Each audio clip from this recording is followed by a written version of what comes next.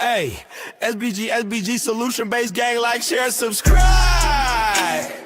Say no to rim, brothers, mothers, fear and sell no good suckers. Hype him up, hype him up. Shouts out Sharon Bracy in the wildest wake up morning show salute. Big dog, shout out to the Lord. PH, Diva, salute, Brownsville, SBG solution-based.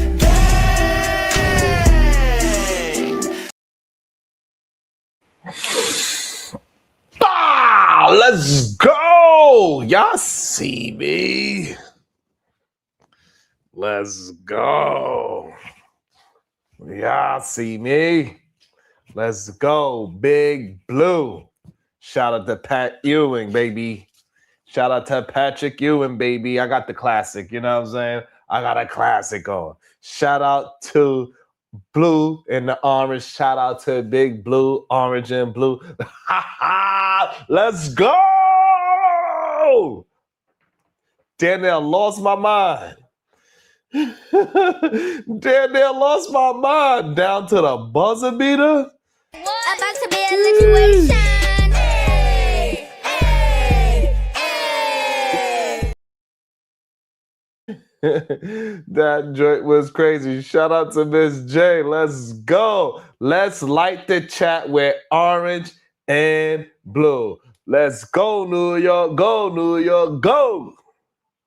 Let's go, New York. Go, New York. Go. What up, Too Strong? You know what I'm saying? Because this is actually revenge.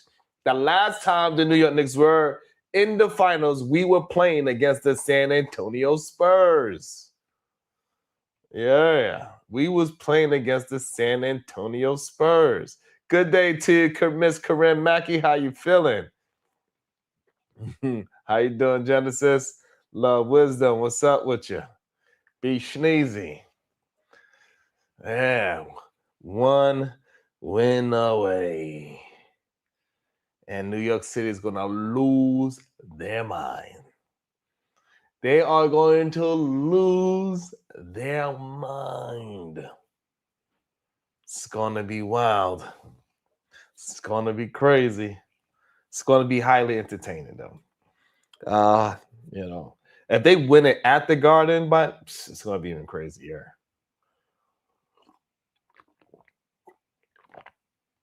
If they win it at the Garden, it's going to be even crazier.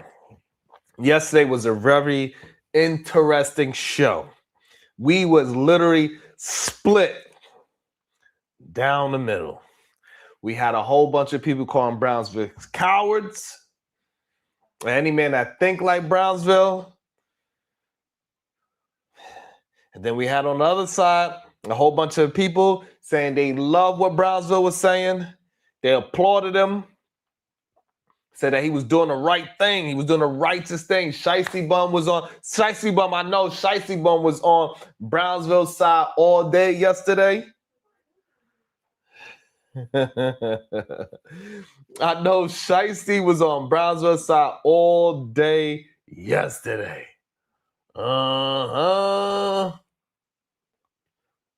that right, Shiesty? Put a 1 in the chat, Shiesty, if you agree with Brownsville. Thank you. Appreciate that. Oh, what side you was on? Yeah.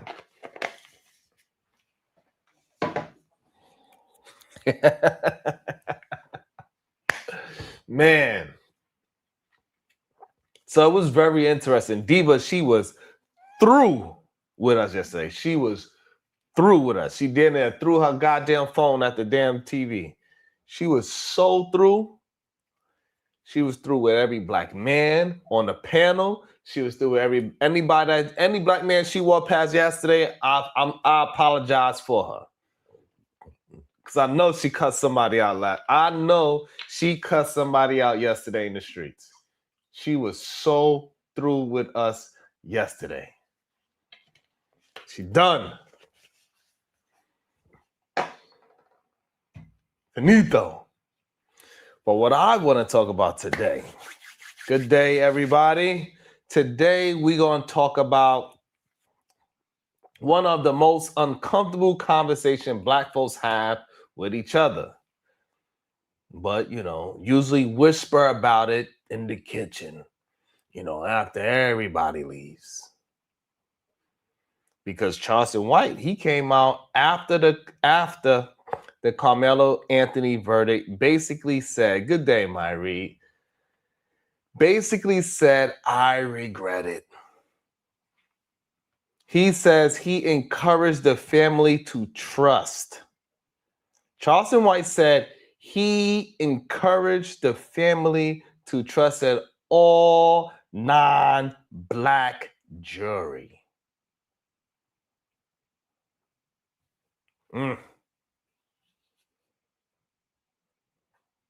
He says he pushed them toward hiring a white attorney. Damn. And now he feels like he betrayed his own people trying to prove something, trying to prove that white people could be trusted, trying to prove that race shouldn't matter, trying to prove that competence has no color.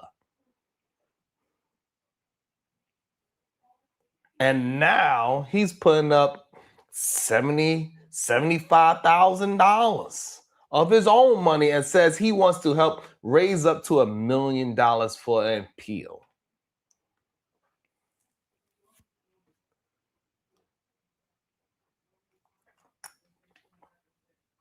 Yeah.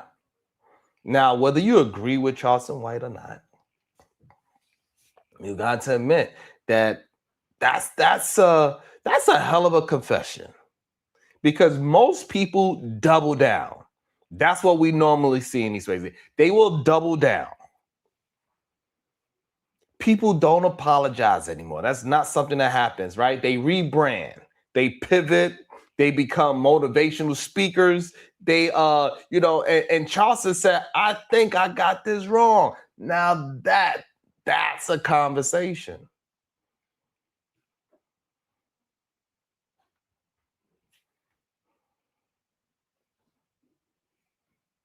And let's talk about the sugar that Black people don't like to talk about. Let's tell the truth.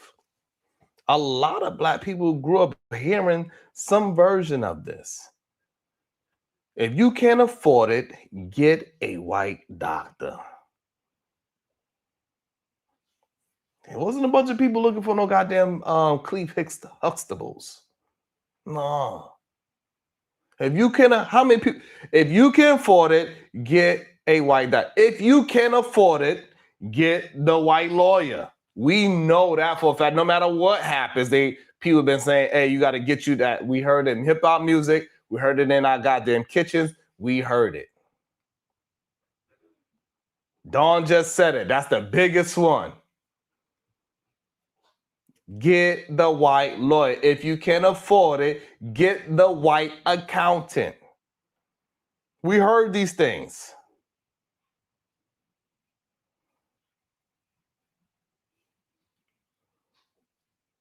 These are things that were said in Black kitchens. If you can afford it, get the white realtor. You know why? Because somewhere deep down, many of us absorb the idea that white professionals are safer bets. That's what happened. Not necessarily because they are smarter, but because the system was built around them. Now, before everybody gets emotional like Bubba, about to curse me out, I'm not saying it's true. I'm saying it's common. There's a difference. Some of y'all just got offended before I even got to the point. Relax.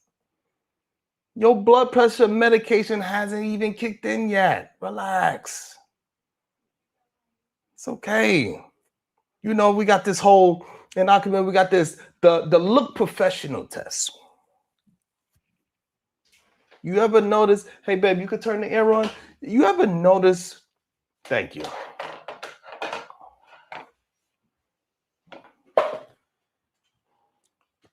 Thank you, Tony Golden. Tony Golden ain't gonna lie today. Usually,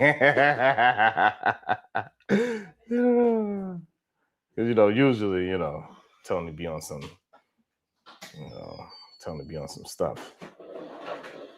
You know what I mean? Tony be saying some crazy stuff. I don't know why Tony be saying crazy stuff like that, but he be saying some strange things. And Tony Golden, you still didn't send me my goddamn $2. You're supposed to have sent me $2. You had asked me for something on the chat. You still didn't send me my goddamn $2.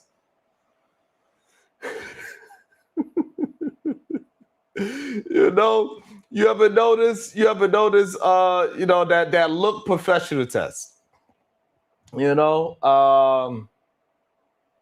What professional looks like. A certain haircut, a certain voice, a certain mannerism, a certain confidence. And when Black people adopt those traits, we call it code switching because we understand sometimes competence isn't enough. Sometimes you have to look like what people imagine competence to be. And who, explain this to me, and who got to define that image? Historically, who got to define that? Not us.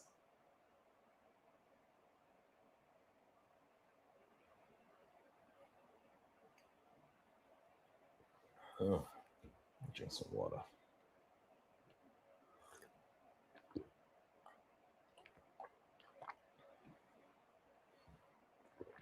The fascinating part of this whole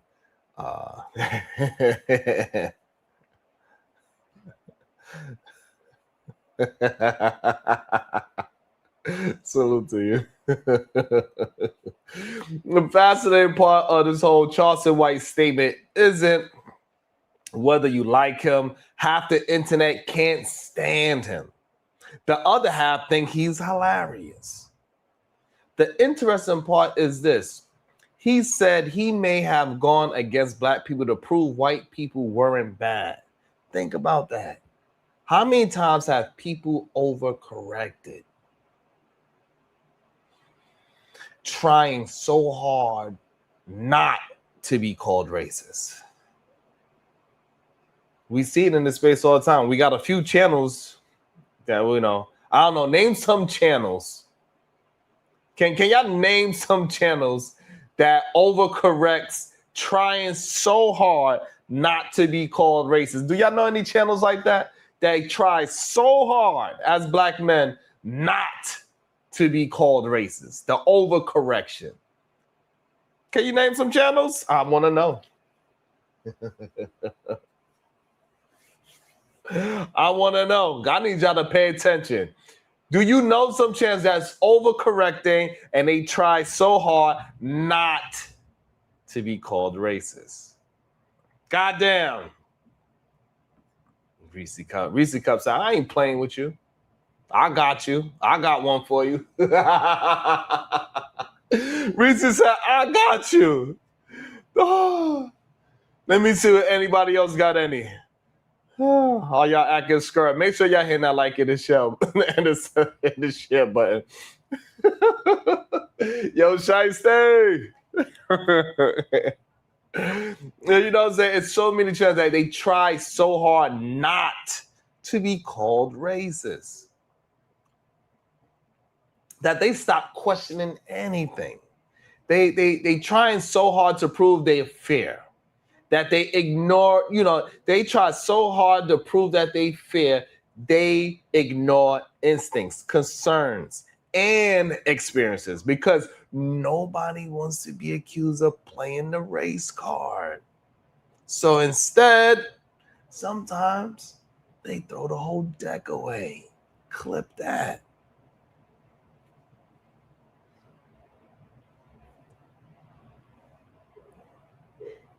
It's crazy.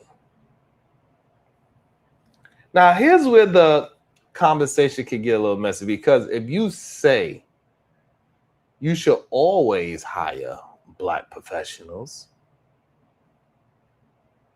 that might be ridiculous.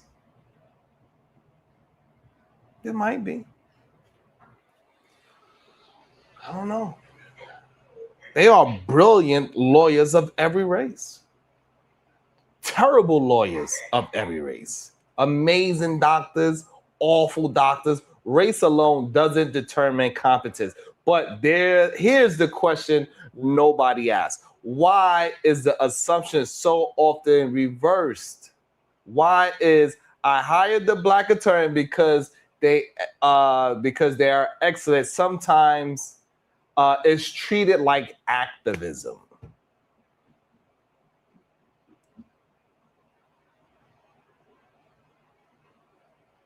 Why is that treated like activism?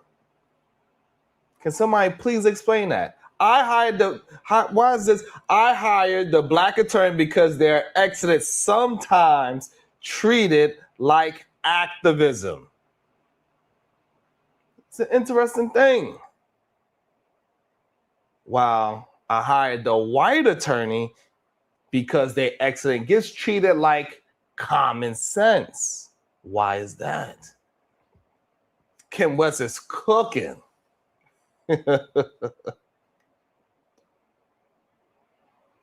Right? Why is when you do it for the white person, it's like common sense, and that's worth examining. Like, so we got this whole Rick Chow case. Man, almost bit my tongue. I seen a beautiful sight just now.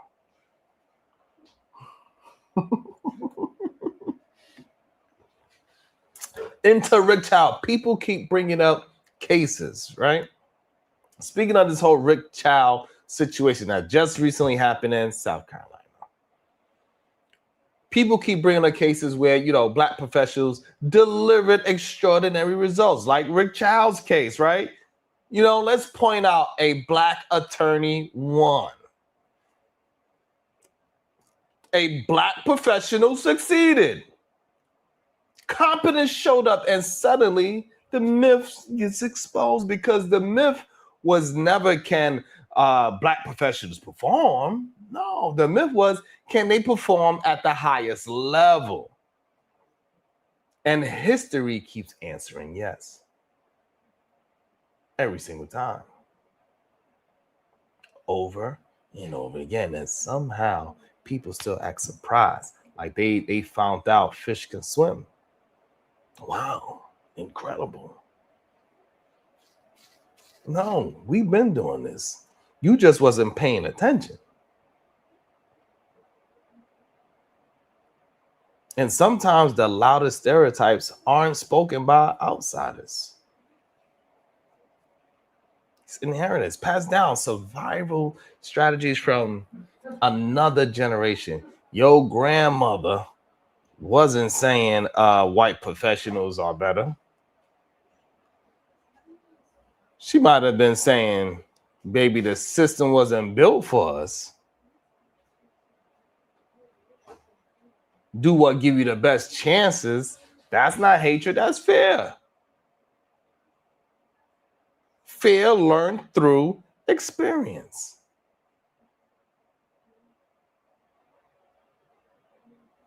But survival strategies don't always age well.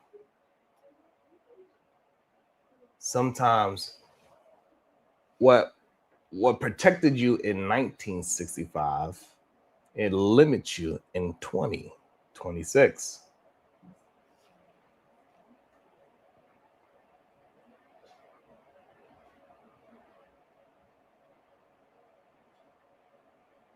See, never trust white professionals.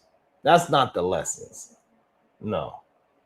Others would say, see, race never matters, right? That's not the lesson either.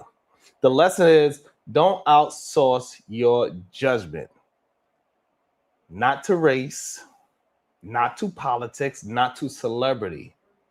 Commentates, not even Charleston White, because Charleston himself is saying, I may have been wrong, right? So, and if the man who gave the advice is reconsidering it, maybe everybody should slow down long enough to just think. Ask better questions. Instead of what color is the lawyer, ask, Was there a track record? Was there a strategy? How often have they handled cases like this? How do they communicate? What are former clients saying? Who makes up their team? Can they explain their approach? Because excellence leaves clues. And incompetence leaves invoices, which I'm pretty sure he gave a huge invoice. And I know those parents want their goddamn money back. Because he did a horrible job. 35 years?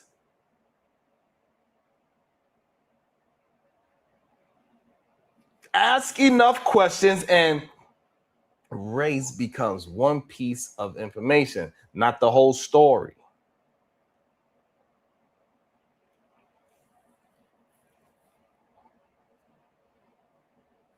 And the internet, for some reason, only speaks 2 languages. Always, never, always trust this group, never trust that group. But reality doesn't work like that.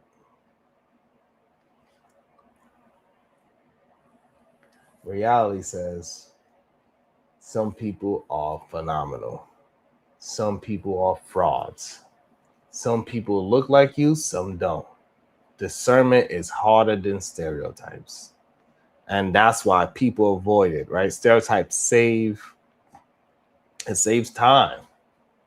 You know what I mean? Stereotypes save time. I get it. Discernment requires effort.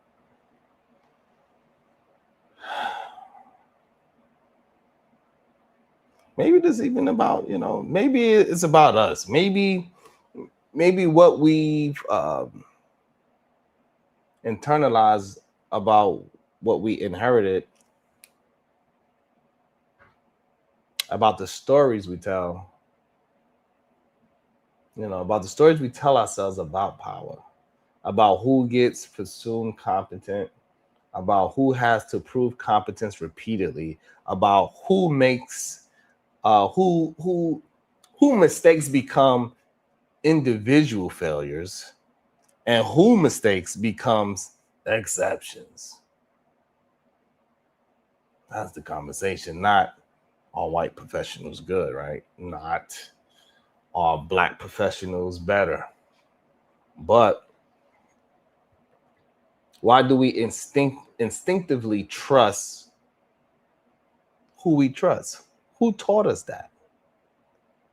And is it still serving us? Is it? So, this whole Charleston White says he's putting up $75,000 of his own money, trying to raise $1 million for an appeal. Maybe people will call it guilt. Maybe they'll call it accountability. Maybe they'll call it publicity.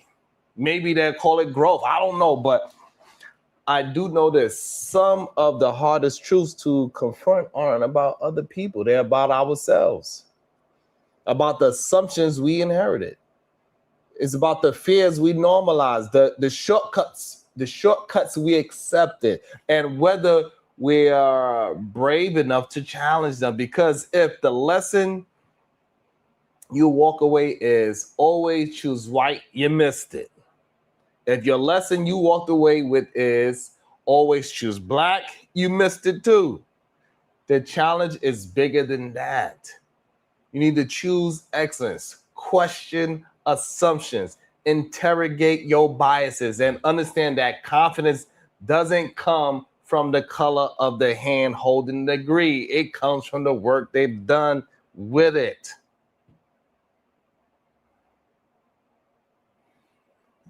And if today's conversation makes everybody uncomfortable, good. That means we finally told them about something real. Now come and join the panel. Tell me I'm wrong. Tell me I'm right. Tell me what your grandmother told you. Tell me what your experience taught you. Don't just tell me race is simple, because if America has taught us anything, it's that simple answers usually come with complicated consequences. In the comment section,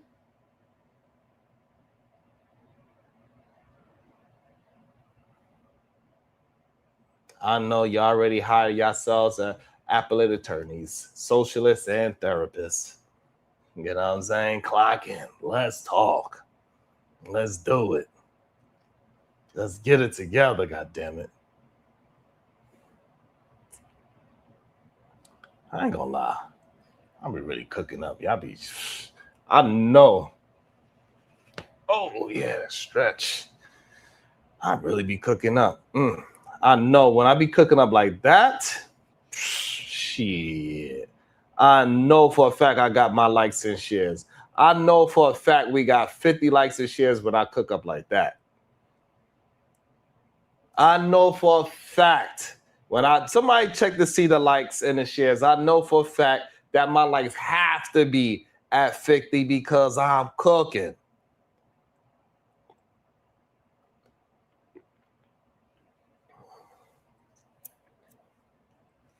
Yeah, Freedom, you know. You know what it is. Come on, Shadow. That can't be true. Shadow cannot be telling me the truth right now. It's not possible. That is not possible. TWI, what did it do? That is not possible that we got over 100 people and only 20 likes. That is not possible. I know that is not possible. So let's go see what Charleston White was saying. While I get this other link ready. Because I really believe that, fam. What you believe? Nigga, I don't went against my own people trying to convince black people, white people is good, homie. But all white people ain't bad. Believe that, fam. Nigga, I don't went against my own people trying to convince black people, white people is good, homie. Trying to make you believe what I believe. Because I really believe that, fam. Nigga, I don't went against my own people trying to convince black people, white people is good, homie. You trying to make you believe what I believe. Because I really believe that, fam. Nigga, I don't went against my own people trying to convince black people, white people is good, homie.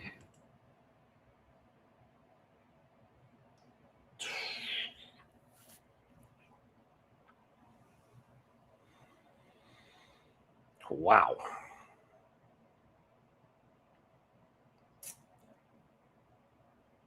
That's crazy, man.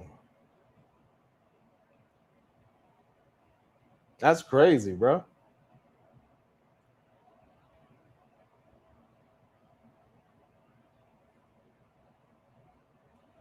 That's crazy, bro. This is what I believe majority of black conservatives have to feel.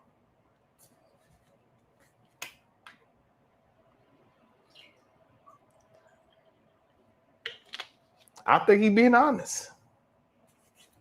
I think he's telling the truth right there. That's crazy. Make you believe what I believe. Because I really believe that, fam. Nigga, I don't went against my own people trying to convince black people, white people is good, homie. Damn. But all white people ain't bad. Why? I ain't never met a bunch of bad white people. So when I saw all white jury, I called you and told you, have no fear. White people ain't that bad. I had faith in an all white jury, didn't I?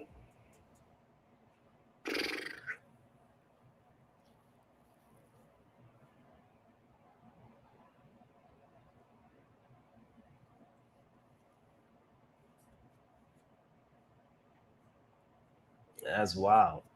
I don't know what to say about the parents. You know what I'm saying? Like, man.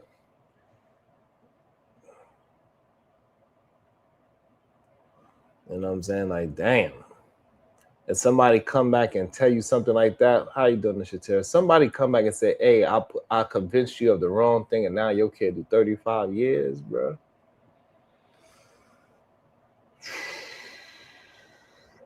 That's a lot. Especially when now he's explaining why he had the position he had. Bruh. That's kind of wild and wicked.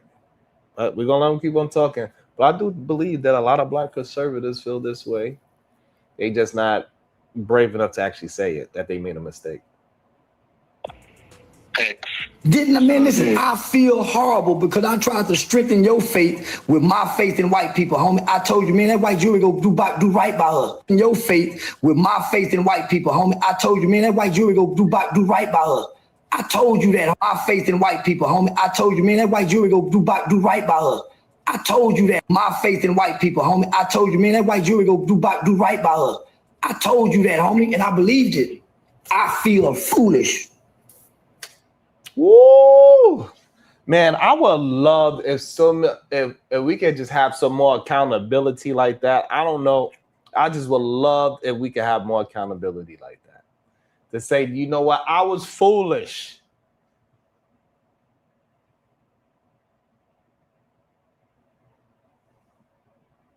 Say you was foolish. And yeah, and you know, imperfect, hey, they got to take that L with a man, 35 years because you wanted to prove possibly, right? You know.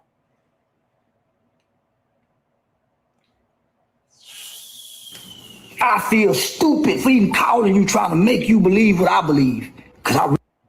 Yeah, because hey, listen, that grip shit doesn't work in real life. That grip shit is only for the internet. This whole idea that you gotta just grip and down your own people, that shit don't work in real life, bruh.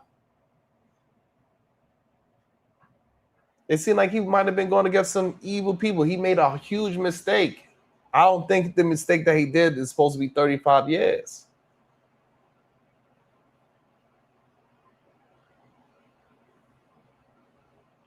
Should he have to do some jail time because a person's life is lost? Yes. 35 years? Absolutely not. This was a good kid. We don't know this kid to be doing anything bad. Has a great GPA. He saved other children's lives. He saved people's lives before. 35 years is excessive. And they're using this as a don't. They are using this to, man.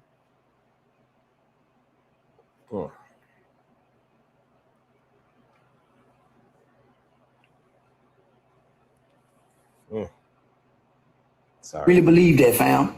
Nigga, I don't win against my own people trying to convince black people, white people is good, homie. Damn.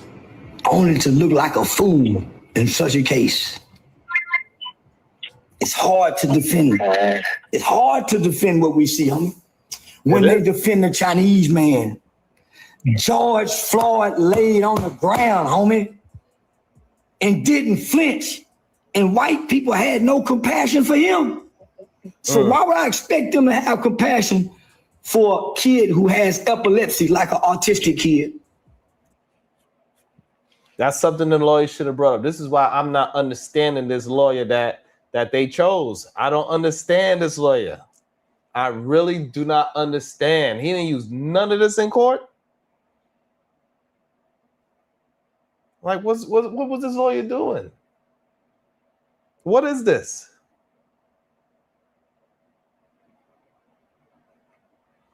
I think another interesting point is that nobody pointed out the fact that Rick Cho lawyer was a black man. A black man got that damn Chinese man off from, deleting a young black boy. Because he seen that he could win the case. He knew exactly what to do. And I do not understand for the life of me why Carmelo's family didn't look at, hey, what is your plan? Because if it's like, I don't understand if they heard a plan from this attorney. Did he execute the plan that he told y'all? Because if he told y'all this plan that he had, you should have fired him off the rip.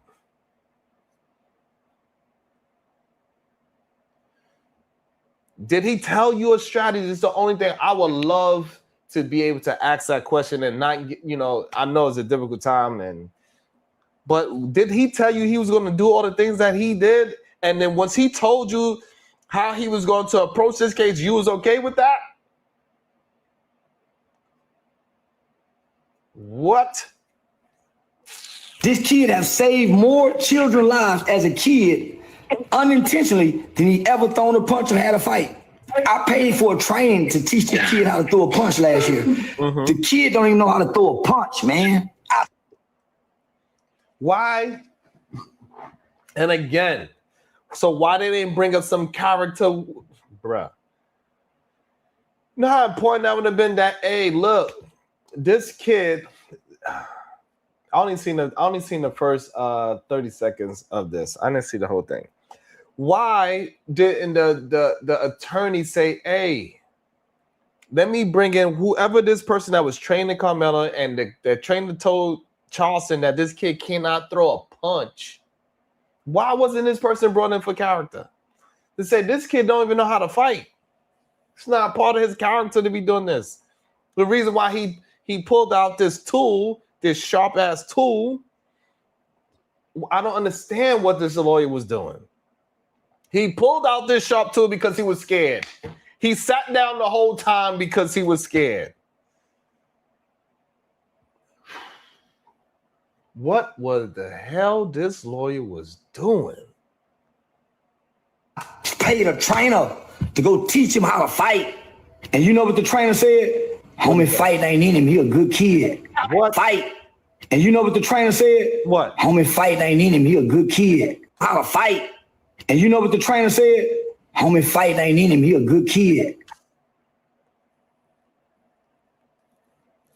Like, that's the kind of information that you needed on the goddamn stand.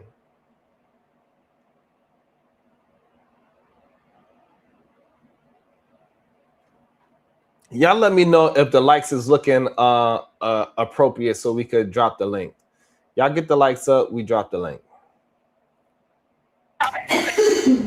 Even the trainer said it ain't in him, homie. So he didn't go back to train him no more. Teach him to be good. He a good kid. Damn. Man, I can't believe those white homie. Man, listen. We're gonna make it right. And what you mean you're gonna do what? You're gonna make it right.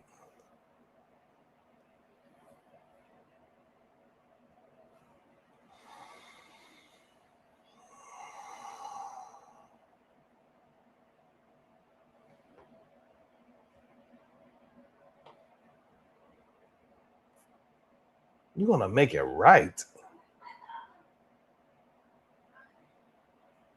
What you mean?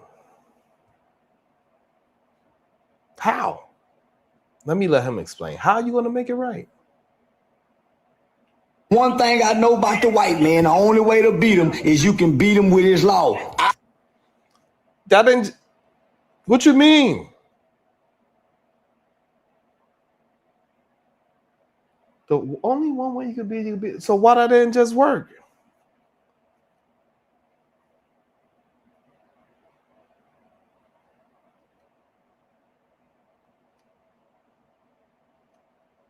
I don't know. I don't know what they could have did differently. I know maybe buying a bulletproof car probably was not a good idea. I know putting the down payment on a new house, that's probably wasn't a good idea. Hey, listen, I think they should have recognized the fight that they was going to be in. I don't think they recognized the fight that they was going to be in where they lived at.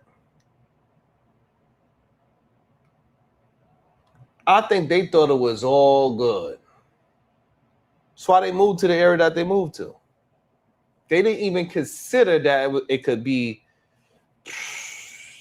I did. I served time for white man. And beat him with his law. I did. I served time for white man. Bragged about it. I've committed some of the most. I ain't got nothing on my record. No felony conviction, no what. And I got a murder for a white man. So if white people can do that for me, they'll do it for your son too. Front page paper. Interesting. So he feel like because, well, I guess that takes out the idea that he's a coward. He wasn't on trial for murdering somebody that looked like him. He was on trial for killing somebody, you know. So I guess we gotta give him props for that. I don't know. I guess we gotta give him props for that. I don't know. What the shit?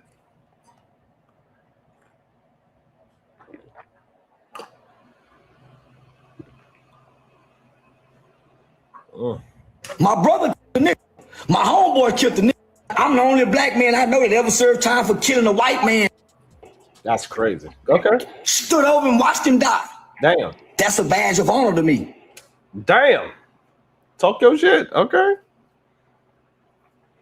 Hey, I guess talk your talk. And white people can't take that from me. So during these times when I close my eyes, my heart smile. Because I done something I know they wish I was dead for. Damn. They can't take that from me. And Damn. guess what? Your boy got the same thing. When he lay in the bed and smile and feel weak, he can feel strong. His nature kicked in when he was afraid and scared.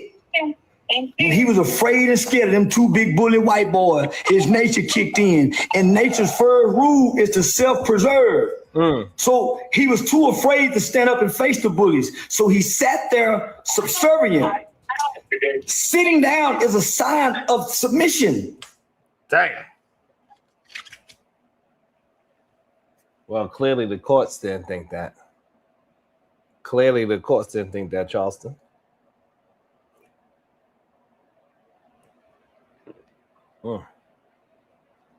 That's wild.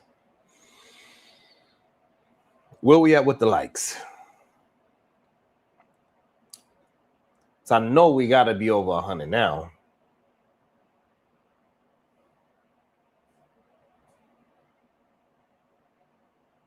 Freedom said, a scared person will hurt you. Absolutely. Those are the most dangerous people in the world. A scared person, especially a scared person with a weapon. A scared person with a weapon, Lord. Especially a scared person with a weapon. Ooh. I know we probably have 50 likes then, right? Maybe if we was at 50 likes, I could open it.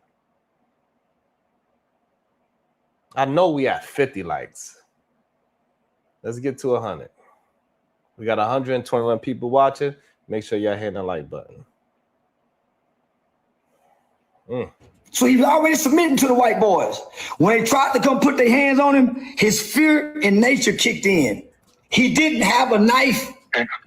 Hey, listen, your lawyers were supposed to object to every time they mentioned a knife for it to be on record. It wasn't a knife. Did he object to anything? Did his lawyer do anything besides collect the check? You didn't object. If it was a tool, why you didn't object to that they keep calling it a knife? Because when you are calling in a knife in the court of law, you are suggesting that you snuck in a weapon.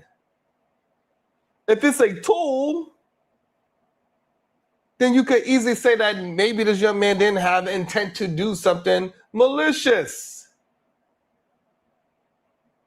The F?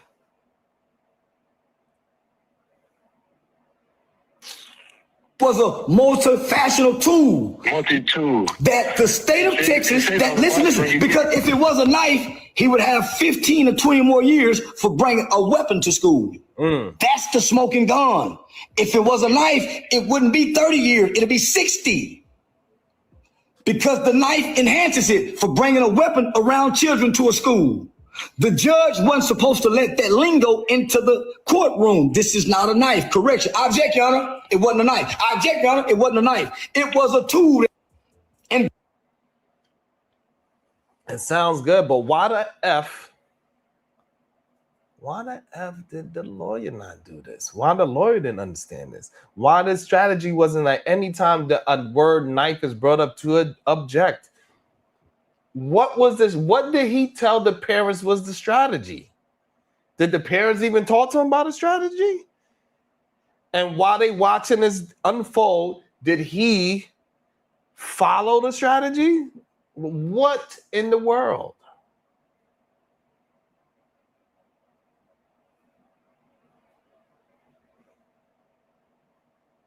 Freedom, that's what I feel like. Make sure y'all hitting that like and the share button. That's how we help the channel. Let's get it together. Let's get it together. Y'all want to open up the panel? Get the likes up. Shit. Kids pack it to school in elementary. How did it become a knife with a knife? Because it's a tool.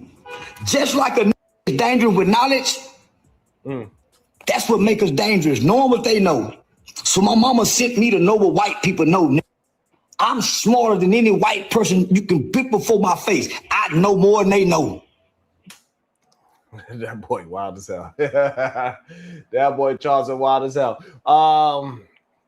He said that was an N-word tool. You're more dangerous with an N-word tool. That is crazy. We got to be careful. We got to be able to be self-aware where we at. I think, boy, oh boy, oh boy. I know everything about white people and black people. Okay. History, science, English, math, technology. I went to every school white people went to. I didn't want to know nothing black people know. That's how I got so many guns and black people don't.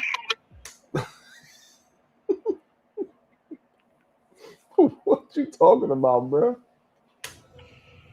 That's why I talk politics and black people don't. That's why I talk law. Can't no white man beat me. That's why I ain't got no felony convictions. And I brag about the shit I've done with nothing on my record. I could be lying. It ain't on my record, but I've done it. And they know it too. My mind and my mouth is more dangerous than that courtroom. They know it. Why? I can overturn law. We got juvenile life without parole abolished in America. It took us a few years to do it, but we got it done. I ain't lost shit, school. Well, I guess the appeal after the appeal, we will see if you haven't lost yet. I remember when I was having a conversation when we was trying to figure out this law that he was talking about. We asked him. I asked him, hey, what is the name of the law? We looked it up, and the law that his name is on a bill, but his name is not on a law. He did push out a bill. I give him that. He did push out a bill that his name's on, that he helped write. He did, and we looked it up. We grilled him about it. This was about a good 4 years ago when Charleston White was just hitting the scene, and he was still able to talk to us, us regular folk, a non-viral people, I guess I could say. I wish we still had that footage, but that footage is long gone and missing now. But we had a conversation with him. He said oh man, Wrench, I forgot who signed it, brother. Oh, it was so long ago. Man, it was so long ago when I spoke to him about it. Anywho. I ain't lost shit, school. And I got the world paying attention to what I'm saying, good or bad. Just like I got Aiden Ross to donate to the Metcalf family. That sounds crazy. Just like I got Aiden Ross to donate to the Metcalf family. Oh.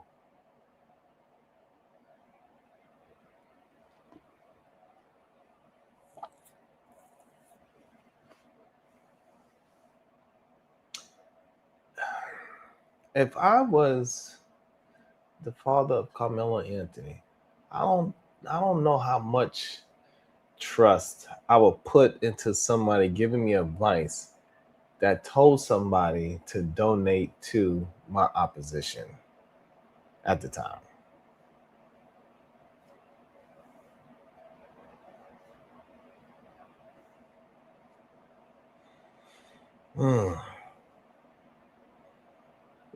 Easy, that's funny. I don't know. I got people working on millions. I got people working on getting you $1 million like they got Chud without going through GoFundMe. That's how connected I am as a black man in America. I got white friends, politician friends, rapper friends, acting friends. And I'm going to use it for you, fam. You have $30,000 before Saturday. I'm putting up $75,000 to start the appeal process for your son. We have 29 days, 28 days to be exact. I just need Mitch Nolte to file the appeal. I already got an appellate lawyer ready to go. to write the entire thing. Collin County is done what I thought they was. I thought at least they'll put one black on the jury. But I told you something about that judge. I told you that judge is not going to let it happen like that, right? Carmelo Anthony mom and father said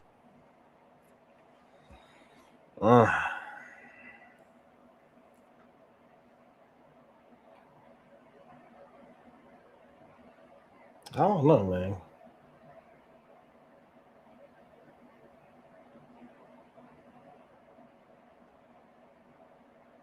Let's see. they felt after the verdict. And the father said something that caught the internet attention. The dad said he was told to get a white lawyer, and the internet think that advice came from Charleston White. That's why he went. Like, that's just crazy. That the father said that out loud. That's crazy, man. Why would you just go and get a lawyer just because? Willing to put up $75,000 for the appeal, and why he felt so bad. And we're going to keep fighting. Mm-hmm. We will not stop fighting for justice for my son. Mm-hmm. And as parents, justice for my son. Mm-hmm.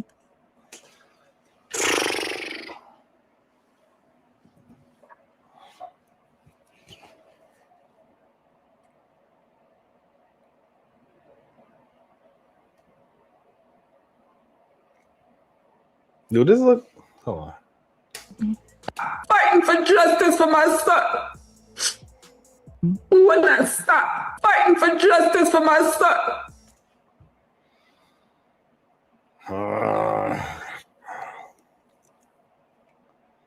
I don't know.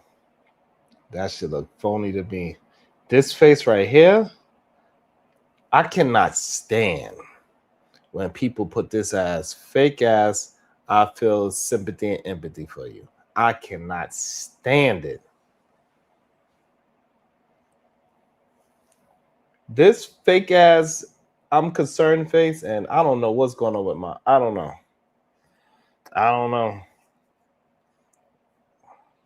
Maybe that's their real crying face. Maybe that's their real crying face. I don't know.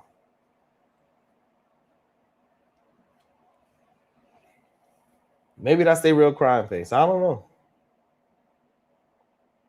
know. Keep fighting. Mm-hmm. We will not stop fighting for justice for my son. Mm-hmm. We will not stop fighting for justice for my son. Okay. Mm-hmm. And as parents, have you all struggled with guilt, asking yourselves, is there anything differently? I know, Kayla, you said you wish you had gone to that track meet. Is there anything that you both wish you could have done differently? I wish I would have just been rebellious. I was told, don't talk to this person. Don't talk to this person. I feel like it was just a setup. Now, so they told us, go get white attorneys. Every black person I went to a white attorney. No white attorney, they set them up. Pushed them. Hey, here you go. I mean, no objections. It was things smooth. So, as a father of me being who I am, I got to make sure she's straight. This mama bear, I got to make sure she's straight mentally, because if she's not straight, my house ain't straight. I'm not straight. Then So,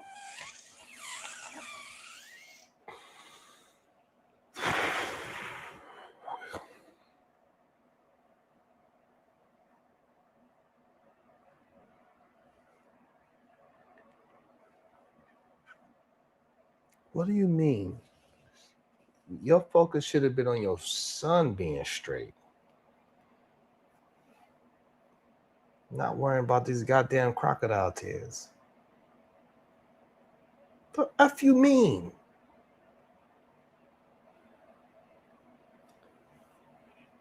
That is wild work. What do you mean? That just really pissed me off.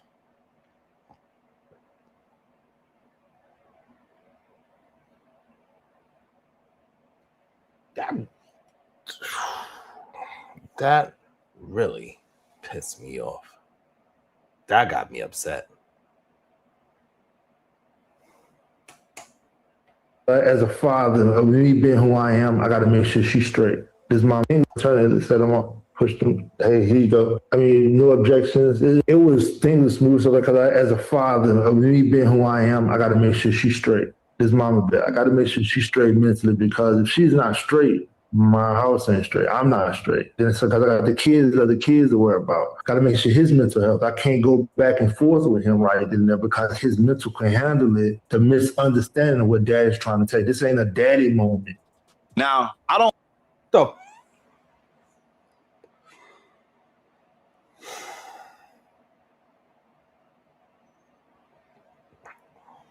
I can't even. What the F was that? What?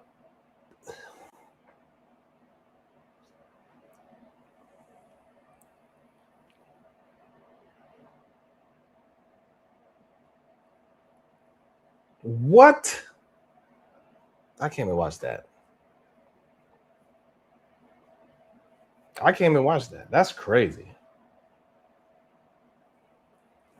That's just crazy. Well, clearly the mom ain't no goddamn leader neither, Shicey. Because her dumb ass, her ass, I don't know what to say.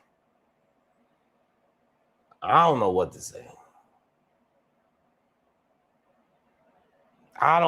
say. That got me pissed. I should have watched it before I played it. I should have watched it before I played it. Because that is insanity right there. Lamar Black, I don't know what the hell. That pissed me up to the highest level just now. I don't even know what to say about that black man or that black woman. I don't know. Yikes.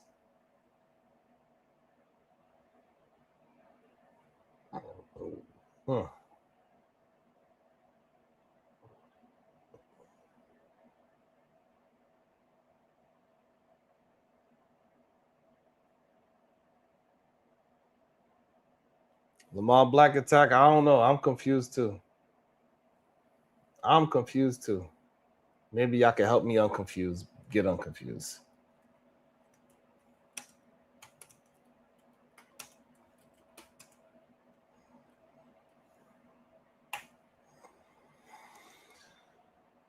We need more likes. Man, damn. Like, seriously. This whole idea that this man is prioritizing his wife mental health over getting his son free. Hey, listen here, wife. I love you. But we're going to have to get my son into a good position before I worry about you. Are you kidding me? Shout out to Tony Golden. I don't remember that, but just because the Knicks put belt to ass to Wemby. Thank you, Tony Golden. Shout out to the time while I said only 29. It's crazy. Peasy ain't going with the $10 suit. Thank you so much, Peasy. I really appreciate that. The link is dropped. I just don't understand. Like, you need to worry about your son. He's the one that's facing 35 years. Don't worry about that woman right now. You have a year to worry about your son. Worry about that lady after you get your son 5 years for involuntary manslaughter. But because you was worried about your damn woman, and maybe that's the issue. Maybe Diva's right. Worry about some goddamn vagina. About Mama Bear. The nerve of you calling her Mama Bear at this moment.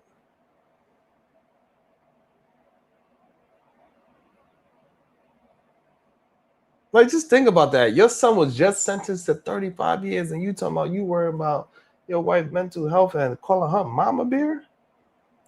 What about...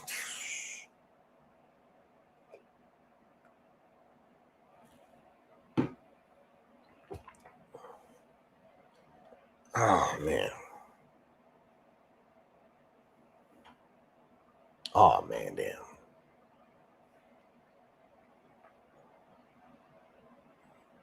That's just crazy to me.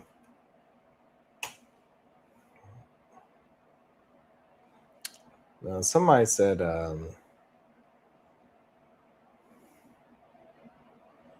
that's just crazy. Charleston called Anton on the show. I didn't actually see it. Let's pull it up and see what was said there.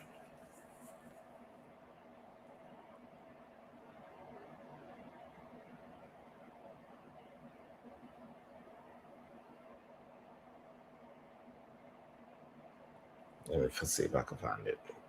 Hold on.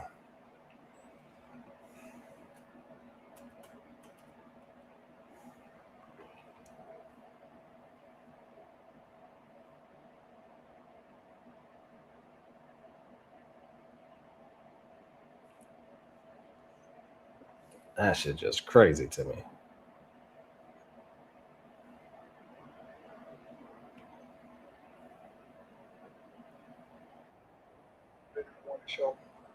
Let me see.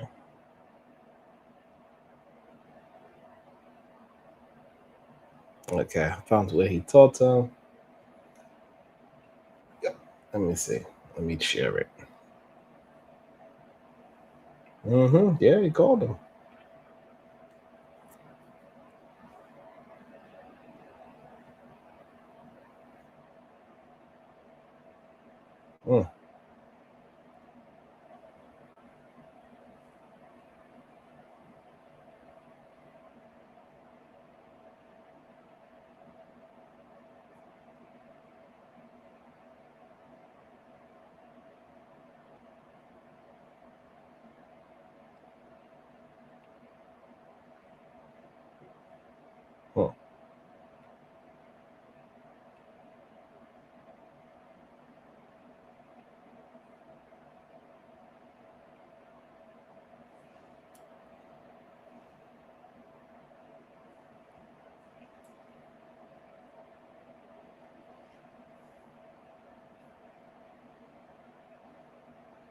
Okay. Insane. Let's see what this phone call was about. Let's check out the phone call. Let's see if we can. Oh, my bad. Let's check out the phone call. Yo, C, I'm on a live stream. What's going on, big dog? Oh man, I'm in the closet crying, homie. We got this kid is innocent. I've been with this family since day one. Did this man just say the first thing he says that he was in the closet crying? Shit. Goddamn.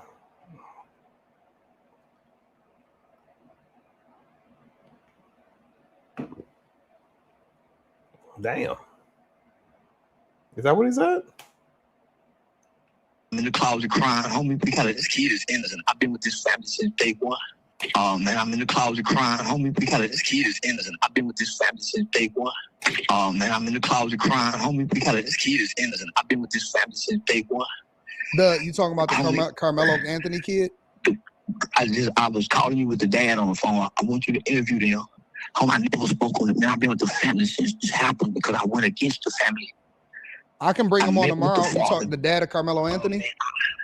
Yeah, Carmelo dad. I want you to interview the mom and dad. Whoa. Do y'all believe that it is a good situation for Carmelo Anthony's dad to go to the Anton Daniels and have a conversation with him about the case? What is y'all thoughts on that?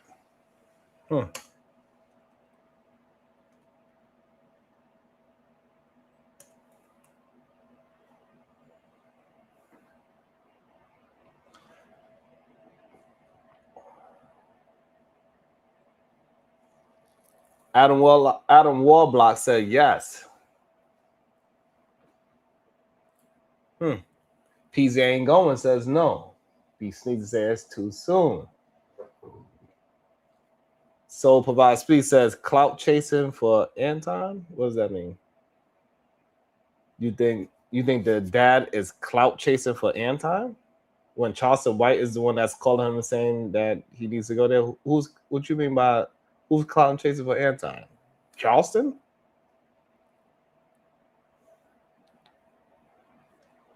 Like, what do you mean?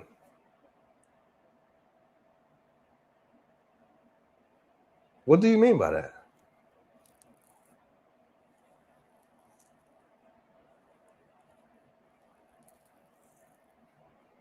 What do you mean by that? I'm interested. Okay, you don't got nothing to say now.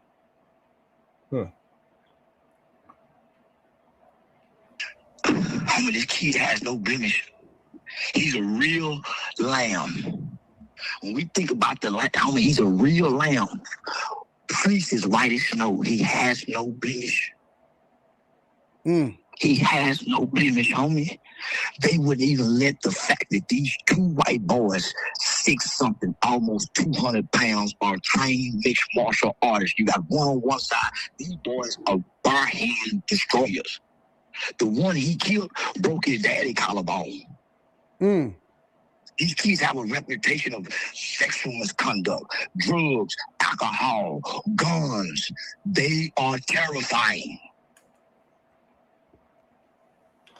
Is this a situation where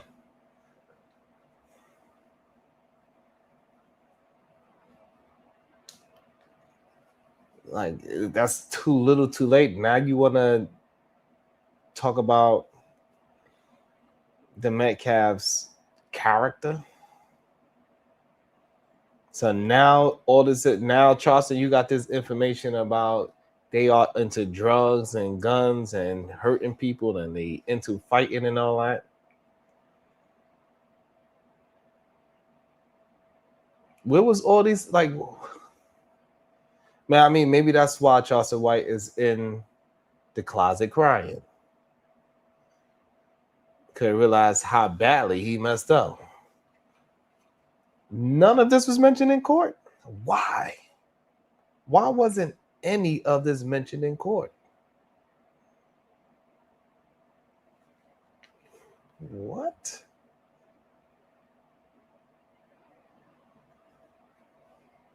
What?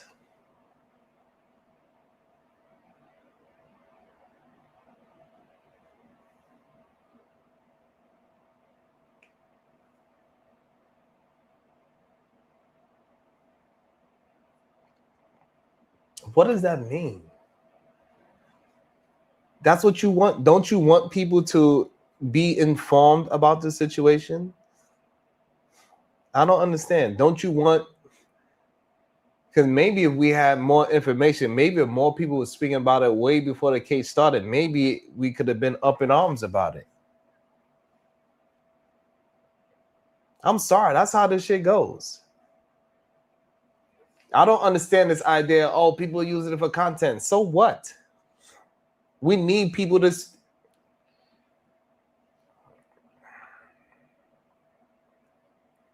I don't know. Maybe it's better off that nobody talk about it.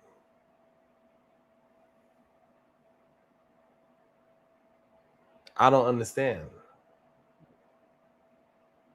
Everybody got to eat. So you think the news... So what you're respected more if the news would have did it and not Anton? Because I'm guessing you believe the news is not going to sell you out for views and $1. I guess if he was on CNN, you won't be getting sold out for views and $1. What are y'all talking about?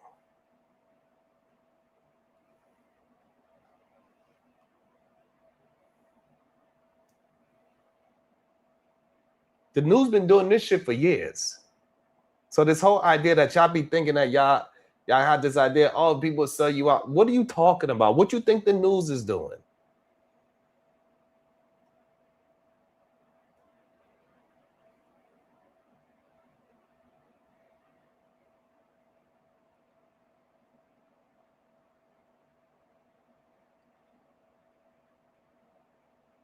Well, don't you think they are? So them going to different places interviewing and saying, hey, this is where you could donate. So because appeals cost money. So they need to get more attention on the appeal part of the case.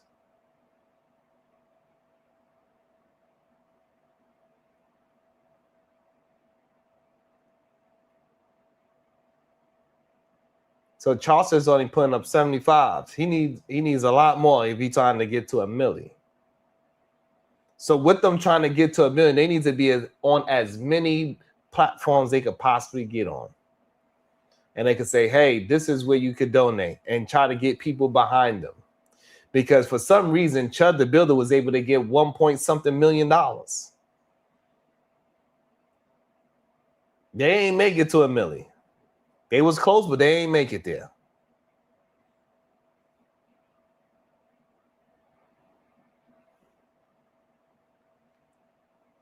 Good day to you. Salute to you, Stan. That is down in the area where you was born and raised too. I'm right. I've been here. I told every black person in the beginning, I won against the family. You know why? When I looked on the press conference when that killing happened, he's standing with a bunch of civil rights activists, civil rights lawyers, not criminal. I got talking about the father and the son. The black, they don't know where to get a lawyer from. They've never been in trouble before. Yeah. The lawyers showed up. Why? Because the black people came with a narrative that white people hadn't put out yet. That this. So I do find that interesting.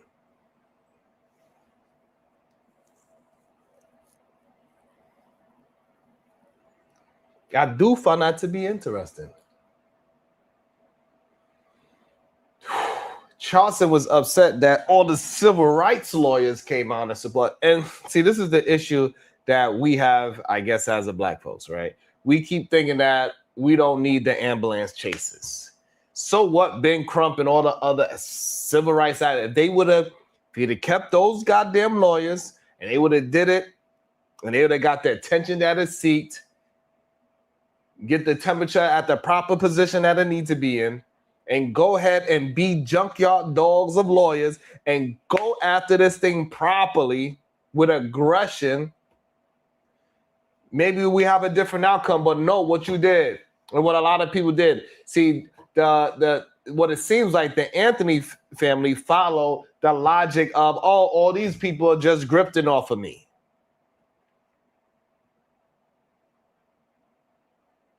So what did they do? They go to somebody that seemed like they not grifting off of you. The small hat lawyer that is all nice, and he didn't even give a damn because he knew that check was coming. No matter what, that invoice was coming.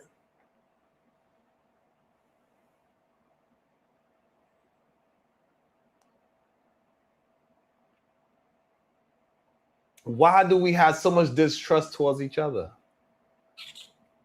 I don't give a damn if Ben Crump is just out here grifting and he's just trying to get some fame and a check. Can you get the job done? Go ahead and get your check. Go ahead and get your grift on. Go ahead and get your money. Why do we even care about what views and what fame he get off of bringing my son home? I don't give a damn.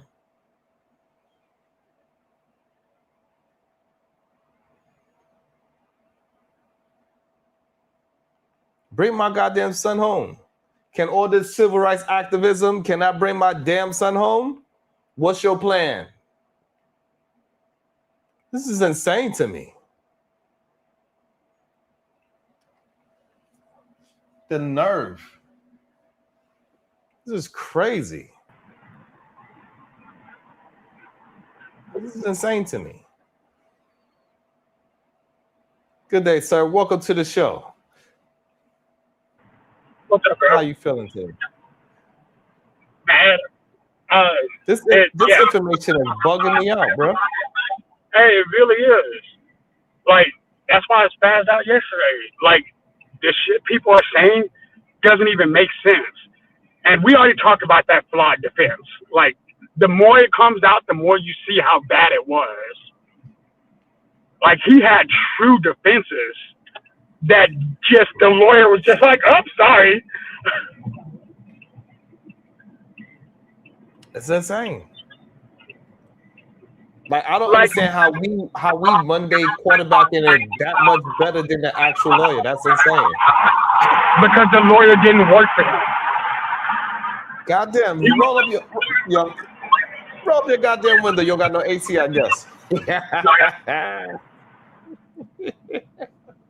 It's hot down there in Texas, huh? It's just a new day. Yeah, it's wild. God, let me go answer this bill real quick. I gotta get a delivery. Get and talk. Tell me what's on your mind. Oh shit. I'm good. The mute's off. So a lot of people have spent time talking about how, oh, he should have ran away. Oh, he should have been trained better. Oh, he should have done this and that. Most of the people talk about this are not in Texas. Most of the people saying, oh, well, he should have just fought his way out on full ass. Like they're just making stuff up because it sounds good. Y'all can't say what that boy felt whenever those people were surrounding him. Y'all can't say what he should have done because he did what he thought he needed to do after he warned him that he might do it. So a lot of people are quick to try to make it about race, and it's not about race. It's about what actually happened. Like, I'm in a car right now, and 5 cars have the "Don't Tread on Me" bumper sticker. Because it's all about, hey, get out my face. You can't tell me what to do. Oh, he shouldn't have been under the tent. Prove that. Prove it. I don't want to hear no more excuses about why he did what he did. Show me where he shouldn't have been under that tent. Then explain to me why he should have listened to people who were not teachers who told him to leave. He was at a school event. Another student can't tell you what to do. Then they thought they were going to be on bully time, and he got caught. Bully got taught a lesson. I'm sorry. Austin had bad parents. His parents should have taught him not to leave people alone.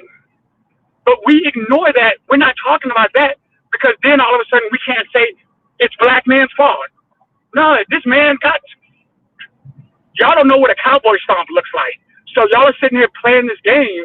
Oh, well, he could have got up and walked away. Yeah, it's raining. It's wet bleachers. He's surrounded by people. They're trying to force him to leave. And y'all are saying, get on his belly and show his belly. It's fine. No, bro, that's not okay. It's not okay to teach black kids that it's okay to be bullied. That's wild. No, he probably... And get this. I'm going to say this because this is what I feel. He hit Austin because Austin was closest to him. I don't think he wanted to kill him. I think he wanted to make everybody else run away. Which, guess what? Lo and behold, it worked. So Shadow, knowing these out, so I think the issue with your argument, I'm gonna mute you while you're not talking because you have an echo. I was trying to fix it, but I can't. So the issue with what your argument is, if we was to tell black children to do this, they are also going to go to jail for 35 years. What do you say to that? I think I get it. Like, I understand that that's a potential. And I don't want that to be the potential because, again, they keep saying laws are supposed to protect everybody, right? Well, if laws are supposed to protect everybody, how come he wasn't protected by the very laws that protected him? I asked your cousin yesterday about the totality of the circumstances. So now I'm talking to you, Sharon. Look at the totality of those circumstances. What his position was, what his health conditions were, what happened. Mm-hmm. Yes, he had a knife on him. Great. He also knew he couldn't fight. He also knew that he got jumped, he would get beat up. Sorry. The totality of circumstances say that he was afraid. Everybody who pulled up on him was bigger than he was. And he was invited there. He was invited. Mm-hmm. Okay. And so now that we understand. So my question to you, Shadow. So now that we know in 2026, It is a two-tier system. They got one law that's for the majority, and they got another justice system for us.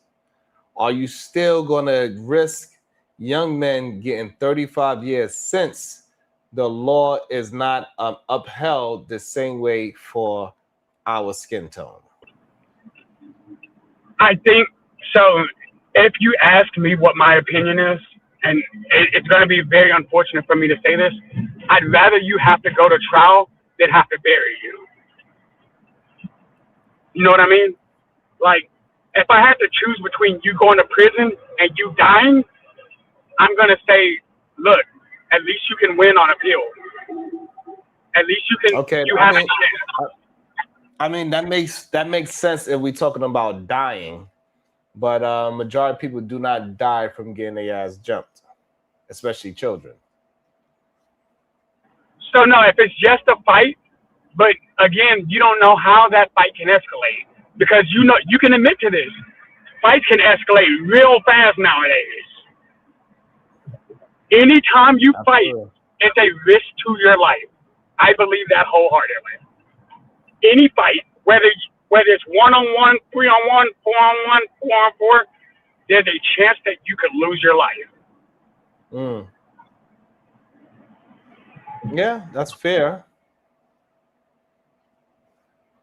That's fair. And so my answer is still the same. I'd rather you go to court than go to a cemetery. So now, also for the people that's in the chat, if you want to talk to anybody that's on the panel, we cannot see your comments from the comment section. You have to super chat. That's the only way it's be seen, or I have to pull it up. So if you want your comments being spoken to or directly to anybody, you got to super chat it. So let me also welcome into the show Tony Golden. Good day, Tony. How you doing? Bracy, what's good, boy? I'm all right. Hey, What's man. your thoughts, Tony? Why you letting Shadow say that bullshit? Actually, you're not. I'm saying why you let Shadow say that bullshit, but you're not. Can you hear me? Why you couldn't put to the shit? Yeah, no. So what's your thoughts? I think it is a shame that what's the boy named Carmelo got 35 years. I think that was overkill. 100%. Okay. You know what I'm saying? You would have gave him 10. I can understand 10. He'd be out when he's 29. He's still, I mean, he got enough life to live, but that's overkill. I also think we should teach kids how to resolve problems without going straight to that type of violence. If you would have threw hands and, you know what I'm saying, bust somebody, lip open, that would have been all right, but you just don't go straight to stabbing somebody.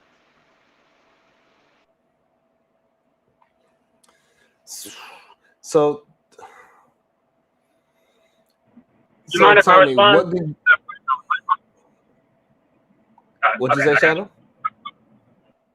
You mind if I respond?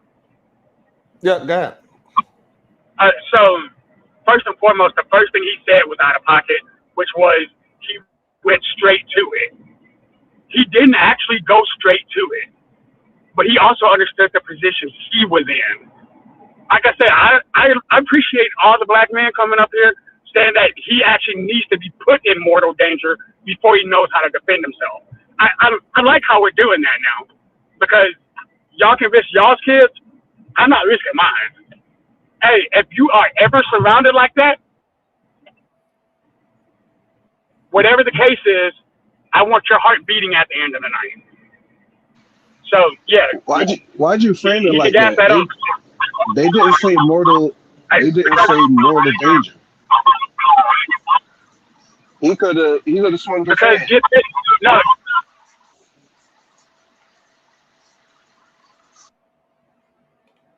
About to be jumped. He knows his health condition better than me or you do. If you don't understand how that could scare somebody, then you can't tell what he was afraid of. I've been you're like, oh, jumped he should have before. I just. didn't grab the knife. Tony. I got you, Tony. Let him finish his whole thought, because when we jump in, he has an echo. So let him finish his full thought, and then you got it right after him, Tony. But again, my issue isn't the fact of what was happening. It was what he felt the potentiality could have been. Hey, these 4 boys, and not just the 4 people who came up to him, but the rest of the people who were getting aggro with him too. So yeah, he felt what he felt, and he had the right in Texas to do whatever it took to end that threat. I get everything. Everybody wants to try to make it about race, but it's about the fact that he did not have any responsibility to, 1, flee, or 2, vacate the area that he was, because he was allowed to be there. Let's talk about all those things before we talk about, oh, he jumped straight to violence, which he didn't. He actually initially told them to leave him alone. He actually tried conflict resolution that nobody's acknowledging, and they kept pressing him. How far do they have to press him? Do they have to actually start beating him up before he's like, hold on, let me grab my backpack real quick? Oh, bro, come on, man. I think it's pretty clear in this case he actually shouldn't wait if he started getting beat up. He wouldn't be sentenced to murder if he did that. We don't even know they was about to jump him. That's not what the testimony was saying. So, I mean, okay, so yeah, the testimony might not have said that. However, we could assume a lot of things because we understand, we all been to high school. We understand what it looks like when people are approaching you in an aggressive manner. If me, Tony, and Shadow all walk up, it doesn't matter if you, Tony, is chilling in the back, not saying anything. We kind of understand what's the motive behind that one person approaching a person by themselves, and you know you have backup. We know what that means. But the issue is that I'm having with Shadow is that it's proven that Texas law do not go for us. At the meantime, at least. That's the only issue I'm having. And I can concede to that. I agree with you fully. We're quick to say the law is supposed to protect everybody, but clearly it doesn't. My issue isn't the fact that you're saying the law doesn't protect us. It's the fact that everybody else is coming up saying that he was still wrong. By law, he was not in the wrong. Had he had competent counsel, had he had somebody actually there to defend him, a competent lawyer would have been able to prove that exact thing, and he didn't even try. That's what my question to you, Shadow, can you put yourself in the Metcalf father's shoes? What is your position if you was Austin's father? The same thing I said about the other way around. Let me make sure I preface it right. So you, as being Austin's dad, all you know is that your son is an athlete. He's a good kid. He's aggressive. He goes to the gym. You know all the good things in your mind about your son for, whatever the dad understands it. Even if he's doing some messed up things, the father's probably like, he likes those type of things. You see your son as most likely a good kid. What is your thoughts from his perspective?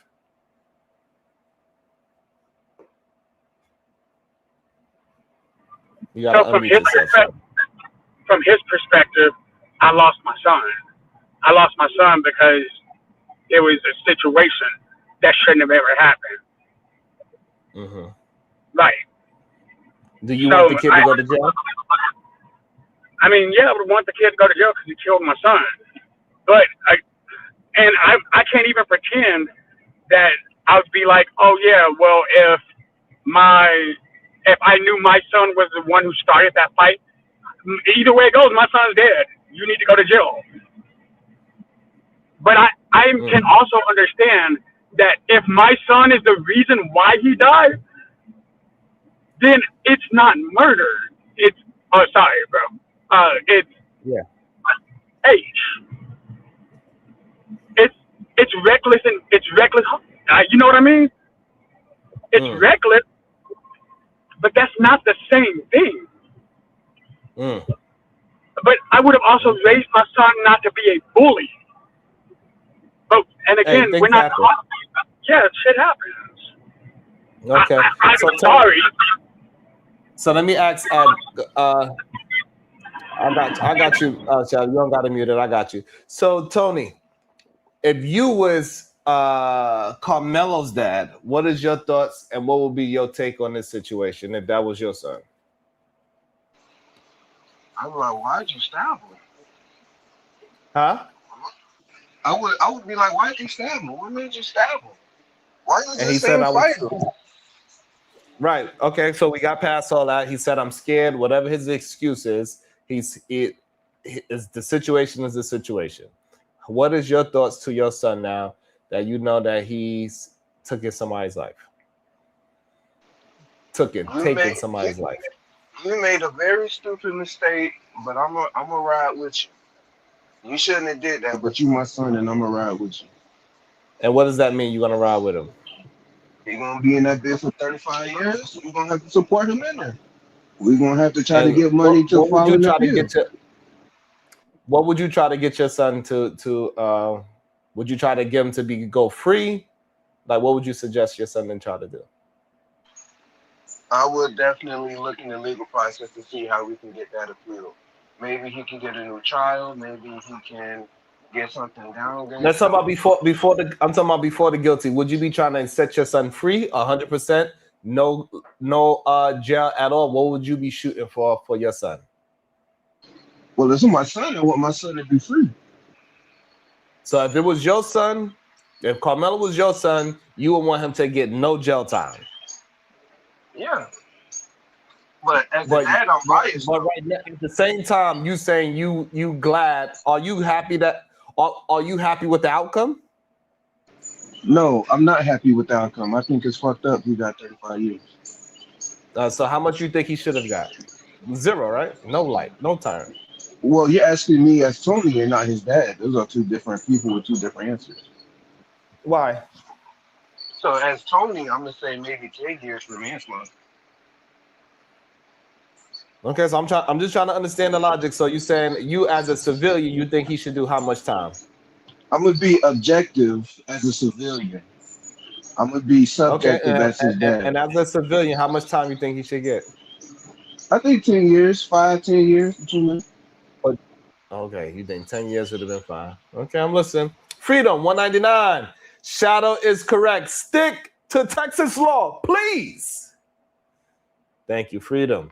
Shout out to Aaron Toulouse with the $5. Carmelo's parents also failed him by having that press conference last year and kicking out the father. Gotta understand his words affect the sentence. I do believe they dropped the ball on so many things, Aaron Toulouse, but at the same time, it's a lot, so I get it, but I think they dropped the ball on a lot of things, Aaron Toulouse, and that is a good place to start where they dropped the ball for sure.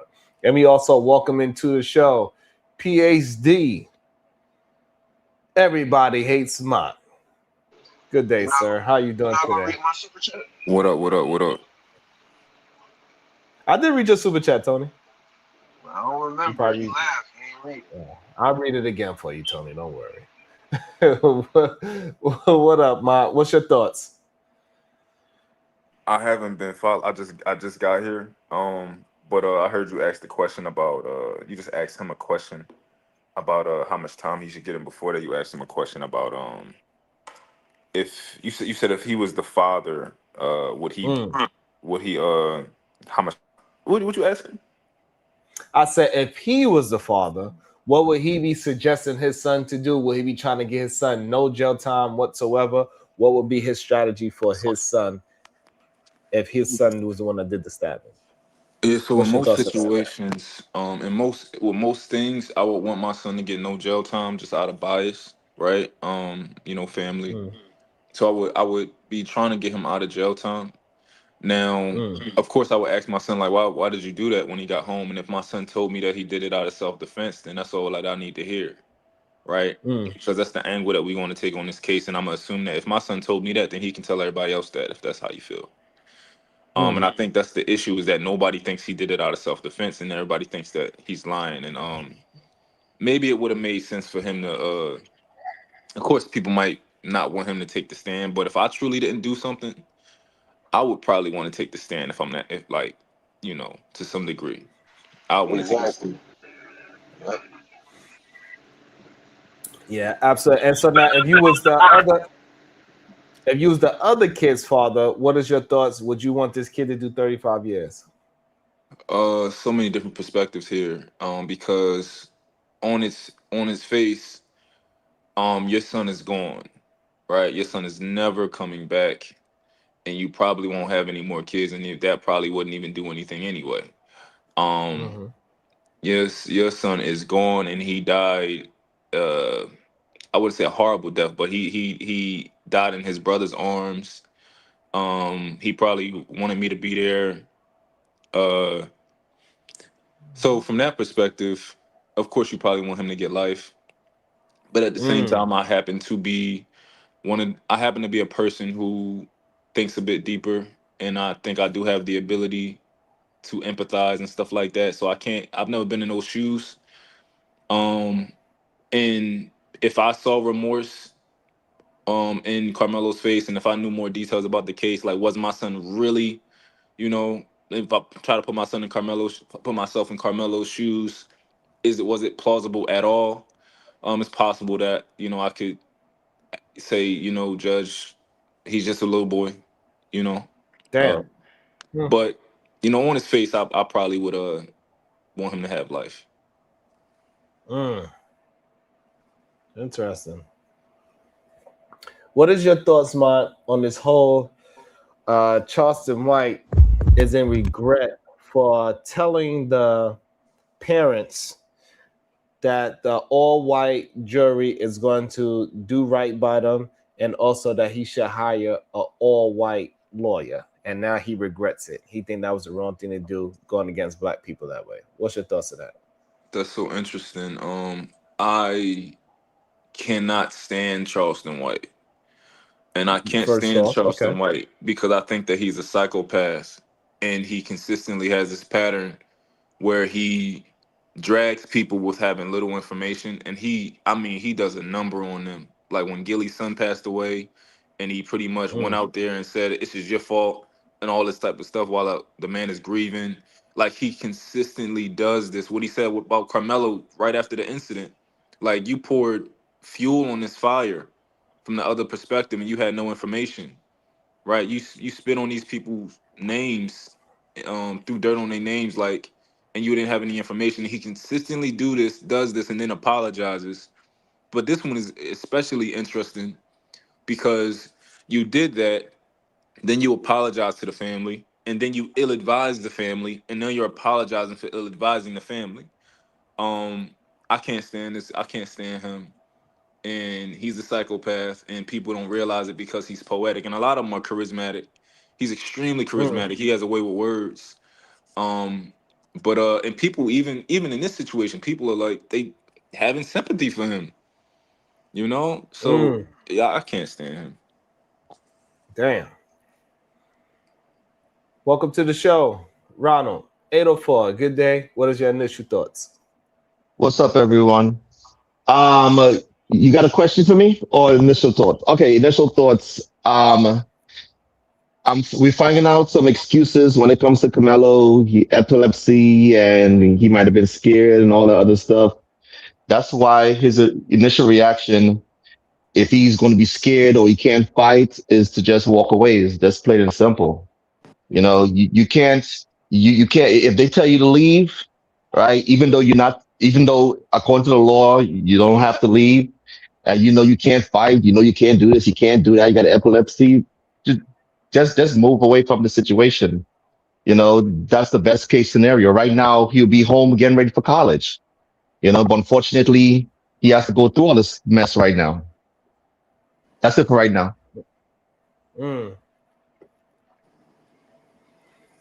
Ronald, have you ever had a fight? Of course, I've actually had a boy bring a gun to my school because we had a fight over my he took my grandmother's pen, and I had a fight with him to get my pen back. And the next day, because I won the fight and he had a bloody nose, then all the girls was like, "Oh, he got a bloody nose." He brought a gun to school the next day, and but he thank God he didn't use it. He just showed it to me, and I'm at that time I was like 13 years old, just not even thinking about it. I was like, "Yo, put that thing away," and he put it away. So thank God nothing never happened. So So you being a younger man, right? You know how difficult it is to just walk away. Yeah, like I said, at 13 years old, you're not really thinking about it. You're just young and dumb, and oh, this guy has my property. That's the reason why parents are so important. That's the reason why I drill into my kids all the time about conflict resolution, and it's best to walk away. Please let your parents know what's going on. Let the teachers know what's going on. That's the reason why we're here. So today, in today's time, because I know you do have children, so your children, they are getting bullied. Somebody is telling them to leave. You just gonna tell you are informing your child to just walk away regardless of being bullied if they have a right to be there or not. Yes, walk away and let a coach know. That's why they're there. Let teachers know. That's why they're there. That's why the adults are there. Because, like I said, when we're young, we can't figure out these situations. That's why we have to Sharon, depend on these adults to help us. Sharon, if you don't mind, could I ask a quick question to him? So Yeah. Ronald, right now in your life, would you also do the same thing? So if you were somewhere and I saw you and I said, "Yo, Ronald, get up out of here," would you do the same thing? Would you walk away? It's a one-on-one situation. No, let's say we're somewhere public, and I'm chilling, and you come over there, you sit next to me, and I say, "Yo, Ronald, leave, get up out of here. I don't want you right here." Are you with like five of your boys? This is just a group of people. You really don't know what's going on. It's just a group of people there, and I say, "Yo, Ronald, you gotta get up out of here. I don't want you here." Well, if it's a one-on-one situation and I'm feeling like fighting that day, sure. If I'm with my wife and I'm like, you know what, I'm not gonna be doing this. Let me just get out of here, or I could just report you to most likely that place might have a bounce or something like that. I'll let them know what's going on. But it Okay. all depends on the situation. Okay. Would you have words for me? Would you just walk away? Yeah, most likely I have words for you, especially if I think it's a one-on-one situation. Okay, let's in this Carmelo situation. Was it like a group of guys, Sharon? What was it? Yeah, it was a group of people there. Group of people there, but it wasn't like a we about to jump you situation, or was it just more kids around standing watching? It's assumed that he was gonna get jumped. Okay, okay, and all right, cool. As long as you are advising your son to do what you would do, I think that makes sense. So because I know me, Yeah, I go ahead. probably it's not a lot of situations where God tell me to leave somewhere where I feel like I got a right to be there, and I'm about to just get up and walk away. And I think most men, and I'm not saying that this is the smartest thing, but I think that a part of just being a man, most of us are not just going to get up and walk away. Like if somebody tell us to leave somewhere. Yeah, I agree. Let me welcome into the show. So before I bring in AR, Ronald, if that was your son Carmelo, what is your advice? Would you want him to go free? Would you want him to go to jail? What would be your advice towards your son? Yeah, of course. If it's my son, of course I want him to go free. Even though in the back of my No mind I'm time like, whatsoever. No time whatsoever. yeah, of course, because if when it's your children, you're going to be biased. I mean, in the back of my mind, would I be like, dang, you know what? You went too far, and I understand why the jury will find you guilty. But in the back of my mind, of course, when it's your child, you're going to be biased. Or when it's somebody you love, you're going to be biased and be like, no, I don't want it to have any time at all. That is, I guess it is just definitely wild to me to hear. Why you not biased to your own people? It's not about your own people. I don't live in a, oh, it's I gotta take the black side, or I gotta take this certain side. I'm in the side of, yo, I want to live in a world where if my kids go to school, that they're gonna come home. That's the world I No, want you to live don't. in. No. That's not what you're saying. You saying I want to live in a world where my kid is always coming home no matter what, even if they stab somebody else. I still want them to not do any jail time, is what you're saying. So why you have that much? Why you don't have that same kind of love for your own people? No, it's not about love for whole people. Like I said, I'm a civilization type of person. That's the reason why I teach my. That's the reason why I talk to my kids. That's the reason why I make sure my kids don't bring any weapons to school, because I don't want them to be on the bully side, or the side of the boy that have to use a weapon. I think You both do sides. realize, Ronald, you do realize that you said if it was your son, that you would do your best to make sure he do no jail time. Yeah, but in the back of my, like I said, but in the back of my, that had nothing to do with civilization. but in the back of my mind, I still know he's dead wrong. But like I said, as a parent, you always want to try to. So now I just want to have some clarity why you don't feel that way with people that look like you. I'm just interested Because, in why. like I said before, I don't look at me personally. I look good versus evil, bad versus good. I don't look at it. I don't look at, oh, it's your race, I need to stick with you. He's not attached to him, Sharon. That's why. So and you do understand that's what Charleston White was, running away from, because he realized that it's probably not the best idea to do that, because other races actually do that. They take themselves out and they look at Hunter and say that could have been my kid. So therefore, no matter what Hunter did, whether he was right, wrong, and different, no, F that, lock the other kid up. That's the issue that it seems like we keep having, especially with our black brothers. Aaron Tulugus and $5.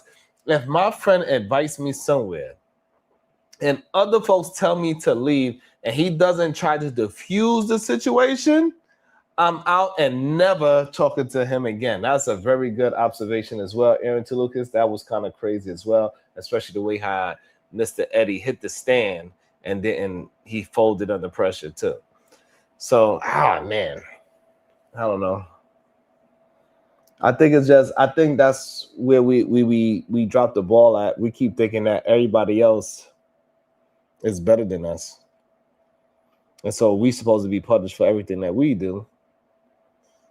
And everybody else, they get the whole, hey, I look at that other kid like he's my son, so I don't give a damn if he was bullying or not. They didn't give a damn if he was bullying or not.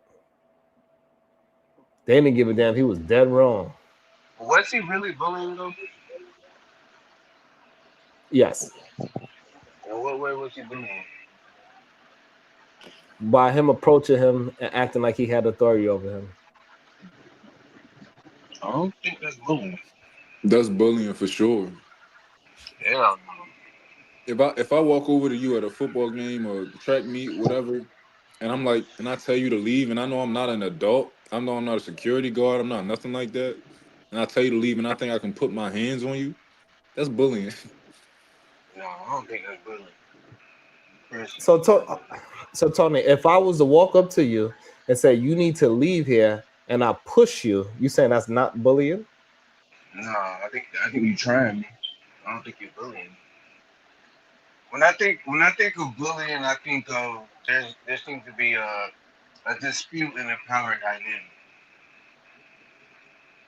You don't see a dispute in power dynamic?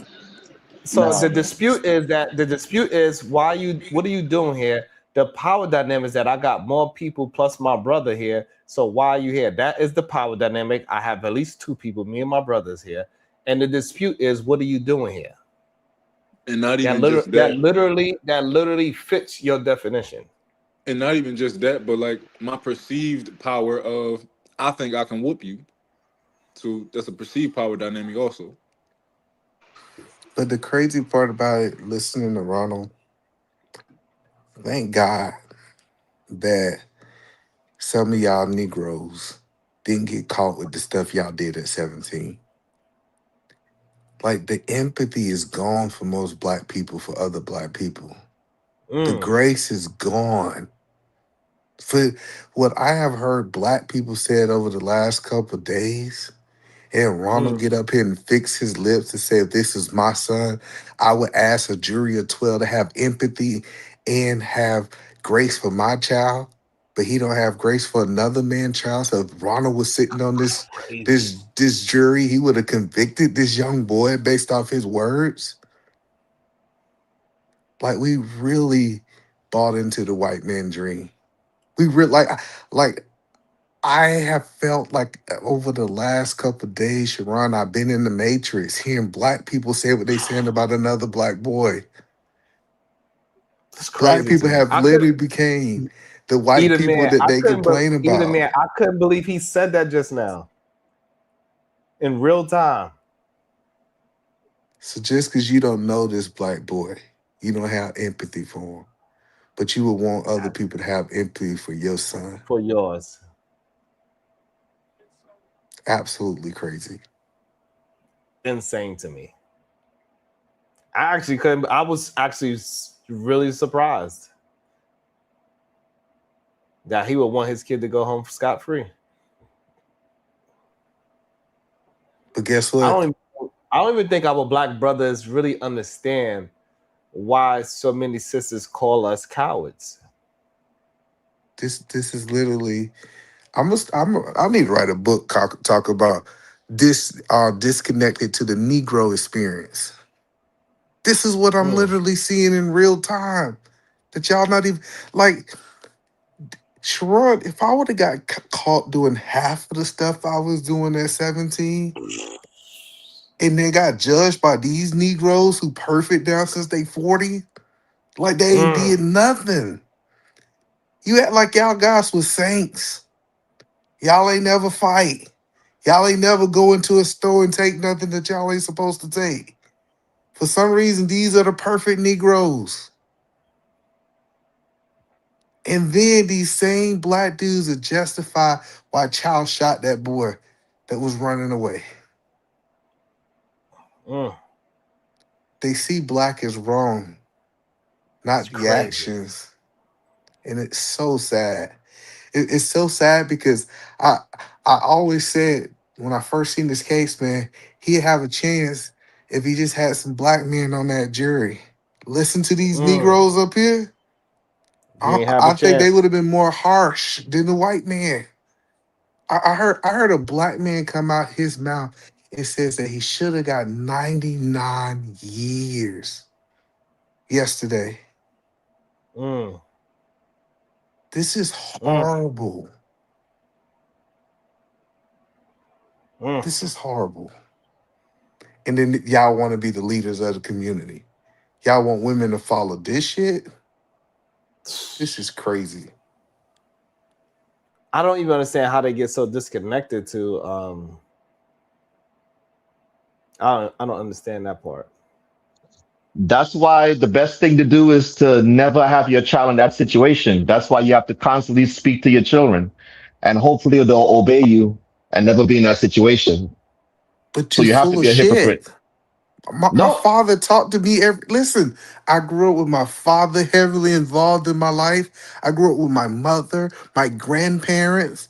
This idea that children ain't gonna make mistakes is stupid. It's a retarded. And then you even gave your own child grace, and you talking about talking to him. You think his parents wasn't talking to him when he was an A student? We're not talking about a kid in the hood. It's not possible you understand that. This is crazy. You're talking about talk to your kids. Yeah, you got to talk to your kids. Are they going to always listen to you? So what make you think his parents wasn't talking to him, Ronald? They probably do you believe... Let me read the super chat real quick. PZ ain't going, if the roles were reversed, they would have put the victim on trial, like with Trayvon and Cyrus. If what White says is true, they need to look into the background of the bully. And this is the part that I think a lot of our brothers is just not picking up, either, man. Like, they not what PZ is saying. Ronald is not understanding that for some strange reason. And I kind of don't understand it. Do you believe that Carmelo wasn't spoken to by his mom and dad?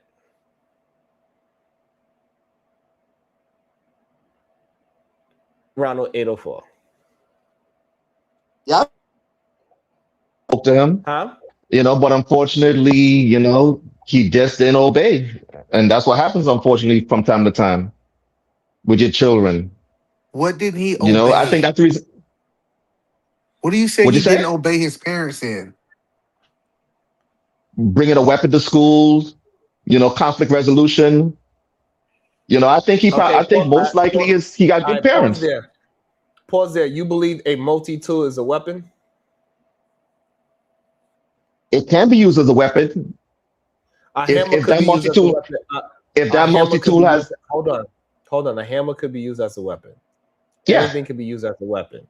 Yeah. Do you believe that multi-tool was a weapon? Yeah, he used it as a weapon. If you're not supposed to be bringing, hold on. I need you to answer very directly. I understand anything could be used as a weapon. A chair can be a weapon if you use it in a certain way. We understand that.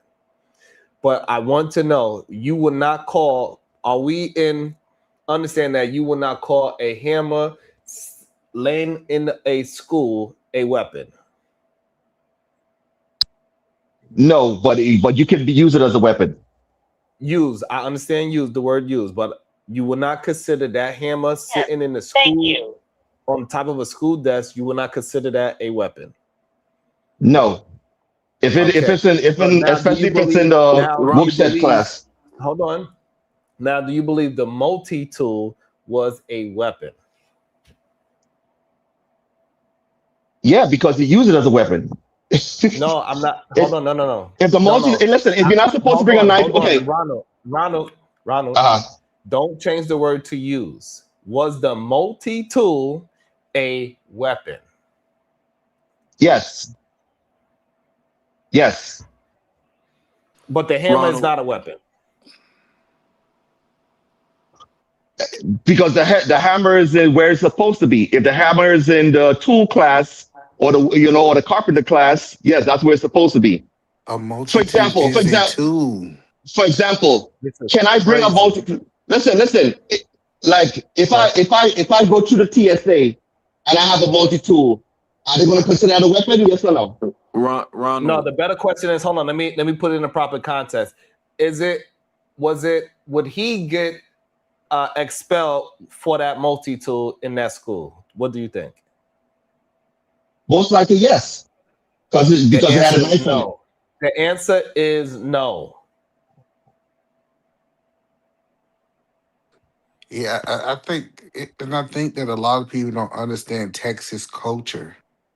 When I was down in Texas, everybody had a knife.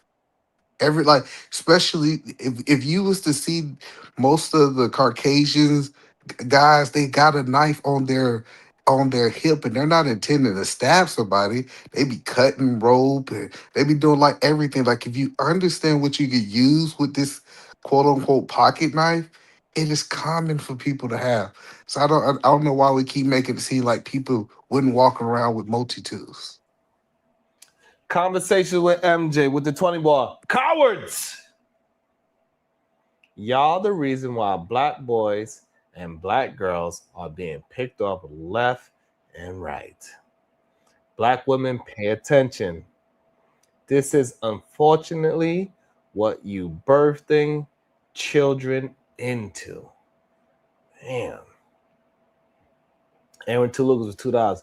The lawyer they hired was inept in every way. It's crazy. That lawyer is just, I don't even understand. Well, I really don't even understand how that is possible, the things that man was able to get a check for. Love, Wisdom, 6458. Carmelo, was already guilty by the black community. That hurts my heart to say that. When Charleston White donated to Austin's family, that was the nail in the coffin. All white folks needed to see is black folks condemning Carmelo, and that was the verdict. And I want to apologize. I apologize. I want to apologize to the Carmelo family. I went off misinformation yesterday. I thought that they had access to the money that was raised, and they misused that money. As I did further research, since this was a violent crime, they had locked those funds up until he was charged. So that $660,000, they didn't even have access to it. So these was just some black folks trying to get their money together to be able to get the best lawyer possible. They didn't have this access to funds where they could just go get the best lawyer. Their hands was kind of tied. They had to pay for what they get. And it's interesting how that works, is that nobody else can contribute to your lawyer until you're proven innocent. From the best of my understanding, that was a good lawyer. He was actually one of the best lawyers. He had a good record when it comes to wins. Well, hold on. So let me ask you I want to ask one other question. It came out, I don't know if it's true or not, but I confirmed with a couple of sources that it's true, that the Austin father and the judge have a relationship, like they're friends in a capacity. Yeah, and the prosecutor. Is that I think that was fake.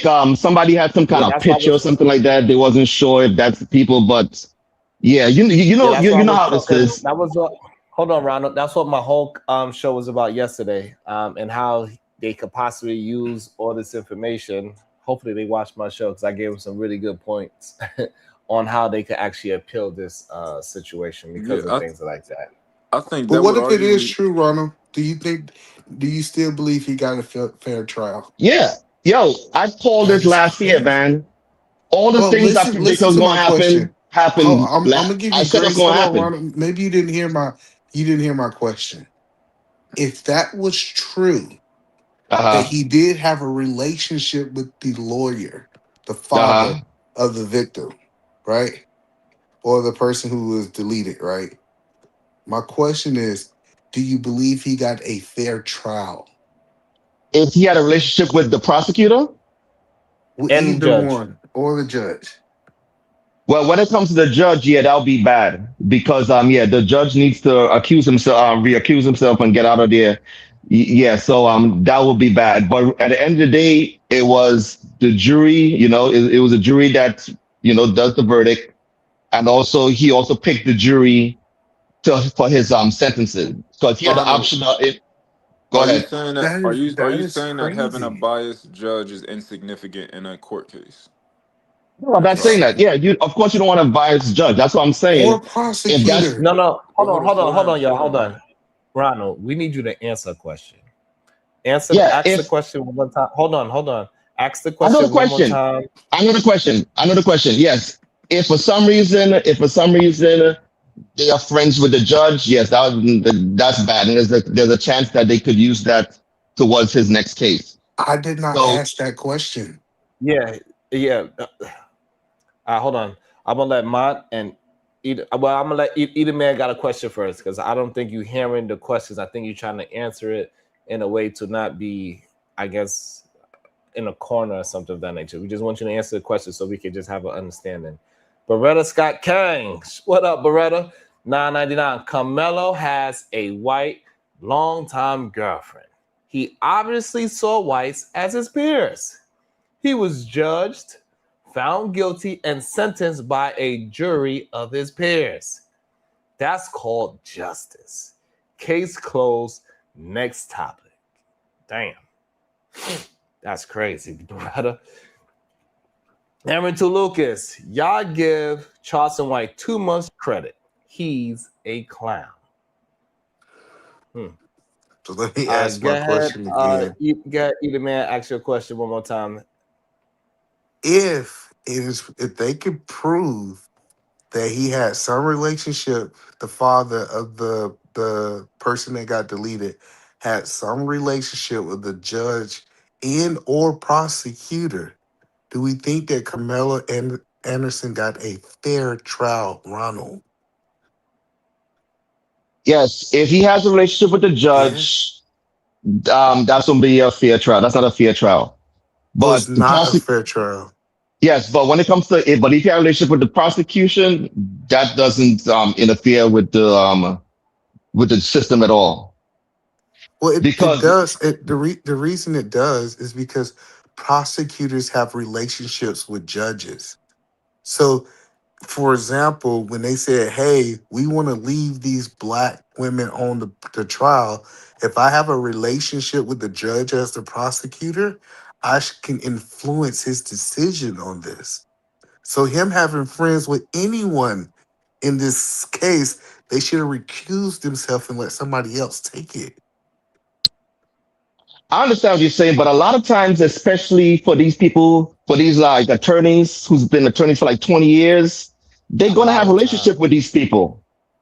You That's know, because crazy. a lot of them went to law school together. A lot of them, they see them in court all the time. So there are times they're gonna have relationships. You ever heard of like That's they talk about like a prosecutor and a defense attorney? They might battle in court, and right after court they go have lunch together or something like that. This thing happens all the so. time. So these people have How would you relationships all the time. how would you look at it? How would you look at it? Your son is on trial for his life, and the judge is buddy really good friends. They hang out with each other with the judge. Yeah, Would of you think course. that your child is getting? Would you think your child is getting a fair trial? Yeah, of course not. That's a bad optic, right? If you, if you see them, if they go to lunch right after, yeah, you'd be like, okay, this don't look good. It would be a bad optic. So I totally understand. Like I said, What the do you system understand? is not. What is it that you understand? Because you're not communicating like you understand. It looks bad. If like for example, if they're having a criminal Okay, case like right now, so if it was your child, you'd say, "Hey, son, I know it looks bad, but it's going to be okay." in that situation, I would tell my defense attorney if I see the prosecutor and the judge hanging out after the trial or whatever like that, like they buddy, right? That would be something that I could Hold use on. What do to you? take Why another you keep trial. changing? Hold on. Why you keep changing what I'm asking you? I'm going to talk to my defense attorney about that and ask a motion to that judge be dropped from the case if I find that out, and that is something And that you why? could actually do And why would you do that? Because because you don't want a biased judge. okay. And do you So think Carmelo Do you think Carmelo, in the Carmelo case, the judge was biased? from the best of my knowledge so far, no. That is crazy. What All right, the let me. This is insane. What was he biased about? We just gone by the logic of the victim. The relationship to the The father. victim's father is friends with the judge. We don't know that. That's all hearsay right now. We do. We have no idea. No. It's not. No, we do know that it's not hearsay. Yes, because a lot of bullets coming out right now. They've been, like I said, I knew all this crap was going to come out because they always want black people to look as victims, right? So a lot of lies going to be put out. They was putting out lies from last year.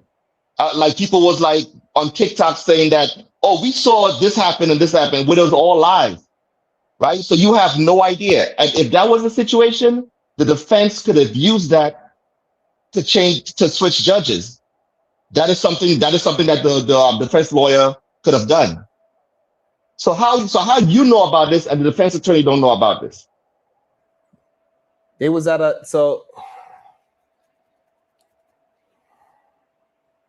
like I said, man, a lot of bullets a lot of bull on TikTok is coming out, and you guys are falling for it. And that's what I said last year. Ronald.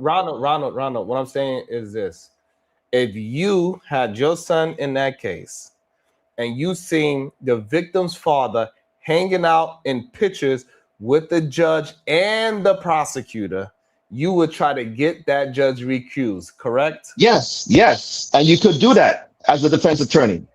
But somehow with this case, you don't believe that this judge was biased? No, I didn't hear you. You gotta let me know. Slap the Like I taste out said, of your mouth. I'd like to see it. That's I don't understand how we don't have no kind of empathy for what we saying. Shout out to Time Watch for 21. He's done. It's $20 to bring you back, Ronald. While we wait for either the chat to support Ronald with $20 or Ronald bring himself back. Welcome into the show, the beautiful NJ. She covers court situations all the time. That's the reason why I'm skipping everybody. Go ahead, the beautiful conversation with MJ. Hey, bro. Hey, panel. What's going on? I'm highly upset about what happened with Carmelo Anthony. He got bulldozed 100%. The fact that they gave him first degree murder, as they can prove that he intentionally went to the tent, intentionally had the knife to intentionally unalive the Metcalf boy, they cannot prove that. If anything, he was supposed to have gotten manslaughter because it was an altercation that happened before it, which everybody has confirmed and even seen the video. So the fact that they was able to get away with giving him first degree murder, there was a lot of bias going on. The fact of the matter that the family is actually well comfortable and friends with the judge, because they pretty much live around in the same county, that is very questionable. And the simple fact is that Carmelo is going to the institution of the uncle. The uncle is the damn prison ward of Metcalf, and he's going to that institution. He could have went to how many different institutions in Texas, but he's going to the one that the uncle is in charge of? Yeah. I listen. Damn. I don't expect. That's crazy. I don't expect Ron. That's a lot of coincidence. Yeah, exactly. I don't expect Ron to understand neither will he show compassion or empathy because I hate to say it, he's a tether. And we know how Tether feels about Black Americans. And they align with white supremacy just as everybody fucking else do. So you're going to have that type of statement. You're going to have that type of virtual reaction where it shows sympathy for my kid because my kid is not like these Black American fucking heathens, but he's a Black American heathen. Like, this is insane. I hope that the appeal goes well. I hope that they bring all this other evidence up and that he gets a fair trial, a fair one. That was not fair. How the hell are you going to have an all-white jury? The jury is supposed to be amongst your peers. How are they amongst his peers? Please explain that. How?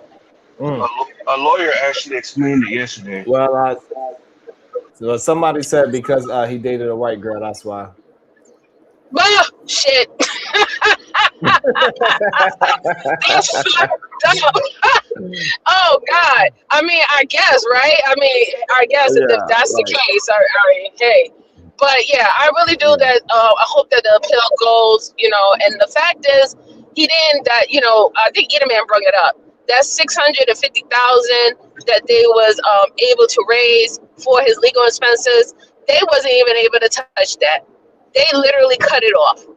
So you can't tell me that this young man is not getting bulldozed. He is. In every way that you can imagine, he's being bulldozed because they're trying to set an example. They're trying to make an example, and they're going to use that young boy's life to make an example. And it's the problem when you got knuckleheads like Ron and all these people who will do anything to side with a system that does not support you, does not back you, and you're the first person that they're going to go after or start new rules and policies. You know, they're gonna try it out on you before they try it out on anybody else. And y'all sit there and be like, yeah, well, I mean, this makes sense. This is perfect. This is great. Like, what? Are you kidding me? I looked into that district. This case is not the first case that happened. It was a similar case. A 17-year-old boy, white boy, I forgot his name. He did the same thing. He had to defend himself. He took out a knife. Case in Alley. Yes, he took out a knife. He defended himself. If anything, he only got 4 years. He only got 4. So why was this different?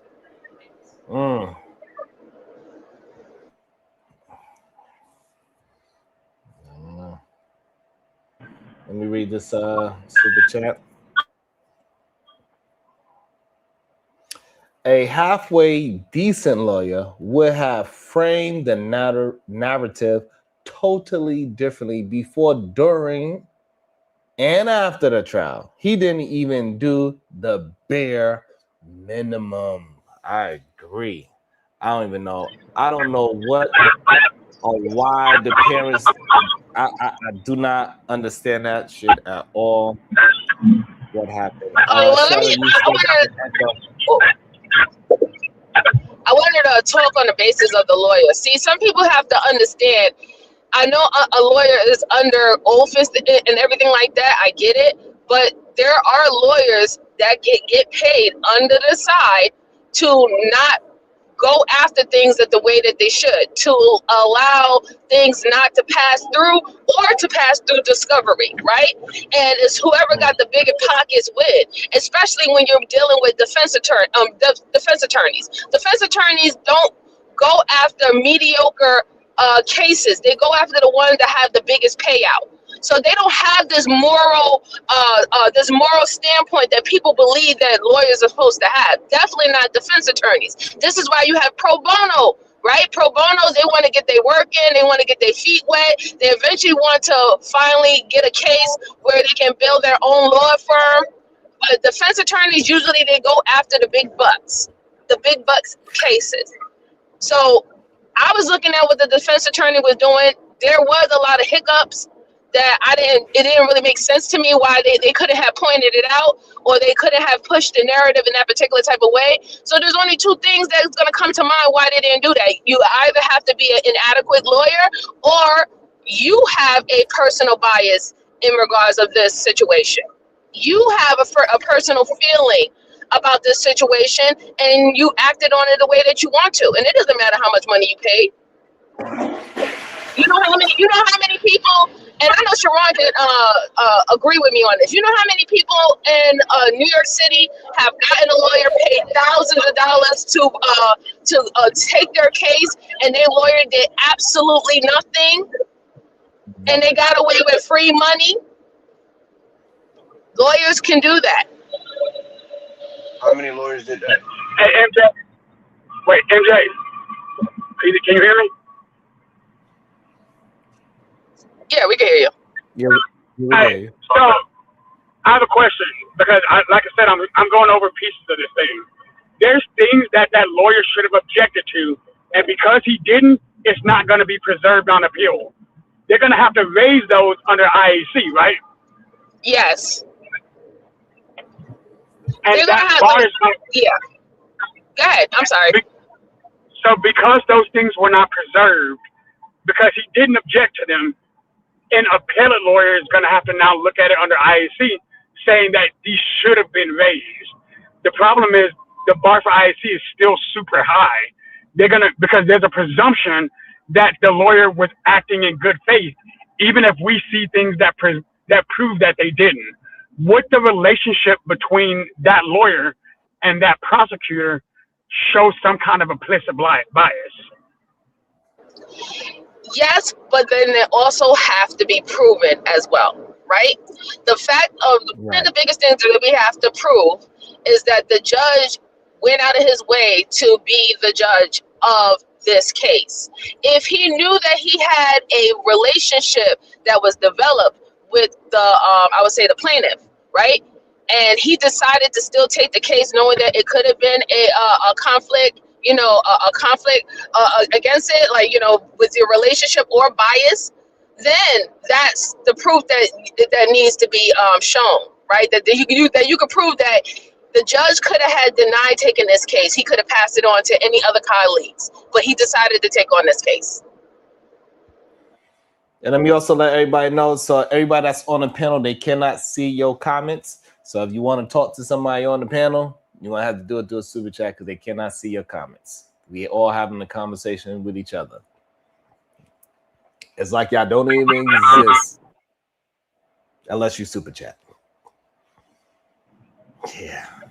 So MJ, my issue I have with this is not only do I see the inadequacy of that lawyer because of what I physically watched happen, right? The problem is he didn't even try to preserve anything for appeal. It looked like he left everything open. When they did the change of venue, when he got denied, most competent lawyers would have tried to argue it because of the pretrial press, right? But he didn't even object to that. Like, it's like he didn't try to preserve anything because he's wanting to throw the direct appeal out. That's why I'm having problems sitting in it from this side of it. No, I mean, I can understand what you're saying. I'm going to review it real soon. I'm going to review everything, and then we're going to break it down bits by bits on my channel. And I'm going to bring out the actual definitions and the torts and everything so people can see. But yeah, like, there was a lot of things that really did confuse me. If I want to give this lawyer the benefit of the doubt that they had 100% the best interests of their client, I didn't see that displayed. And the fact that they came back so quickly with a guilty verdict, yeah, there's a lot to discuss about this. It's a lot. And MJ, did you notice the Texas Rules of Criminal Procedure wouldn't have usually allowed a case to come back that fast with a verdict? They didn't do any of his. Yes, that's why I've been looking over the past cases that's quite similar to this case that happened in Texas, so we can put it together and size it up whether or not if this particular court acted in the same manner that they have acted prior cases. And I see some discrepancies. That's what I've been noticing too as I've been looking into it. Like, there's nothing that's adding up. The way they did it, from his shoddy defense all the way into the instantaneous, because keep in mind, they could have filed for the direct appeal at the moment that sentence went to him. We're going to go ahead and file for direct appeal. He hasn't even filed for the appeal yet. I don't understand that coming from a counsel's point of view. Like, it doesn't make sense. They've only got 14 days to file it. Why wouldn't he have filed it immediately unless he believes he doesn't want to, unless he's telling them not to? Yeah, so we would have to think about why would he tell him not to do it, right? If he feels that if he goes to appeal and they come down with the same verdict, he might get more time than what he was initially given. So that's one reason. But outside of that, look, this young man is fighting for his life. 35 years, the boy's 17, he's going to be almost like 60, but when he comes out, there's no life after that. He better fight. He better fight for whatever he can possibly get. So but MJ, sorry, hold up, MJ, there's one thing I want to bring up. He can't get more time. He can't get more time if he were to go back and get a new trial based on this, because then it would show implicit bias. But the issue is, right now, even if they did send him back on appeal for just simply resentencing, he could only get the same time. That's why I don't understand why he wouldn't advise him to file he's not fighting for him. And I can't see any, legitimate reason why he won't. You see where I'm coming from? All right. Yes, we all see that, shout out. Absolutely. We see that. Aaron Tolucas with the $2. This was like one of those Jim Crow trials. That is sad to say in 2026, but it's true. It feels like it for sure. Let me welcome into the show. What you got your name to? Oh, you got Jalen. Mm-hmm. Good day. What's your thoughts? Yeah, So he's trying to jump in there. Yeah, because he kept asking why the appeal wasn't filed yet. There was a notice of appeal that they presented, but Carmelo said he can't afford a representation for the appeal. So, you know, if he can't afford someone to represent him, then what's the point? And that's why Charleston White said he put up $75,000. He's trying to go on a campaign. That's why he was on Anton Danner's show on the phone, trying to get people to listen to the Anthony's family, and so they could try to raise some money for the appellate court. Shadow. So the NOA was filed. All right, good. So I know what to look into now. All right, thank you. Mm-hmm. Is AR still up here? Yes, AR still there. That's why I came up here, because I have, like MJ brought up, my real problem is the double standard. We all say what should have happened, and I think a lot of people could rightfully agree. Perhaps at best he should have got manslaughter, and maybe have done some time. I think there is an argument against that, but I'm saying the max, it should have been manslaughter. So my problem is the double standard, the two-tier justice system, and AR was going back and forth with me in the comments, where I do think you have to take into consideration what state you are in, but in general, as in the United States, and specifically me and AR were going back and forth about the Daniel Penny case once again, because people keep saying you can't just stab somebody because they pushed you. Okay, but I said, so AR, do you think Daniel Penny should be in prison? He said no, he shouldn't be in prison because he was protecting those people on the subway, and so therefore you have the quote unquote right to defend the people of the subway with deadly force against words. But this young man couldn't defend himself against words and a physical attack. It just doesn't match. It doesn't. I hate it. I hate that people will have that thought process, and I don't know where something like that could come from, but a bias. If you quote unquote want to take race out of it, and you just look at the circumstances, how could you not think Daniel Penny should be in prison? Who is that, Kim? Yeah. Hi, Kim. No, I agree. It's crazy, right? Because here it is.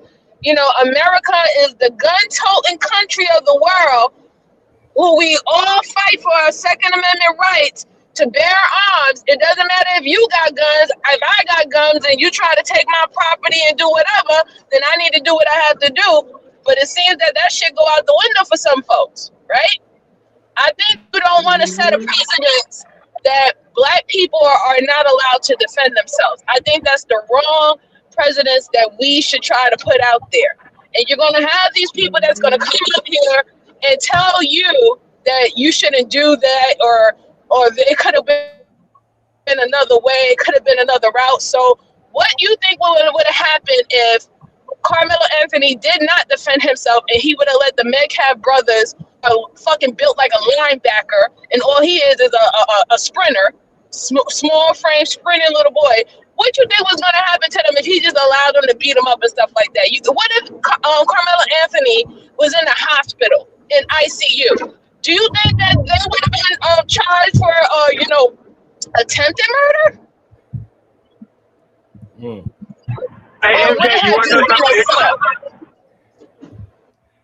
And nobody's been able to answer the question of what should he have done. What should he have done in that situation when they've already started surrounding him? I'm waiting on that answer from anybody. They say everybody's acting like he should have been beat up already. They already told you. They've been saying it for the longest. He wasn't surrounded. They've been saying it for the longest already, Shadow. They said that he should have let those boys beat his ass because they are entitled to. This is what you're saying without saying it. That somebody can And put their also, hands on you, get in your face, tell you to come, tell you to get off of public property or get around for wherever you want to go, and you should just allow that to happen or try to run away as best as possible. Not stand up for yourself, not call it out for what it is. No, this is what they're saying. and also they saying that he was never surrounded. They don't believe nothing Carmelo is saying at all. We haven't heard That's from what I find Carmelo. interesting too. They believe, you know, it has been a lot of misinformation going around, and the "touch me and see what happens" was a quote that has been out since the beginning, you know, since a year ago. Now that we have found out during the trial process that Austin threatened him first, saying, "I'm going to beat your BA," nobody's injecting that into their assessment. They're still sticking with the original narrative of, well, Carmelo said, "Touch me and see what happens." Well, yeah, he did, but he said that in response to a threat. And that's just in the wind. Even though the witness said that, that part of the witness testimony is irrelevant. But the 20 witnesses that he started it, they want to include that though. It's just, I don't know. Hey, I never knew being told somebody was gonna beat my PA wasn't a threat. I didn't know that was a joke. I didn't know we were supposed to just be like, my bad.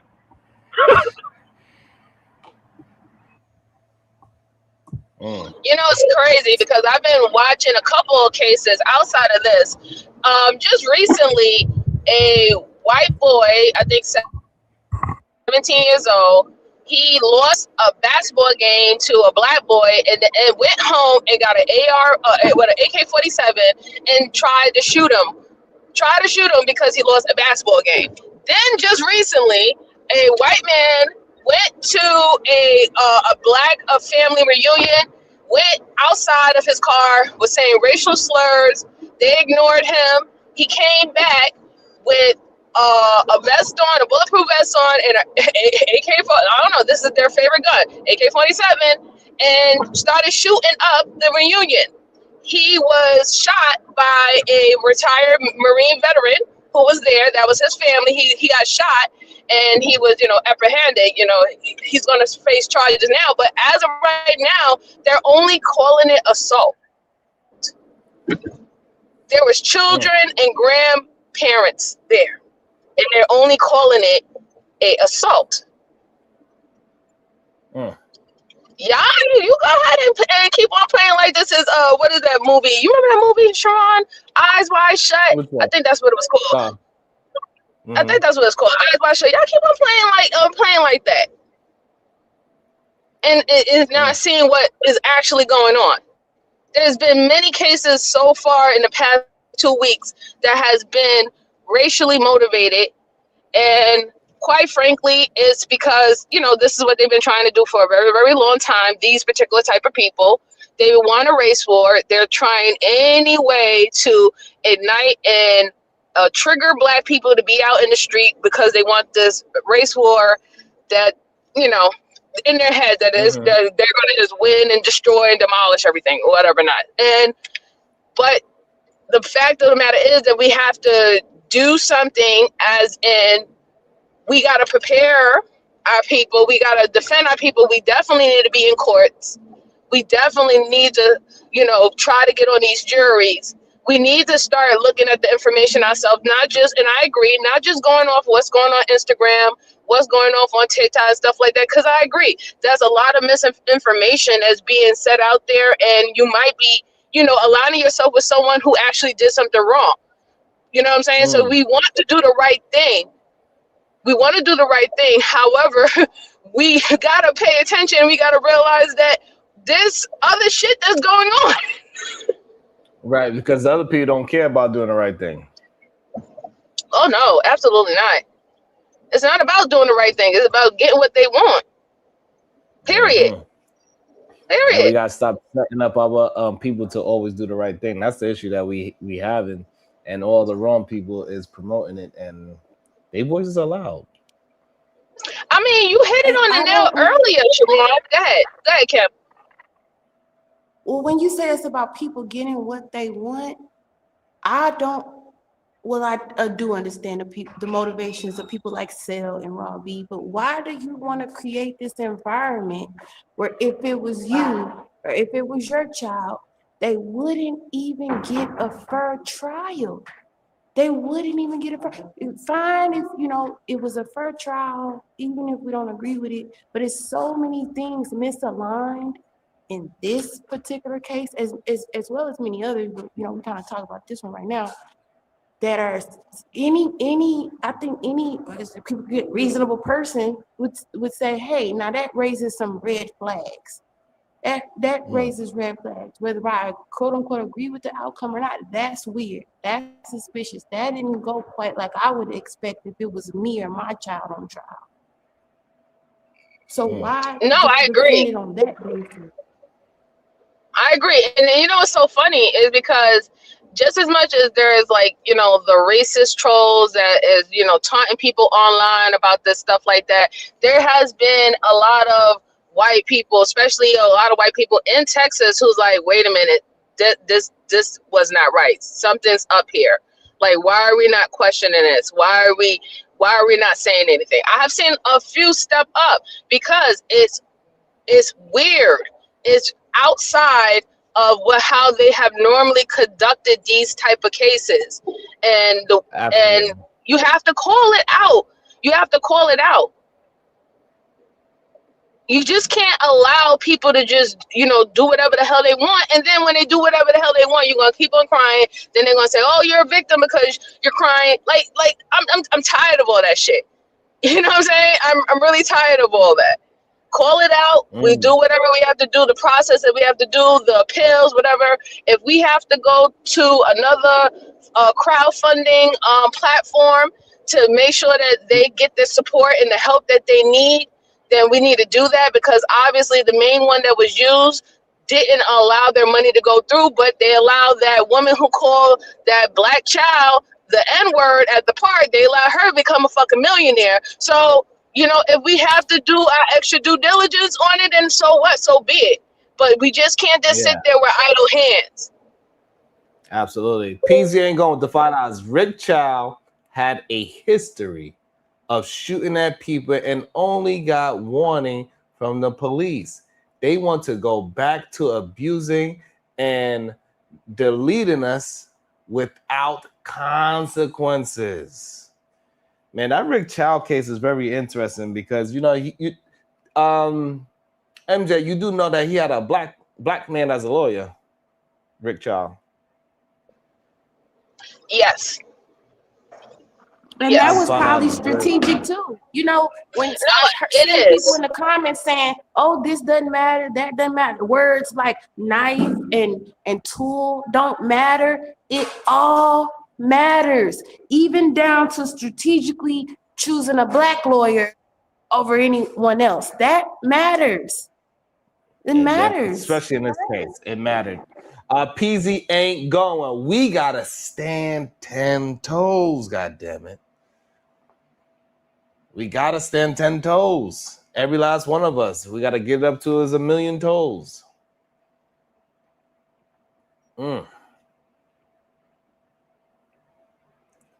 Clearly it matters. Yeah, I mean, the father's now admitting that it matters and that he chose wrong, and allowing the jury to be what it was without no real fight or pushback. That was the wrong thing to do.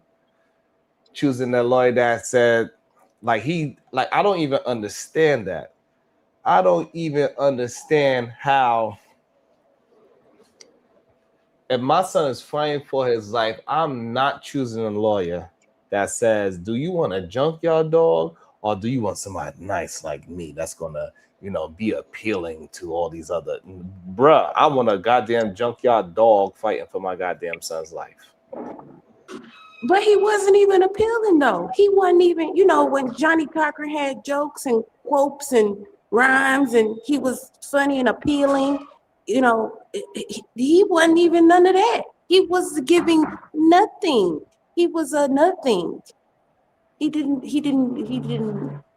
give a junkyard dog. He didn't give a house dog. He didn't give a house cat. He didn't give a gerbil. He didn't give anything.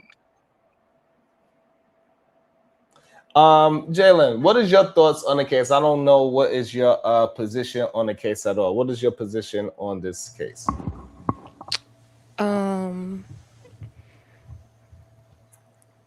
I don't see the problem in Carmelo defending himself.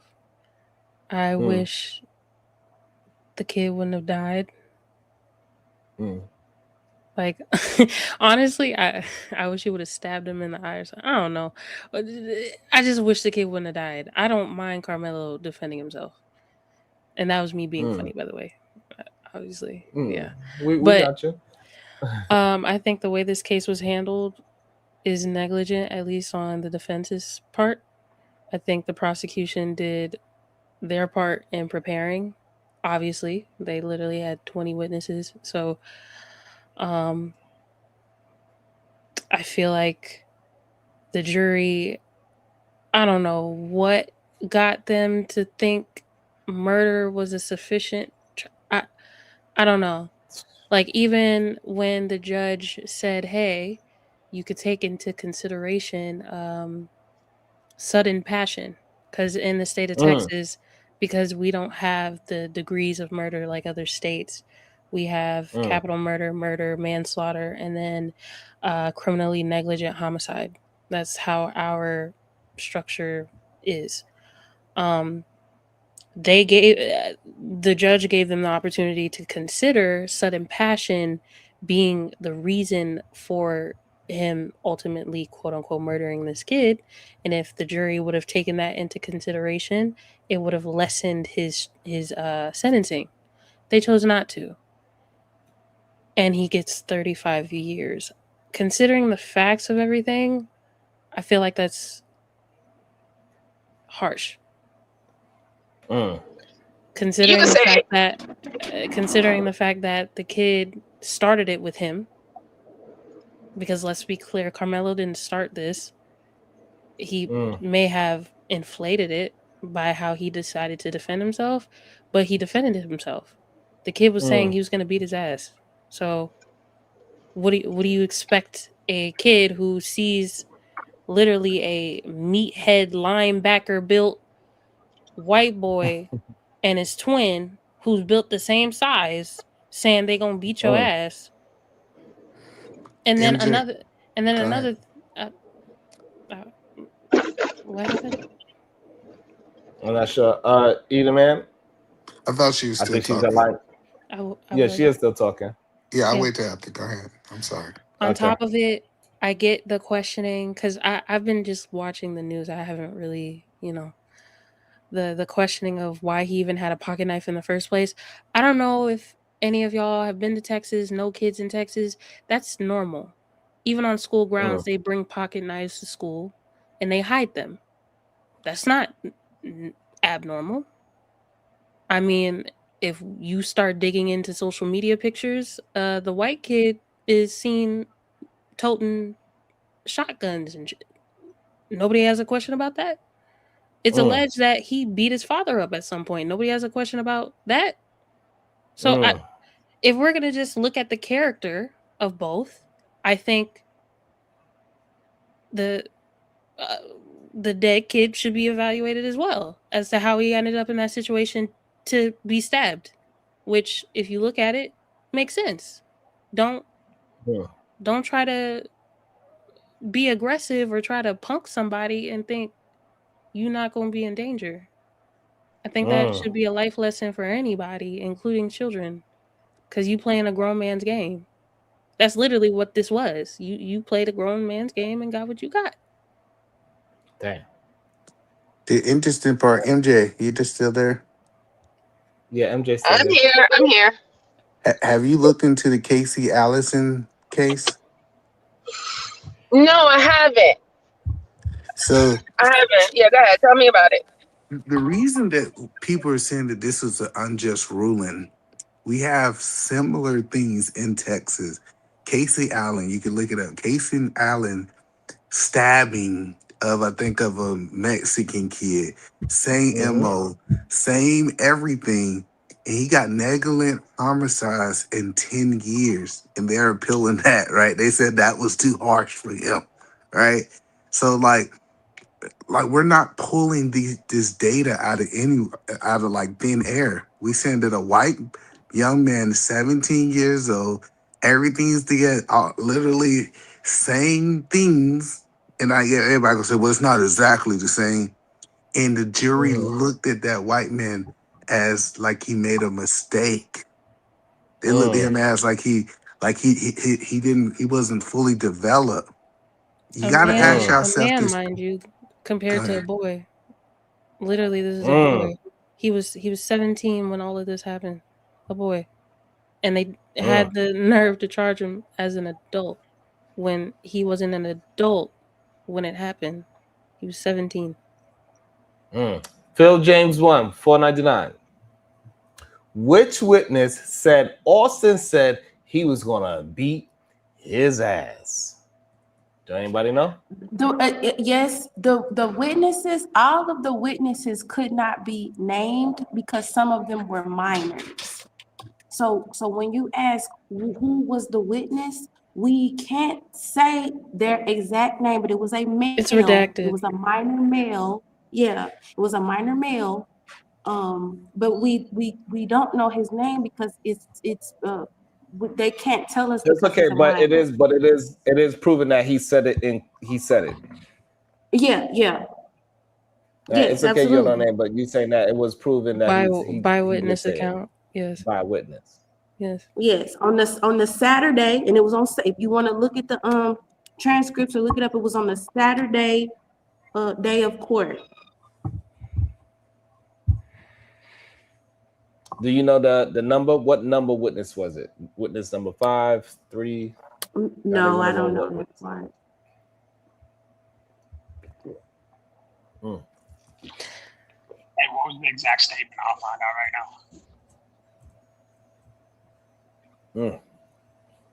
He said what? He said he's gonna look it up right now. Right. Let me know the exact statement, and I'm gonna pull that exact quote and then find out exactly which witness it was. So, okay. Or if you even give me a roundabout, I can make it work. Well, I guess that was Kim. But what was I about to say? Taking that out of the situation, right? He put his hands on him. I think that's enough for me. He put his hands on him first. He put his hands on him. I don't know any parent who would tell their kid, just let a kid put your hands. Let them put their hands on you. Yeah, don't do nothing. Even though this kid looks like he gonna beat up, you good. But one thing for sure, we're gonna have to tell our children that you can't use a weapon. Like I don't even know. Like I don't even know if a gun is even worth it anymore because you're gonna be alive, but you're gonna do 35 years. My mom gave me the exact advice that Shadow said. When I was a little kid, my mom used to tell me, look, do not start no fights. Don't bother nobody. Don't start nothing. Don't do anything to anybody. But if somebody's had, because you're a nice kid, you're not the bully out there. People are treating Carmelo Anthony like he King Von or somebody, just out there running around on a. It was the demonization. It's the demonization. Oh, I'm sorry, Kev. Go ahead.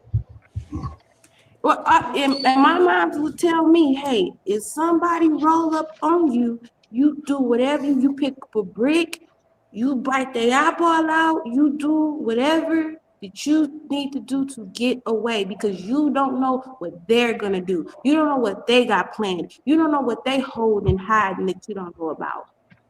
So don't start nothing. Okay. But is she breaking up on y'all side or just me?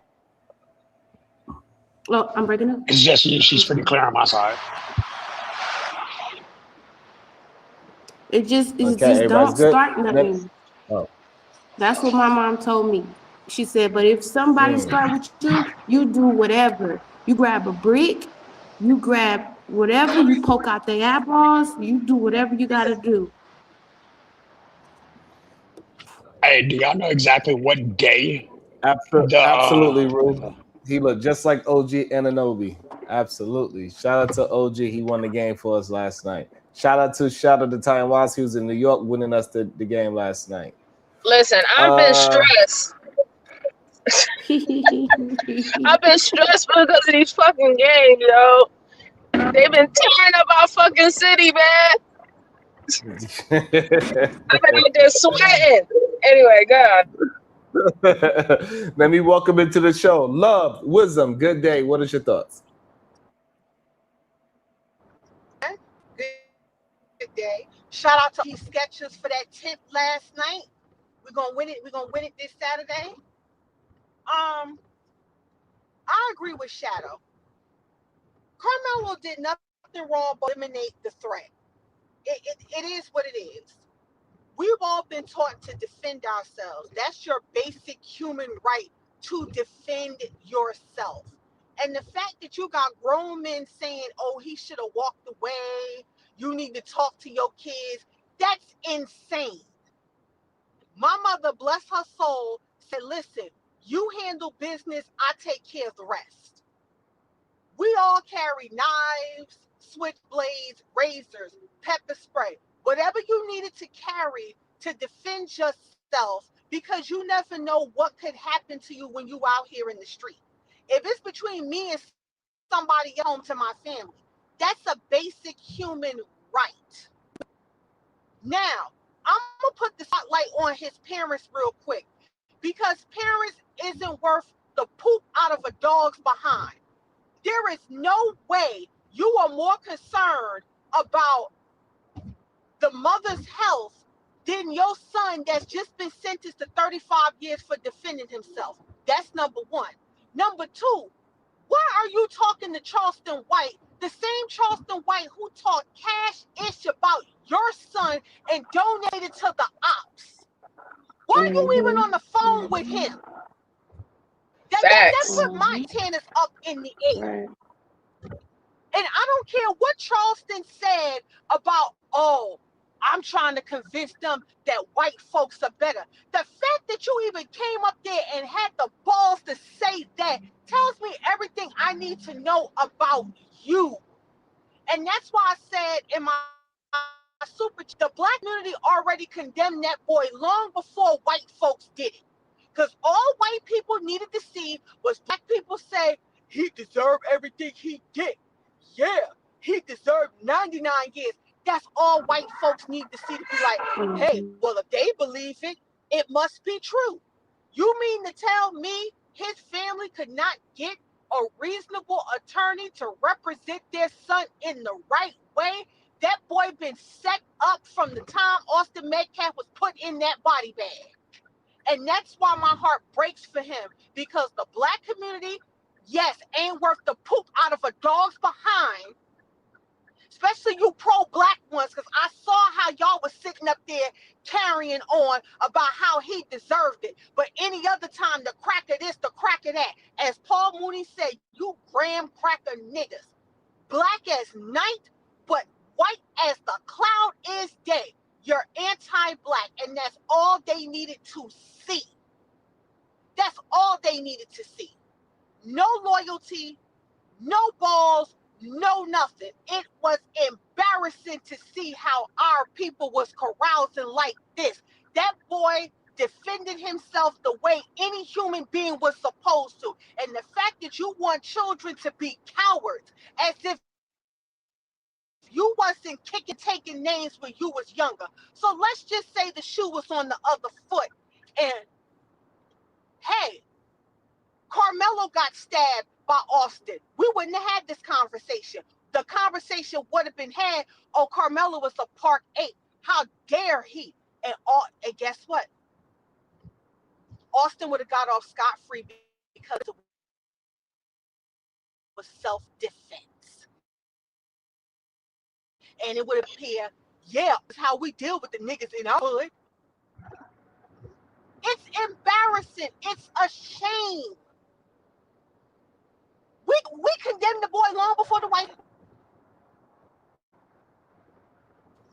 Yeah, all the white people got to say that they're afraid. When they just say they're in fear, I was simply afraid. You ain't had to touch them. You ain't had to have a weapon. You ain't have to do none of that. You just have to say you're afraid, and the black person going down, you out of here, it's over with.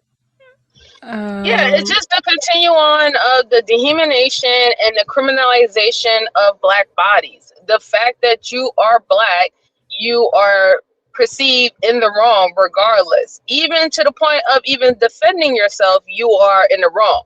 And this is why I stated before, I don't think we want that type of narrative to be spread around that we cannot defend ourselves. Like, like that should not go down whatsoever. And I'm from the era too, where you don't start nothing, but we'll finish it. We'll definitely finish it.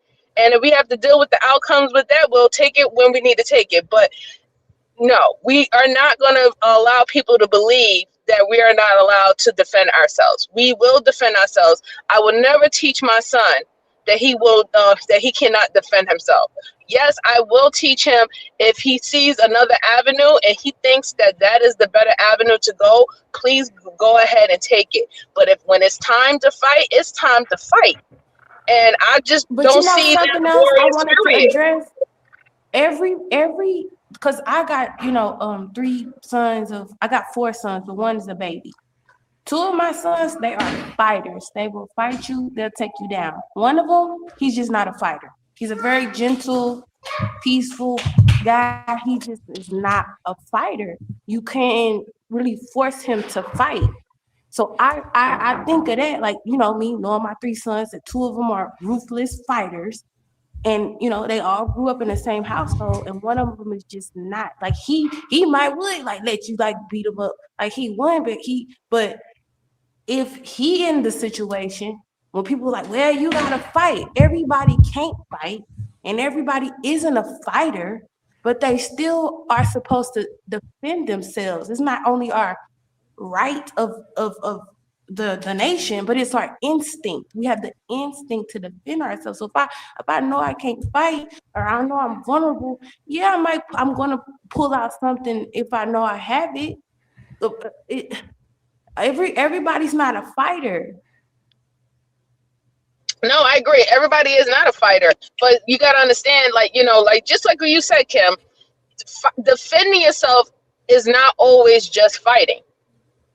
Defending yourself is not always just actually going toe to toe, knuck if you buck with someone. There's so many other ways that you can still defend yourself. So that's why I said, when teach your children of the other options of defending themselves, but when push comes to shove, where there's no other choice for you, you better lay that motherfucker out, and he better not get the fuck back up. Damn. Lay him out. Right. Agreed. Mm-hmm. Damn. I'm not sure if AR's back yet. AR, you there? What's up? Oh, he is there. I know you was in and out. I don't want to know you want to. I've been here. Oh, because we called you a couple of times. You didn't answer. I didn't hear you call me. I mean, I just stepped away like at 12:24 or something. But other than that, I was here the whole time. Oh, okay. Phil James, $4.99. Being afraid or fearing for your life. Same thing. It's a school activity, the same as the street. What's your thoughts on those questions, AR? Being afraid of fearing for your life, same thing. I don't really get the purpose of. I mean, I understand. Like, was he afraid or fearing for your I life? need AR to address why he was defending Daniel Penny, saying Daniel Penny shouldn't be in prison. Oh shit. It's simple because I wasn't there. You weren't there. So I'm gonna listen more so to what the witnesses say rather than what Kim West thinks about the issue. What? No. So what? What do you want to say? Because you wasn't there. Because you wanted me to address there? it. Now you don't want me to address it. You want okay, to talk go ahead. instead. All right. So I wasn't there and you weren't there, right? So we have to rely on video and witness testimony. So if the witnesses on the thing, black, white, and other, are all saying, I feared because this dude was talking about killing some, my bad, I don't know if I can say the K word, but doing something to people if I don't get no food. then I'm gonna lean towards what the witnesses say that they felt in that moment, right? Now, in the case with this case, I'm looking over the witness testimony, and the defense only had one witness. For one, that's terrible. Second of all the witness testimony is saying that it didn't look like there was one witness saying, yeah, Metcalf never said he wanted to. He actually said, I don't want to fight. He said, oh, nice. I'm not going to fight you at a track meet.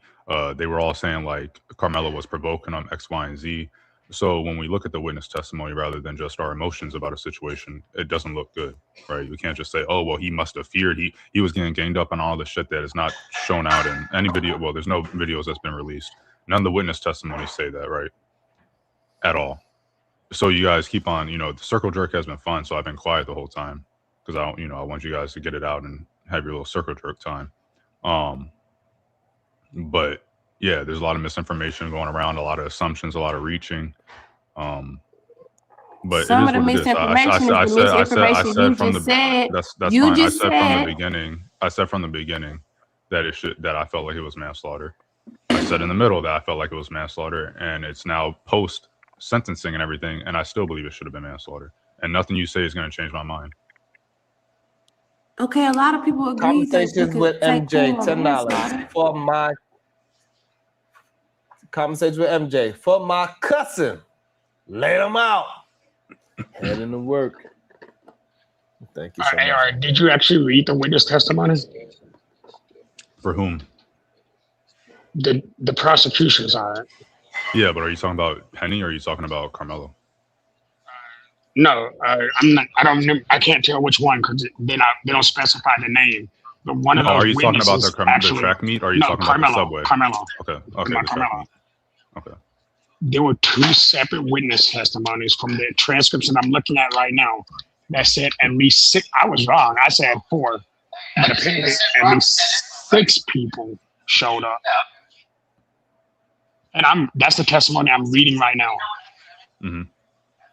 So you said we don't know how many people were because the testimony didn't support that. But now the testimony is supporting that. If are you reading the super chat? Yes.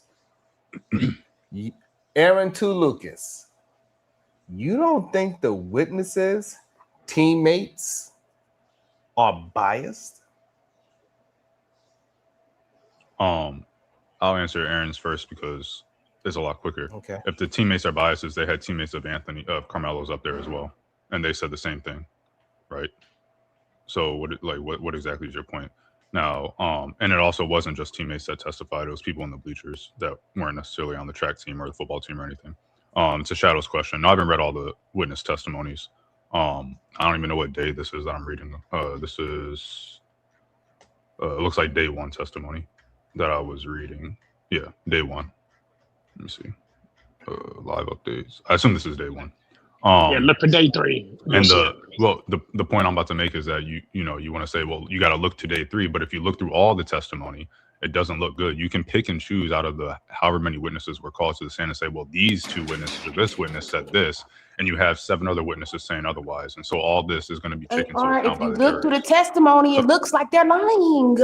If you look through the testimony, how can I say Austin started the verbal altercation? Austin threatened Carmelo Anthony.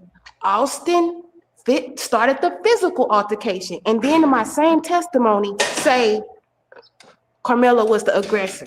Yeah, that was the defense's witness that said that. So that's embarrassing. No, it was the prosecution's witnesses. The prosecution, their witnesses contradicted their own testimony. They contradicted their own, every last one of them contradicted their own testimony. If you say so, I mean. So AR, I agree with you real quick. So let me go ahead and acknowledge what you said. Yes, we can all say that after reading the testimony, that we can pick and choose which one fits whatever narrative we're saying. But as Cameron's saying, there's a lot of inconsistency in each of those testimonies. But one of the things that was most consistent was Anthony sat down and Metcalf and others approached him. Mm-hmm. Metcalf began the verbal altercation and made first physical contact. Anthony made the threat after the first physical contact, and then Metcalf did it again. No, that's not consistent among all the testimonies. What's No, consistent among I what you didn't say had? among all. I didn't say You did all. say that. I did not say all. There's a reason I didn't say all because the first thing I said Did you was say the most? testimonies were inconsistent. Did you I say said most? across. I don't know if I Across said what? most. Well, I you might say have. across. I assume that He means said all. you're You said gonna most. pick and choose Okay, hold on. which testimony you're Hold on. going to apply. Let me try to understand. Let me try to understand the argument. AR, what's your argument to what Shadow's saying? What did he say again? Oh, the common thing. So Right. the common theme, the transcript I'm reading shows that all the kids have been saying that there was no first contact, there was no physical contact, and then Carmelo started making threats or saying, "Oh, you touch me and see what happens," and all that stuff. That was happening during the verbal back and forth. And I can read well, to be fair, this isn't the transcript. This is an article pulling the quotes. But yeah.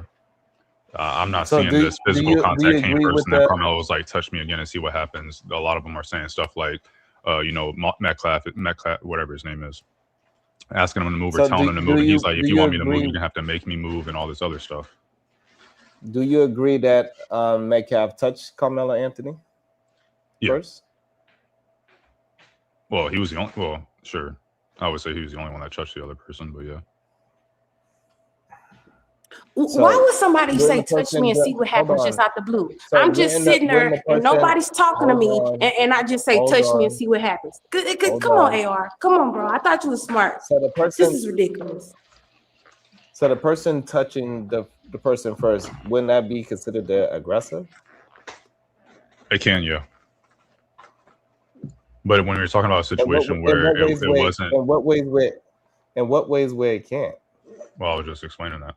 So in a situation where you have just a maybe a physical altercation or something like that, or a verbal altercation, and then it gets elevated into from a regular altercation into a deadly or fatal altercation, the person that is going to use force or whatever outside of the bounds of what was already happening unnecessarily, they may be considered the aggressor to a lot of people. Now, who is the aggressor is relatively irrelevant to me. Because if someone pushes you, that doesn't mean you stab them, right? So, I mean, that's been my point on day one. We can go watch the video from a year or whenever it happened to go. I said the same thing then. I'm going to say the same thing now. Just because you get pushed at a track meet don't mean you stab someone, right? So it doesn't matter whether he pushed him first or the other one pushed him. So what about the other things that's the caveat in it as well, that the 6 people were surrounding him? I don't see anything about 6 people surrounding. I haven't seen anything about 6 people surrounding him. Sean, did you see the one I sent you? Sorry. Okay, so in the transcript, if it says people were surrounding him, he got approached. So we do agree that Metcalf approached him, correct? Yeah. And we do agree that if Shadow is correct and he is telling the truth about on day 3, it has 6 people there. We're going to assume I don't feel like pulling it up right now, AR. But if that is there, we will agree that it was people surrounding him, if that is true. We're going to say 6 people approached him. Sure. Okay. And also he put his hands on him first and tried to grab his bag too. That's right? That's what some testimony has said, yeah. So with all that being said, you don't think that heightens the situation to just a little bit more than just a push?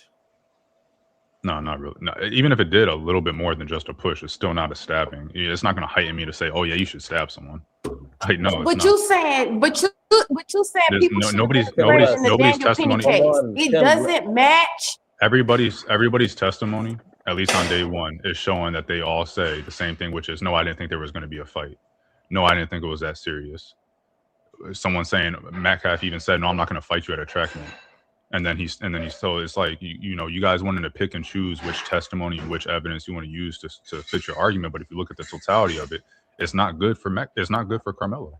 Because obviously you're so dumb. Stop with that emotional outburst. Jesus. Somebody pushing you. That means does that not mean they want to fight? Sure. Okay, so why are you picking and choosing? I'm taking it all and saying it's manslaughter. Pause. You want it all, or nothing at all, huh? That's crazy. That's crazy. Okay, so why are you picking out this little quote unquote testimony of saying he said he didn't want to fight? I don't You have to should pick out literally throw anything. that out the I don't have to window pick out. once I he don't gets have to pick out physical. anything. Like I said, I will Then take the don't even say entirety that. of the circumstance and all the environment, not and the taking the history, and the entirety. character, and the You're definitely witnesses' not statements, taking and the all that entirety. stuff. And it's all going to send me No, to the you're same place not. that I was in the beginning and where I am now, which is manslaughter. So Because I if have you're no taking the belief that entirety, Carmelo. I what have no is belief your that Carmelo point? went up And there what to is and okay? intended to off someone. I don't think that he went to that tent. I don't think he was Okay. there to If do you're that. taking the entirety, I what also is your don't point believe in that even bringing up the someone statement, I pushing you don't want means to that you fight? stab Why them, even bring that specifically up? in this But to context. poison the well. That's called poisoning the well. Why even bring that up if it's irrelevant? If you think so. Like, there's just people have their minds made up about this. This is like, if I wanted to go, there's certain, we've seen, or a lot of people on here So you know that said there's, AR. So you saying that you wouldn't be able to change your mind with new information? no, with new information, I would. But it doesn't seem like you. It seems like you not accepting any information past a push doesn't equal a stab. You're not adding all the other caveats into the equation. What other caveats? You using guys keep on that, saying, "Oh, he was surrounded by 6 people." I have not seen that. I'm taking your word for it. Let's just say that he was surrounded by 6 people. How was he surrounded right? by I mean, 6 he people? put it in the back chat. Did He 6 people said, approach him separate? AR. Oh, okay. I'll check He it said out. he put it in the back chat and it's on day 3. If you want to look at it. Were they surrounding him like, oh, I'm about to, surrounding him in a circle, because he was sitting down, right? And I haven't seen any testimony to say that people were around him, or people created a circle around him or nothing like that. And I see a lot of people talking about somebody asked him to leave, he didn't leave. Another person asked him to leave, he didn't leave. X, Y, and Z. Nobody was like, you need to leave, besides Metcalf. If you don't leave, I'm gonna beat your ass. But they weren't all, this wasn't the testimony of the witnesses saying that everybody approached him aggressively. Matter of fact, most of the witnesses that I've read are saying that he was approached at first kindly. He said, hey man, leave, or whatever he said. Now, the debate about whether he had the right to be there or whether you need to leave, because some student How you says asking me to leave kindly? Hold on, before you move into the right to be there, the other people, do you think they need to, what is it that they need to do to appear aggressive? In this situation? Yeah, what is it that did Carmelo? Well, Carmelo didn't take the stand, so did his witness, since they only had one witness, or any of the prosecution's witness, say that anybody besides Metcalf was aggressive, looking like they wanted to fight? No, you missed my question now. I'm asking you a question. It doesn't matter because it doesn't matter. I want to know what the facts of the case are. I'm asking you what the facts of the case are. We don't have to do this whole hypothetical. I'm going by the facts. I'm not going by hypothetical. Okay. It is, because you're asking me it's other people around. Mm-hmm. It's other people that came with Metcalf. I'm asking you, what do the other people have to do to be proven to be aggressive? Because you saying that the other people around there's were a lot not of things. aggressive. It's not some. I'm going to be able to put every single minute detail into, say it out. If someone else pushed them, that would be aggressive to me. That would be, if 2 people push you, it sounds like you about to get jumped, if you ask me. Right. So, AR, can I ask you something? If when Anthony would have took the stand, all day. Kim West, I don't understand what's going on, Kim. Sorry. If I got some other friends with me, and they just standing there, and I'm talking cash shit, you need to leave, who are you, blah, blah, whatever was said. I don't know the exact verbiage right now. Whatever's being said, you mean to tell me those other people that's just standing there is not aggressive? No, they're not aggressive, no. You're not aggressive just by association, no. You're not aggressive just by association. If me and you went to a club, right, and we're at the club separately, and you come into my VIP area or something, I'm like, hey man, you need to, I mean, it's a little off because I feel like I got more of a right to tell you to leave in that situation. But point being is that no, people being with someone else is not guilty by association. No.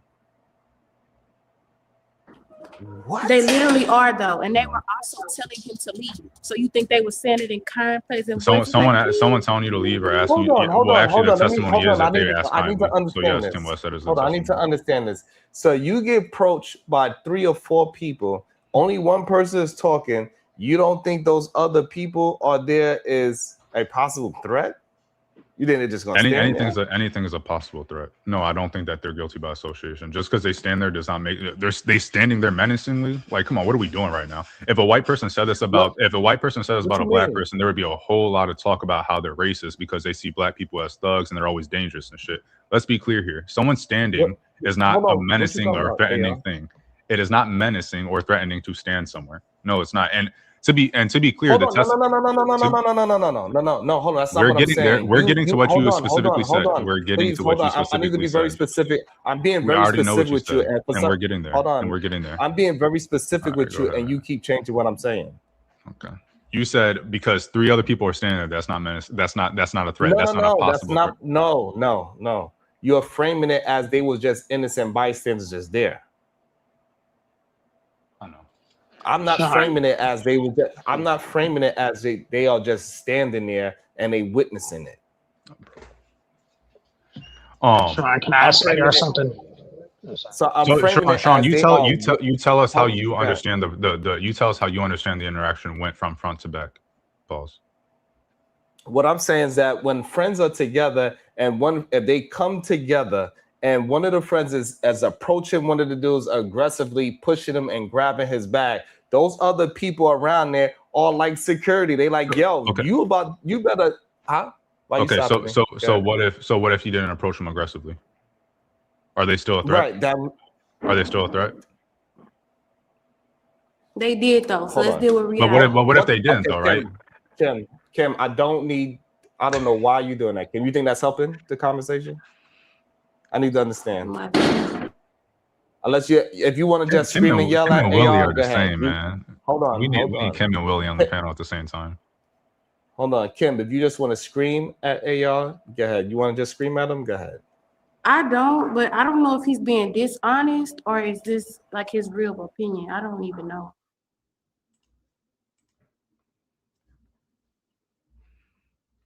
What's up, Shadow? I get to scream at you right now, bro. Yeah. Who raised you, bro? Who raised you? So you telling me 6 people roll up on you talking about get up out of here, and you not gonna take all 6 of them as a threat? You is ridiculous. You have no situational awareness. You was supposedly in the military. Is that how the military work? When y'all see a bunch of people over there, do they have to all roll up on you aggressively for you to understand that this group of people are posing you a threat? Come on, stop it, AR, bro. You gotta be smarter than this. I don't even know what you're talking about, and I don't even know if this is really your honest opinion. There's no way you could tell me you got military training, but you have absolutely no situational awareness. Because that's what we're talking about right here. Like, oh, just because they standing there, they not a threat. They weren't just standing there. They were quote unquote. He was asked to leave 15 times by multiple people. So all these multiple people that are quote unquote asking me to leave, I'm not supposed to think they in on the program. Me personally, no, I have more situational awareness than that. Okay, I'm done. You feel better? So, I need to actually address what you're saying because it does sound like you're tap dancing, and I don't even understand why. And I'm not attacking you. I'm just saying what it sounds like from this side. You're going out of your way to say things that normal people wouldn't consider what you're saying to be accurate. Most reasonable people, if 6 people approach them, I don't care if between 3 to 7, if any number of people approach you and one is acting aggressive, most people would believe that the other people with them are also in that sense of aggression. I understand what you're saying, but you're acting as if it's not possible that what actually went down could have went through his head, because you're like, oh no, well, just because they're there, that doesn't mean they're automatically going to jump you, despite the fact that everybody was being aggressive with him. And this is across multiple testimonies. The testimony does not show that everybody. You've only read day one. You've only read day one. Okay. Phil James 499. It was a school function in an affluent community, not a gang war over who runs the corner. I don't know if. I saw someone else. It's kind of crazy to me. It's kind of crazy to me, but I don't know. Bubba Homeschool. Camilla said, "Make me, bish." That is provocation. Legally, open and shut. You cannot claim self-defense when you provoke the fight. Read the law. That is correct. That is called provocation with intent. Please stop. No, stop. If I went up to you right now and I call you a bitch ass nigga 15 times in a row, you finally say something back. You just letting this nigga talk. Shut your whole ass up. Don't nobody want to hear that. They just in here talking. They didn't get introduced. He said, Sean, I was up here for 3 hours damn near, and I didn't say not a word until you hit me up and said, hey, AR, you there? You want to talk? Either man get on here, he immediately starts talking. He ain't even on here for 5 seconds. He starts talking. K to T to go, get on here, start talking. Who else was on here? They randomly started talking. I'm like, damn, man. That don't even make sense. Where is the respect at, man? Where is the respect? Who cares, bro? Stop being a kid. Where's the respect? You hop in constantly and interrupt niggas all the time. Shut the fuck up. Y'all niggas is gay. Look, KT on some other shit. He was not being this mean yesterday, and I was saying the same shit.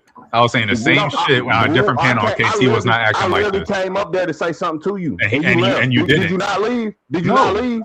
No. Yes, you did, your lying ass. I'll put my. Hey, you want to make? Hey, Sharon, you want to make $50 real quick? You are a whole liar, nigga. Sharon, you want to make $50? Yeah. You want to make 200? KT, whatever money you want to put up, I'll put up. About 10 minutes and left. Sharon, go to. $200. I just told you. I'll do 500. Sharon, go to Q Butter's panel yesterday. See when I joined. See when KT joined, and see who left last. Or see because.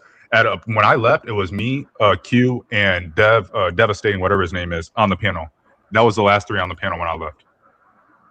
KT was over here talking about how North Carolina has $700 houses. We was looking up stuff on Zillow. We was talking about the Knicks a little bit. I was up there I left after KT left, and I will put $500 on it. So KT put $500 up. I only got 200. Hold on 1 second. I'll put 200. That's fine. We'll 200. Hold on. Bubba Homeschool. It's not the bitch. It is the make me read the law. Yeah, that's not how the law works though. Seriously, even without interrupted. Again, if I walk up to you 15 times and push you, and then you finally say make me, that ain't like, oh look, now it's no self. That's not how law works, bro. Now from the beginning you walk up to a nigga, but that's where y'all leaving it out. For him to even say make me, you're ignoring the comment that was made to him. I'm about to make you $200 real quick. I'm about to pull that joint up. Oh God, pull that up Q's. I was up there for. I had to say that you left. I was like, damn, where y'all go? And then I told them like, oh yeah, I'll be right back. And then I ain't gonna lie, I had to dip off. But let me see. Was it the Cube? Cube, is ER or A? What on but A? It's ER. Okay. And is yesterday's show? Yeah. It was a live. Let me see. We got live. I was about to say, how long was that live? You might be searching for a minute. It was building networks. What the topic was? Building networks. No. Yeah. That was it. Wait, was it? No, that wasn't the topic. Tripping. I was like, where am I? I don't even see me on here. Oh no, I guess you don't have it up there. But it don't. I guess my bad. I'll try to make you 200. You're trying I to don't even see the damn video. Yeah, like you said, I don't know if they upload it or they may have went over 12 hours and then they don't upload them streams sometimes. They just let them just go in. But I see 2 weeks. The closest thing I see is 2 weeks ago. It don't matter. You see it, AR? No, I'll try to find it. But that makes sense. Because I was looking, I'm like, I'm not even on this. But it makes sense because that was 2 weeks ago. Okay. KT got lucky. He got They $200. ain't get lucky shit. You just saved yourself. You better be glad that video saved your money. That's what my kids think. I came up. I literally left because you wasn't there. I ain't even gonna lie. I came up there because you was literally talking about this, and did I not come up like you said? It was y'all four, and then I came right. I just ain't say nothing. I just chilling for it. No, there was like a bunch of, and then Damo came up. Like I can rehash the entire conversation because I was up there. I was talking. So like you was up there when I was talking. We talked about North Carolina. We talked about why he chose North Carolina, where he chose in North Carolina. He said he got the paperwork. He wanted painters. They asked you if you got people that you can send out there. You was like, no, they live in Winston-Salem, Kinston on the east side. And then we started talking about how much it costs to live there. The lady came up. I don't remember her name. We was talking about how much it costs to live in North Carolina and Charlotte. Yeah, like I can go rehash. It was way longer than 10 minutes. I left that, right? No. I can't. All right. We don't got the video evidence. It's just hearsay at this point. Let's get back into what part you wanted to jump in on, KT. No, hold on. I wasn't done. Make me. Me next. Ronald, were you introduced? Okay. I was here before. He was here. So it's okay. Earlier, I know you was here earlier. I was here listening to you say dumb shit. Oh shit. Talking about you need to talk to your kids. You need to talk to your kids. Like, what are you talking about? I don't know. What does that got to do with it? What are you telling your kids? No, parents are not supposed to talk to their kids. You're not. No, you still saying parents are not supposed to talk to their kids about conflict resolution. What does that got to do with what we're talking about? We know that he talked. Like someone said earlier, we know that his parents talked to him because he got A's. He had a 3.7 or 3.8 GPA, so we know his parents talked to him. Okay. So you saying that? So what did I say that was wrong? It's not wrong. It's stupid. What is stupid? It didn't need to be said. We already know the parents talked to him. Just because your parents talk to you doesn't mean you shouldn't defend yourself. How he defended himself is the issue that I have. Exactly. Exactly. I don't even know why I talked to this dude just to give him some airtime. He can wait his turn. Yeah, like the way you guys are framing it, 6 people approach him. I haven't seen that in any testimony you can say, or surrounded him, I should say. I haven't seen that in any testimony. Whether you want to say he was approached individually by 6 different people or 14 different people or however it was. Sure, I've seen people say that. In my opinion, if I was somewhere and 14 different people approached me and told me to leave, I'm not going to stick around to find out what happens when the 15th person does. So you want to talk about situational awareness and stuff? I think it's stupid because I don't necessarily expect a 17-year-old to have the same situational awareness or make the same decisions I would make. So I don't even like to get in that conversation because to me, it's kind of purposeless. I don't expect him to, feel like he needs to get up or something like that. I just wish he would have. And I think that he and his family probably wish that he would have got up after the 1st or the 3rd or the 5th or the 6th, or pushed him or punched him instead of stabbing him. And it's as simple as that. To me, it's manslaughter. And everything that I've seen points to that. I mean, yeah. Yeah, the reason why it's murder 1 is that touch me or punch me and see what happens. AT is next. Sorry. Yeah, I was gonna say for the make me part, like I said, it's the words prior. You can't just ignore the statement that was made prior, the multiple statements made prior. Now, AR, I'm agree with you on a piece of this, right? The manslaughter portion. I get why people mad because like you said, you've been stating manslaughter from the beginning, but it can be a very good argument made as self-defense if you look over like all the days of the trial, things people are saying. People have spoken about, like some of the witnesses did say, like people were approaching him aggressively already. You know what I'm saying? The witnesses themselves. So it's not like, you know what I'm saying? But when we talk about law, this is legalese. And no offense, if we're going to have the talks about justice, I'm with it, right? But it's no correct way to follow it. Let's just be 100. Rich people break the law every day, and guess what? They give them a fine and say, you know what? That law ain't that important. You do that with your broke ass, you're going to fucking jail. You know what I'm saying? Because it's important now. So, I mean, that's how it works. It is what it is. Now, what I will say is we probably need to stop looking at things in a manner of like, I don't think it's a question about white people versus black people or whatever. I'm not saying all white people hate us, all black people hate white people, whatever. But at the top of the system, there are people who are highly interested in keeping us in a certain position, which isn't anywhere near or above them ever. You know what I'm saying? I'm not looking at no system and saying, I expect this 17-year-old boy to have situational awareness. Because, Ronald, I'm going to say this to you real quick. How you sat there and said the situational awareness. Hey, they train cops to know what a gun is, right? they still killing innocent people because they quote unquote thought they had a gun. Situational awareness and training doesn't give you experience of things. I'm not going to sit there and tell somebody, especially a child, how to react when a group of people of a different race, of more size than me, I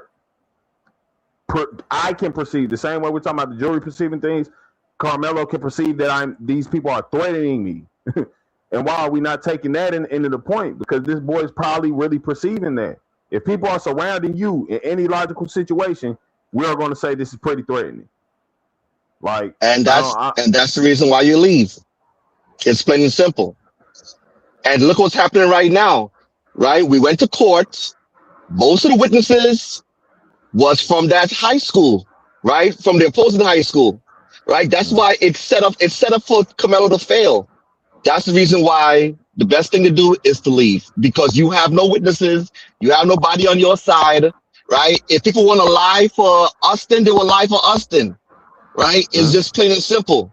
And if we keep on saying the justice system is not suited for blacks, if we keep on saying the justice system is here to set us up, that's the reason why you leave. Don't put yourself in court with a jury, right? And it wasn't a jury of just white people. It just didn't have any black people in it.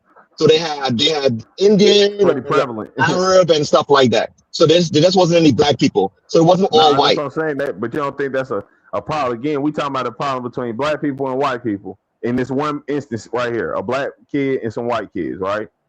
And it's no black people because again, do you think Mexicans view things the same as black people?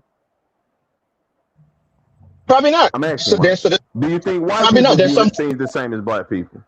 Probably not.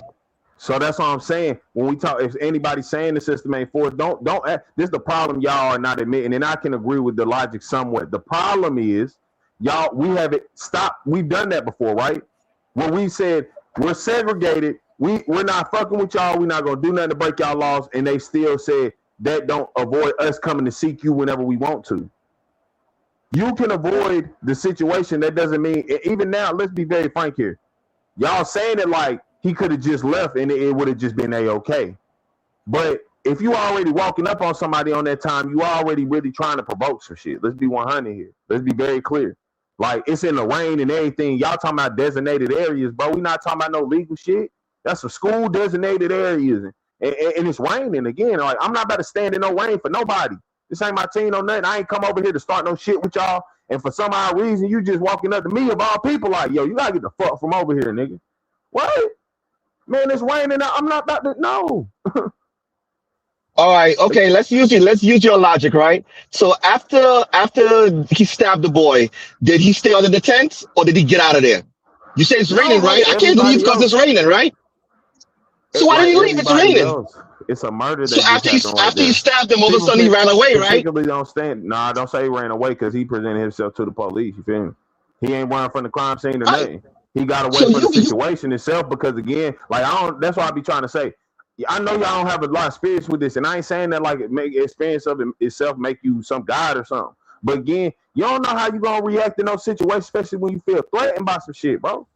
And then now you saying because they didn't handle it correctly. Again, we not saying this not even saying we aren't, but you don't have this much like you don't go against the police this much. When they're trained to notice what a gun is, trained to notice certain actions of people carrying guns, and they're constantly shooting black people in particular. I thought he had a gun. This motherfucker's 10. I thought he had a gun. You know what I'm saying? You're not adamantly going against that. Say, well, shit, they ain't properly following the things as it should be, right? That's what I'm saying. This don't make sense to now apply this to one of our own people in a very understandable circumstance of this man scared, bro. Black people surrounding white people ain't never worked good. I don't know where the fuck in the world you live, bro, but that's never been, this never ended up optimal most times. Are you finished now? Like I said, let's just be honest. If we having a conversation, it shouldn't be if we're finished. You know what I'm saying? Maybe. Okay, yeah, because I wanna be able to talk without you jumping in. That's why. No, but yeah, you shouldn't have to make sure I'm finished or nothing. Because it's a conversation. I'm not finished. They'll continue. You know what I'm saying? It's just ignorant even. Go ahead. Okay, I'm sorry for using the wrong word. Okay. So like I said, if, like I keep on saying, if the system is not set up for us, if he knows that, God forbid, if something happened was to go down, he's against a lot of other people, it is just the best leave, right? At the end of the day, right now, he's about to face 35 years. So if he had to look back, if all of us, we're supposed to be grown adults, right? I know when it comes to my kids, especially if I had a mirror to see all these things right now, to see everything that happened, I would tell my kid to walk away. First of all, to get a really good lawyer is very expensive. And to also, a jury of your peers in Frisco, Texas, where it's mostly white and Asian, most likely you're not going to get a jury of your, you're not going to get a lot of black people on that sucker. All right. So like I said, and the best case scenario is to walk away, man. It's just plain and simple. Nah, and listen, here's why I'm gonna make some agreements with you, okay? That is the best case situation. Again, that ain't how things work in the heat of the moment. That's why people are trained on many things, but errors still constantly happen. Because in the heat of the situation, guess what? You done been training for years how to properly stop a bomb from detonation. You know what I'm saying? Off of 3 chords. And people still fuck this shit up, bro. Because that's humans. Nobody's perfect. We are not perfect. So again, just in that context of things, bro, it's wild to say, well, because you didn't pick the best conclusion, you're guilty. You deserve that first degree murder. Because this is where the injustice is happening and where us as black people really on some bullshit. Like, I don't care what you're talking about. I'd rather visit my son behind the glass than visit his grave site any day on the earth. Point blank period. I don't know what you would say, if you would agree, but sometimes that would be the best resolution. Because if something's going to happen, whether it's life or death, I would prefer for my child to live than be dead. Yeah, you're going to do some time in jail. Cool. It is what it is. Because guess what? I'm not going to say everything going to be peaches and cream, but again, you do have a possibility to get back out here and to continue living. That white boy ain't about to get it. His days is done. Them shit's numbered. He the fuck up out of here. You feel me? That was now, as you'll probably apply to our black people when we out here doing bullshit, well, that nigga deserve.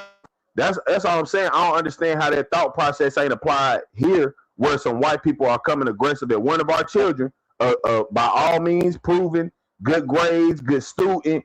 This ain't no aggressive kid out here doing bullshit. And now you saying he deserved this. It's just crazy to me. And that's harmful for our community. But I land my plane.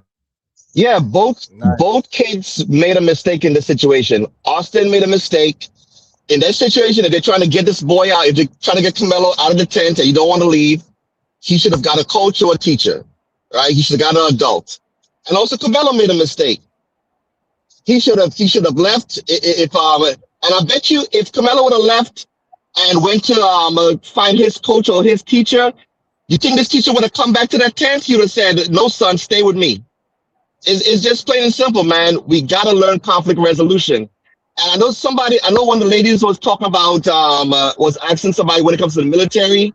When I was in the military and we went overseas, they told us you do not want to get stuck in one of those jails overseas and miss ship's movement. So the best thing to do is to walk away. Don't get in any fights over there. You don't want to get stuck over there and miss ship's movement and you in jail.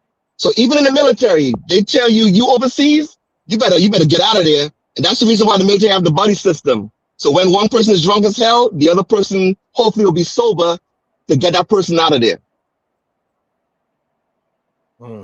Okay. Let me welcome into the show. Chicago Rilla. Good day, sir. How you doing? Man, peace to the guys, man. I hope y'all having a beautiful day. It was a bad storm yesterday. Weather's good, so we doing our walks around. What you say, 5 miles that way, 5 minutes one way, 15 minutes. Yeah, there we go. 15 that way. There we go. Yeah, we on that. We on that. I was trying to stay in the clouds. I have a question for the chaplain. Actually, I have 2 questions for the chaplain. First question is, do you have any critique for the system? Do you think the system failed this young man? Is there any order in hand? Can we all just say what we think? No. I'm asking the chaplain, Fight Club chaplain. Oh, I don't even know who that is. That ain't me. Brother Ron. That was to you, Ron. Ronald, yes. The question was When I to you, saw this Ronald. case, I thought he was found guilty. As you can see, in 3 hours, the jury came back with a guilty verdict. Hold on, maybe you didn't understand the question. Maybe you didn't understand the question. Ask him one more time, Rilla. Yeah. Do you have any critique for the system? Part 1. Part 2 is, do you believe the system failed that young man? So the system, there are situations where, yeah, unfortunately, black people. So when it came to this situation, I don't think the system failed them. Because like I said, from the beginning, when I heard about this case and I saw the stuff from the beginning, I thought he was gonna get found guilty. Okay, so this is what I'm gonna ask you to do, Brother Ron, because you said this for the last 2 days. We get it. You said last year they was gonna find him guilty, that they was gonna string him up. We get it, brother. You're right. They did exactly that, right? The question on the table was, do you think the system failed him?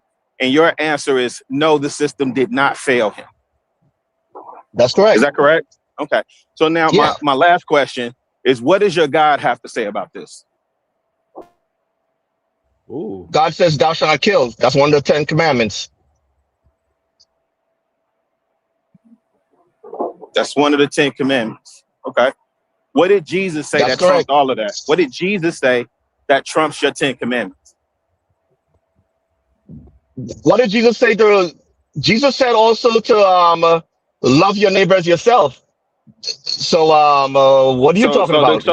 So move the 10 commandments out of there. What does your God, G-O-D, Elohim, Yahweh, Jehovah Nisi, Adonai, right?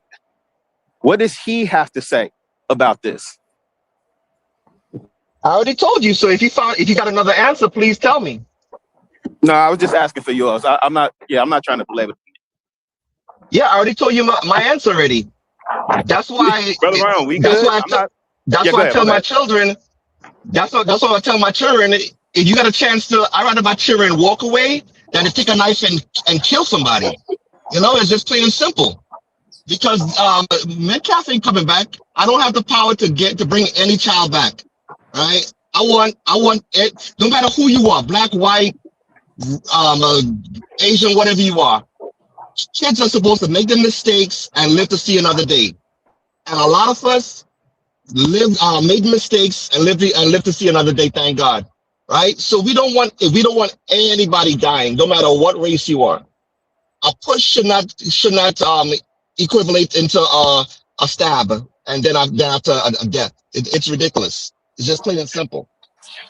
Okay, and an accident or a mistake should be looked at as such, and the punishment should be measured fairly across the board, right? Yeah. Right? So if I look at another case and I see one kid gets 10 years and then another kid gets 4 years and only serves 2 for essentially the same incident, essentially the same type of incident. What's more egregious is you got one kid literally running away from the scene. See, this is the challenge for me. These folk can do whatever they want, and we see them do it in our face. And I understand E's frustration. We see them do it time and again, and then the men among us say, well, just toe the line, follow the rules, do what you're supposed to do. And even when we do that, it's still our fault. Right? I never hear anybody say, because listen, I'll accept what you're saying. The kid did it. He got tried by a jury of his peers. He's convicted. He's admitted that he did it. He got to do that time. Okay, cool. What critique do you have for the system, though? Because you telling me the system, wait, hold on. Because you telling me, Chaplain, that the system worked just fine. It served justice. Right? Them jokers deliberated for 3 hours, came back with a verdict, and sentenced him in the same day. We don't find nothing suspicious with that. We don't have no critique of that. Nothing. We don't see no flaws. Right? And this stuff be enough to make you cry. Yeah, that should be crazy. This stuff be enough to make you cry. Because actually your God has a lot to say. So even when we go the Christian route, we still at fault. It's crazy to me. Crazy. God said don't murder if you don't murder. Well, did God ever have redeeming quality or redemption for the murder? Was there a redemption for the murder? Is there empathy? Is there love? Is the Holy Spirit available to the murderer? This the crazy stuff. He's still alive. For sure. That's who Paul and them was, right? He literally killed Jesus' people. But that's what I'm saying. Y'all be false Christians. Y'all KT, this is what I'm saying, fam. I understand that. Go ahead, crucify the boy. Do you have that same amount of energy though for the system? And it's crickets. Yo, Chicago. And Carmelo Anthony is still alive to change his life, to become the best person he could be. Eventually, he'll be out with good behavior, like in 17 and a half years. 20 years. That is not true. 23 years at best, right? And what you think finna happen when he go in that system? Y'all think people go in there and they provide just university level education and rehabilitation? That system is about punishment, fam. This is you're gonna depend on a 19-year-old kid. And the crazy thing, the way you framed it, he still got time to turn himself around. Turn himself around for what? From what? He wasn't a bad kid by all accounts to begin with. He made a mistake, an ill-advised decision. I think we can all agree on that. I think most of us have said as much. It just bugs me out. All the critique, all the breakdowns, all the pontification and dissertation for what he did. Nothing for the system. Not even nothing for the Metcalf kid. Not even nothing for him. Right? You teaching your kids to walk away. Are you teaching your kids keep their hands to themselves and not put their hands on folks? I heard none of y'all say that. I spoke about the Metcalf kid. Whoa. I checked how many times. Hey, hold on, Shadow. Relax. I ain't saying you, brother. All right, bro. You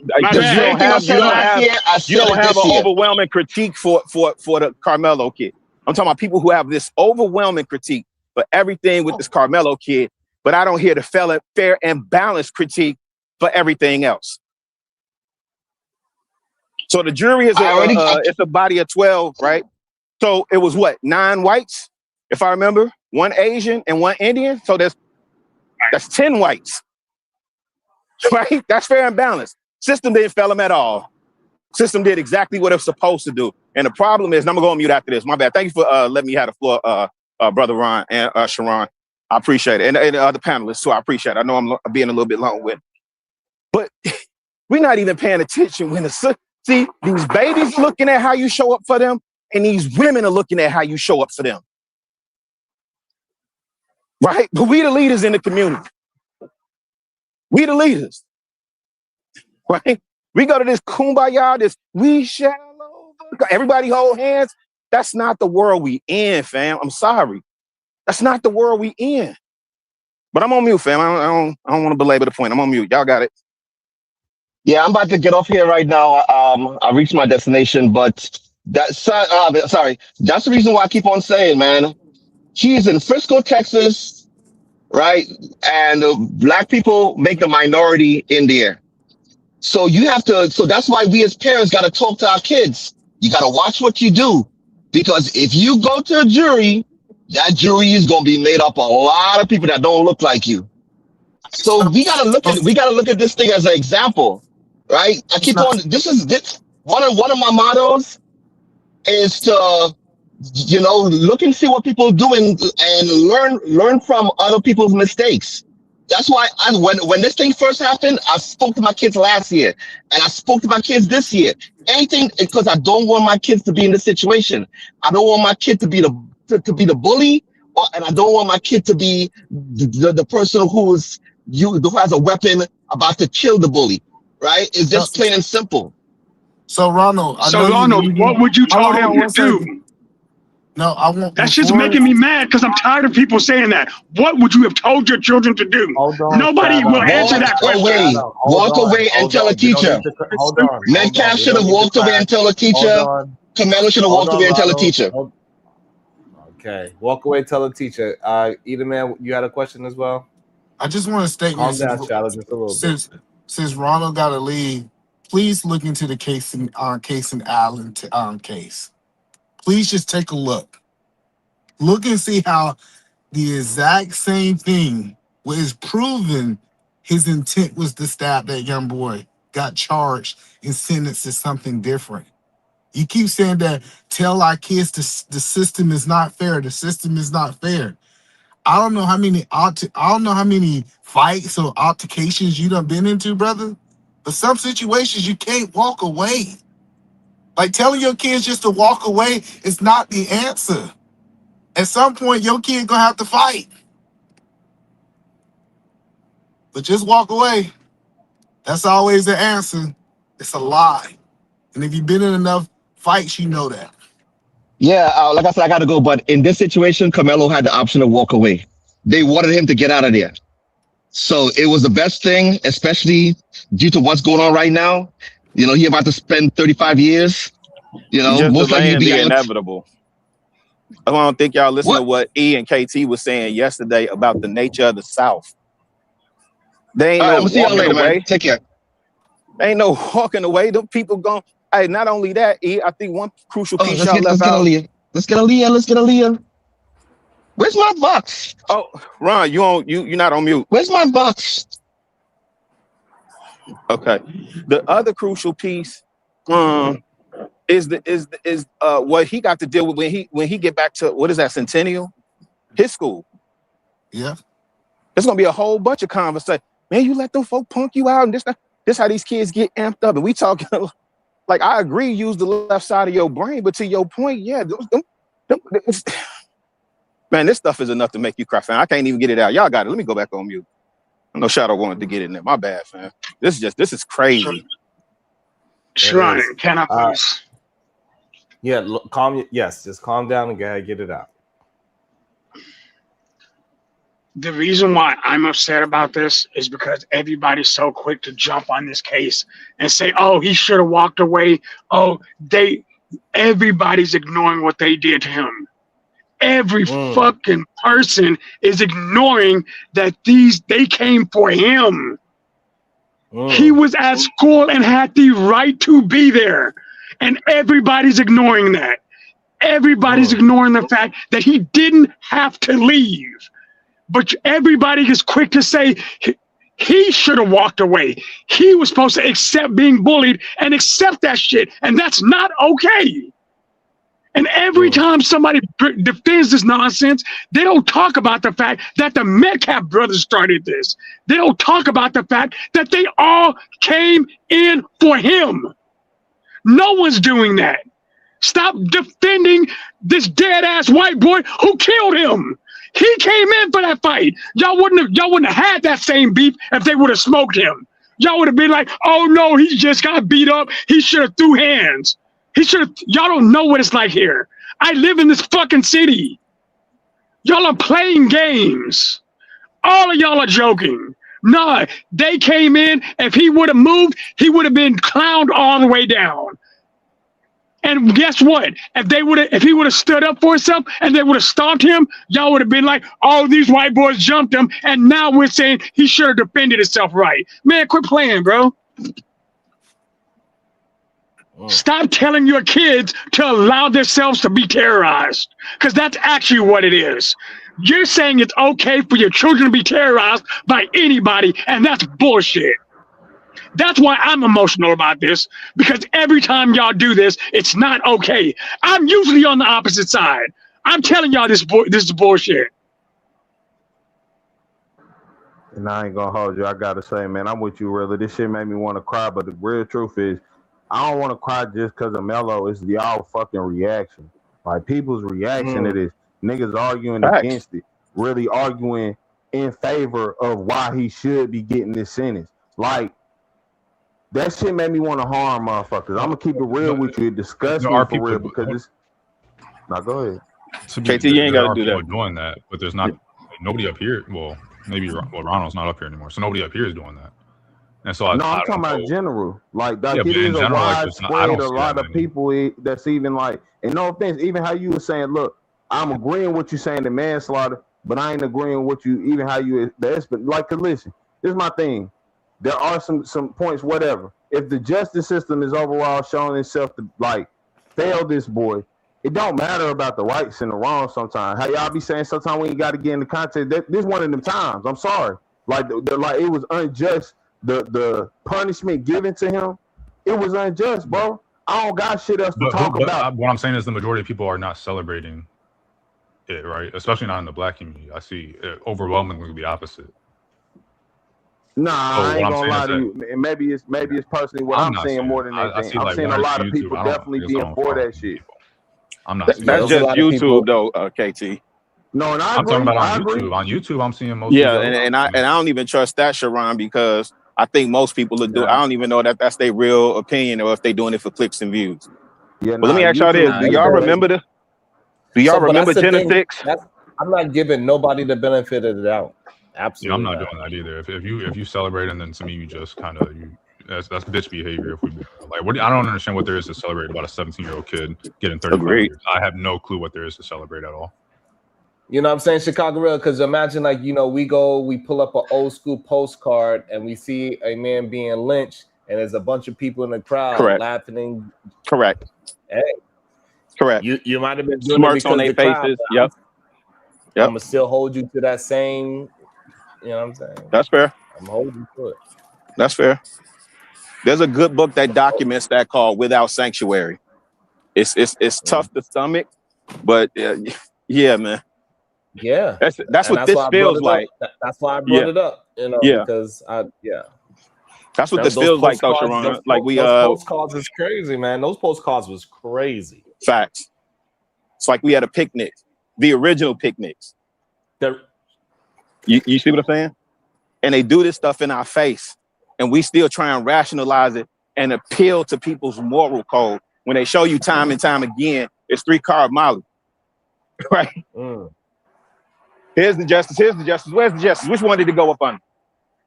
Oh no, man! Wrong again. Wrong again. Peasy ain't going. I live in the South. Understand this.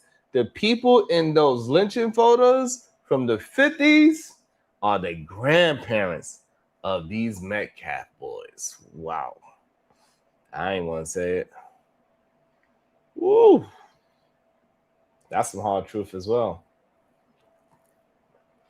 And Chicago Real, what is your thoughts on how the Anthony family was swayed to choose to be complicit with an all-white jury and also search for a white lawyer? This is Claudia. I wanted to get realism on that. Edie Man, what's your thoughts on that? Before I go to KT, because I know KT's a little bit. What's your thoughts on that, Edie Man? Edie Man ain't there. God damn it. KT, what's your thoughts on it? I'll save you, man. Okay, hey, what's your thought? What's the question? The question is, what's your thoughts on the Anthony family, the parents? They failed them. Being swayed on being okay with taking a white attorney, with an all-white jury, and being persuaded to look for a white lawyer. Yeah, I don't know how true that is, or if that's just them not wanting to take accountability for failing. But even if it is true, they're stupid. I mean, I said somewhere earlier that I think that they might be book smart, and I think that that's obvious because they had made sure their son was doing well in school and all that good stuff, but they might not have common sense. They might just be stupid, No. So this is all right. My bad, Edie Man. I didn't know you wanted to talk over me. I thought you landed, bro. Wow. You don't know why you gotta be so petty. Go ahead, bro. All right. Go ahead, man. He landed. We got Either Man and Chicago Real. I got a question for you as well. Go ahead, Either Man. I don't know if you heard the question. Go ahead, Either Man. What's your thoughts on that question, Either Man? So basically, what I found out that this was not his first group of lawyers, right? So he had a group of lawyers that started with the case, and for whatever reason, I don't know if they ran out of money, but that lawyer didn't finish, and they had to get another lawyer, right? It changed my whole perspective because I thought they had access to the GoFundMe. Because if they had access to the GoFundMe, in my mind, okay, now you got money, you can get whatever team, but now you're looking at a year of trial. I don't know if you ever been through a trial, paying a lawyer and switching lawyers and saying, hey, that lawyer don't say, I don't care about what money you pay him. I got to start over. Go ahead. Hey, Either Man, while you deliberate, my issue with it, right, is that if the lawyer knows that you have that money there, they will still take the case. They will absolutely take the case. What did you see the interview of the parents? Maybe you haven't seen that interview. I ain't gonna lie to you. I'll say this. I think they products of the system itself. Like I was saying, they like paper smart, but not street smart. Like they don't have any. And this is what I was talking about also with experience itself. Like we believe in this system that we follow, and even justice included, that if you do things quote unquote properly, things will work in a proper manner. I'm not even mad at it. Like I'm mad that they didn't make the correct decision, but I'm not mad at people being brainwashed because that's what people constantly do. Like we accept parts and believe that things can get better and want it to be. So we just try to work with. And listen, let's be real. We've always understood or thought and believed, shit, you got a better chance with a white person talking to white people. We forget though that while that can be true, white people already previously probably talked to each other and they got some shit set up without your black ass. You know what I'm saying? Dang. Like, regardless of what like I've seen it, like myself with my eyes. You feel me? Where the nigga I paid for, white man I paid for, is talking to the prosecutor. You feel me? I'm talking about what we gonna do with the kids this weekend. You feel me? They correlate and work together. So yeah, but it's crazy because somebody told me something. It hurts me that it's true. It really hurts me that it's true. I was having a conversation, and this guy was telling me. He said, "I don't think it mattered if he had black people in that jury or not, because some black people are turning too. If he had a Ronald on that jury, it wouldn't matter.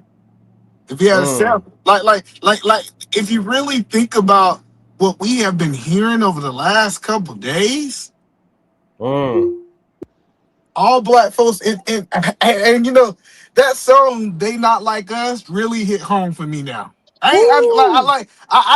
didn't understand it because I was like, you know what, I almost heard the Chicago sentiment, we all from the lands of the motherland, or however you want to put it, right? But I'm realizing that people are not just like us. And what I'm starting to see is people that's not African American don't see themselves inside of our kids. You cooking right here, E. Crazy. This new E, you approved. I ain't gonna lie. Nope. I seen it. You've been coming to the low key dark side. You've been bucking the system, low key. Congrats. No, it's not about the dark side. It's about how can you look at I can't look at this young man and don't see myself. Yeah, that's and then when I hear people like Ronald say, if it was my child, that means you cannot see your child inside of this young man. That's the point. Yep. Man, you hear Ronald voice, that boy from Jamaica. That Negro is not one of us, cuz. Like, I don't be real. I wanted to say it, but I ain't want to be petty up there. But you know what I'm saying? It's all again. You do recognize it's a lot of them that's always the proponents of being like the black white face type people. Like they black in skin, but they carrying white logic. You feel me? And they always talk, yeah, we should have just followed this and da da da da da. That's why I've been like, man, y'all. A lot of people be tripping to me. I just don't. I don't correlate with that shit because I do see myself in them kids. You feel me? So we need to come to this reality. It's not good enough for someone with black skin to be on the jury. When we start saying being measured by our skin, I need an African American. Someone who is connected to the same things that I'm connected to, that I can look in the eyes and see myself. I'm saying this is bad. People don't understand how bad this is. And I understand the young man lost his life. I also have empathy for Austin and his family. I want to be clear. I wish that young man did not lose his life.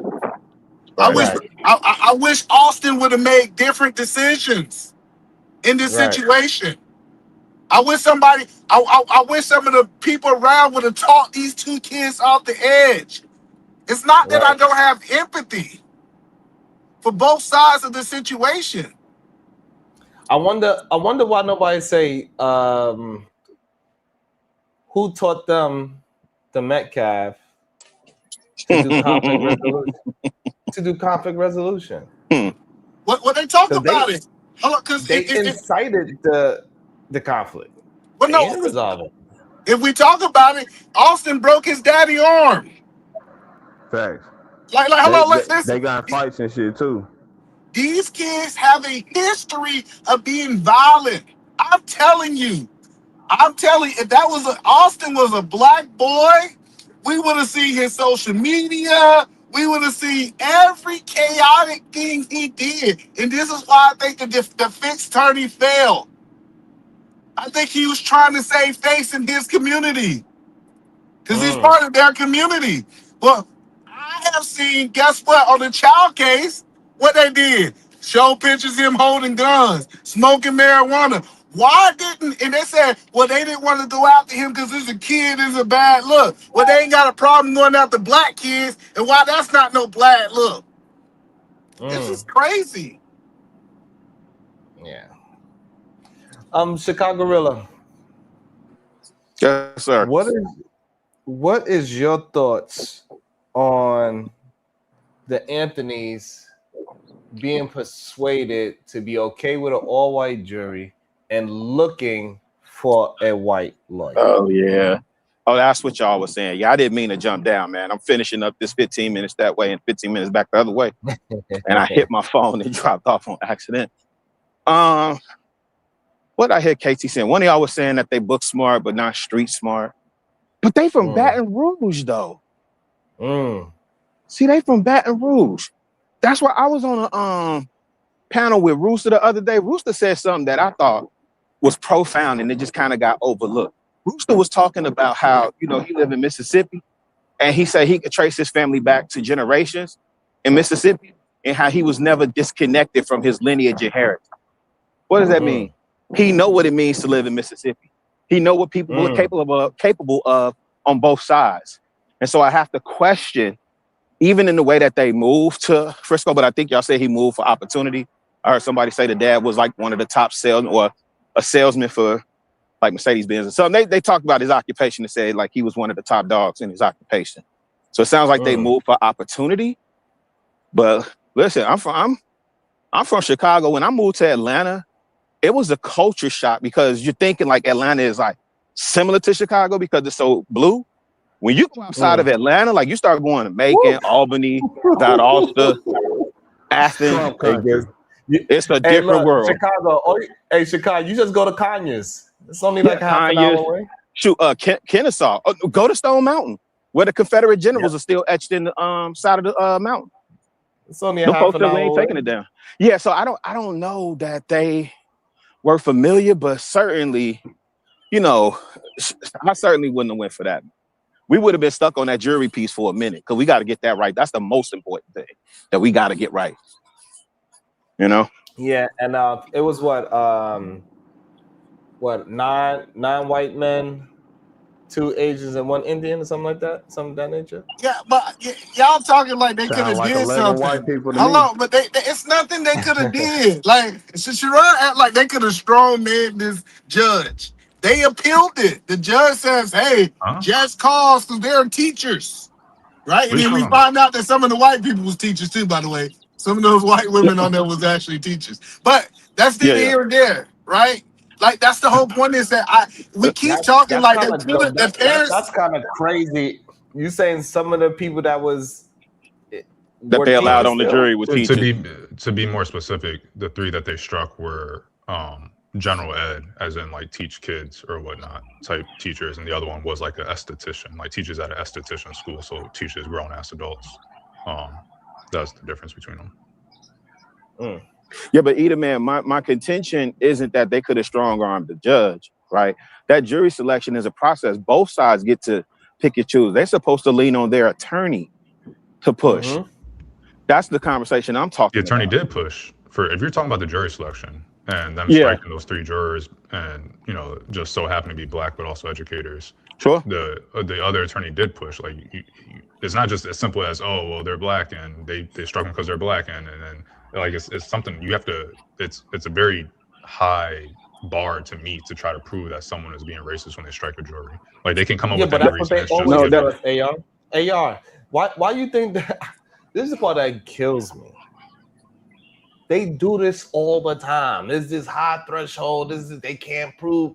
They've been doing this shit for years. They know exactly how to make it seem as if they are not being who we know for them to be. No, what I'm saying, I'm sorry, it's a low threshold to strike a juror. Well, no, but it's a high threshold to try to prove that it was racism or something else. My grandfather told me this. That, like redlining, for example. How can you actually prove it? It was very difficult, and they still do it today. Before my Chicago, before my grandfather. But you're saying that you should. To me, it sounds like you guys are saying the lawyer didn't do enough in that situation.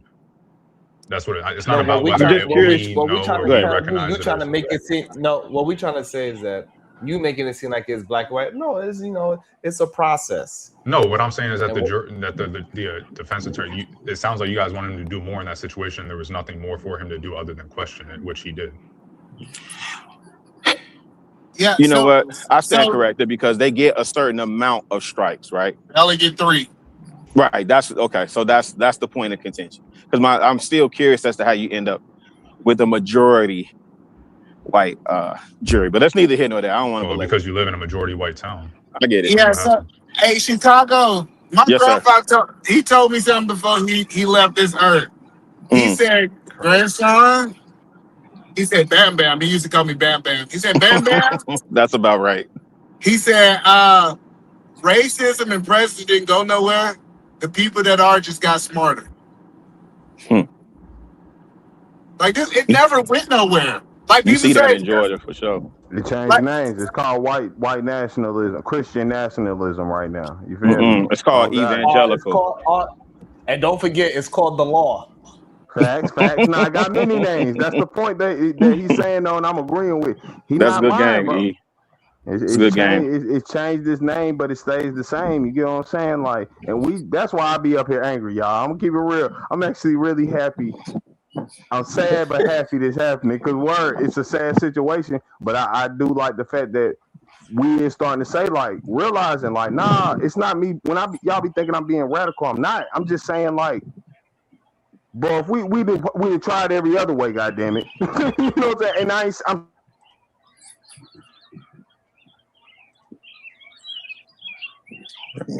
Who got the birds?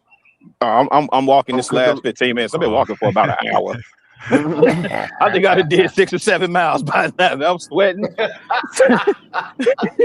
Yes, they got birds in Chicago, man. Yeah, it just calmed down. Like, and you know what really surprised me?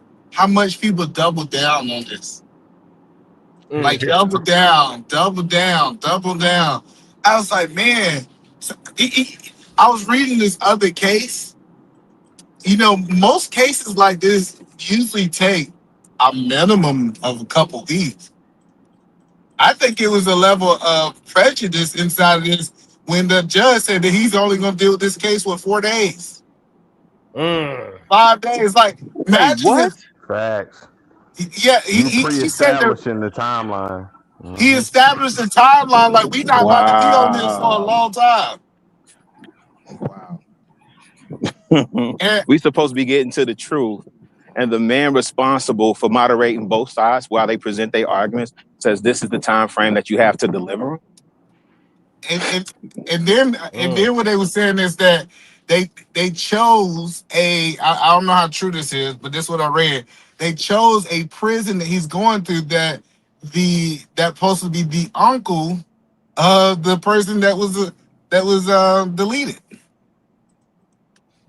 Yeah, I think they said that I don't know if they verified that, but I think they said the warden of that prison last name is Metcalf. So then my question to the black men becomes, what is our response, right? Because again, we keep seeing this stuff happen. See, the same people that would sit up there, hey man, if I was in Money, Mississippi with Emmett Till, ain't no way they coming up in my house. You know, they ran up in that man's his uncle's house and snatched him out. His uncles ain't do nothing. See, these the same ones. I am not my ancestors. You certainly not. I want to tell the answer, but I get so much pushback every time I say it. And what the real answer is, Chicago, black people need to leave the South. I know that sounds chaotic. Listen, everybody say that's not realistic.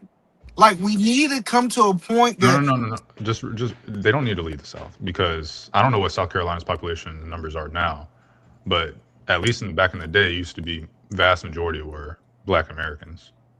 And if I were to guess, it's still, I think it's like still 60-70%, for example. But most people would still say South Carolina is racist. So the issue isn't that they need to leave the South; they need to be out and voting and engaging in their civic duty, not waiting until something bad happens and they're not doing. But that's the crazy part, that you believe that you can outvote a racist system. It's funny you're telling them to leave the South to go to the North, where that same thing happened, right? You're saying it does not, because if you can't outvote a racist system, or if you can't change a racist system from within, then there's no reason to go to the North either, because the North was not racist.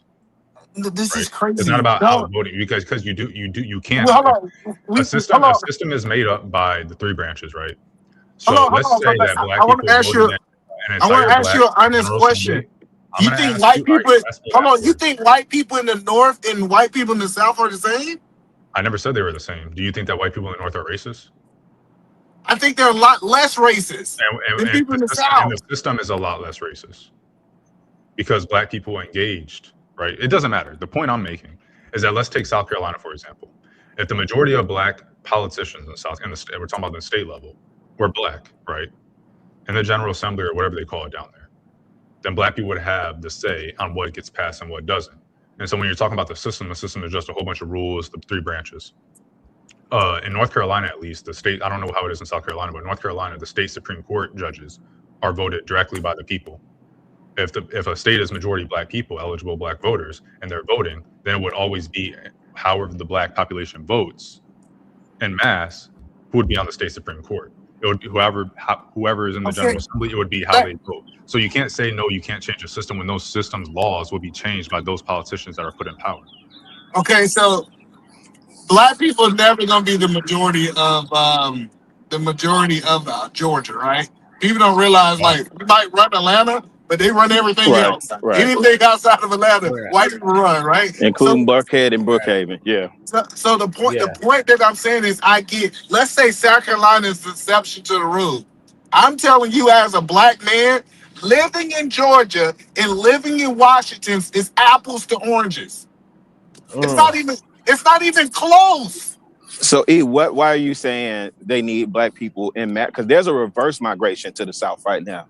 People are actually moving from northern cities to the South. So I'm curious, genuinely curious, because I didn't leave Atlanta because of like it was racist or anything like that. I actually left because I had another opportunity and I wanted to take it. But I'm curious to know, why should they leave the South?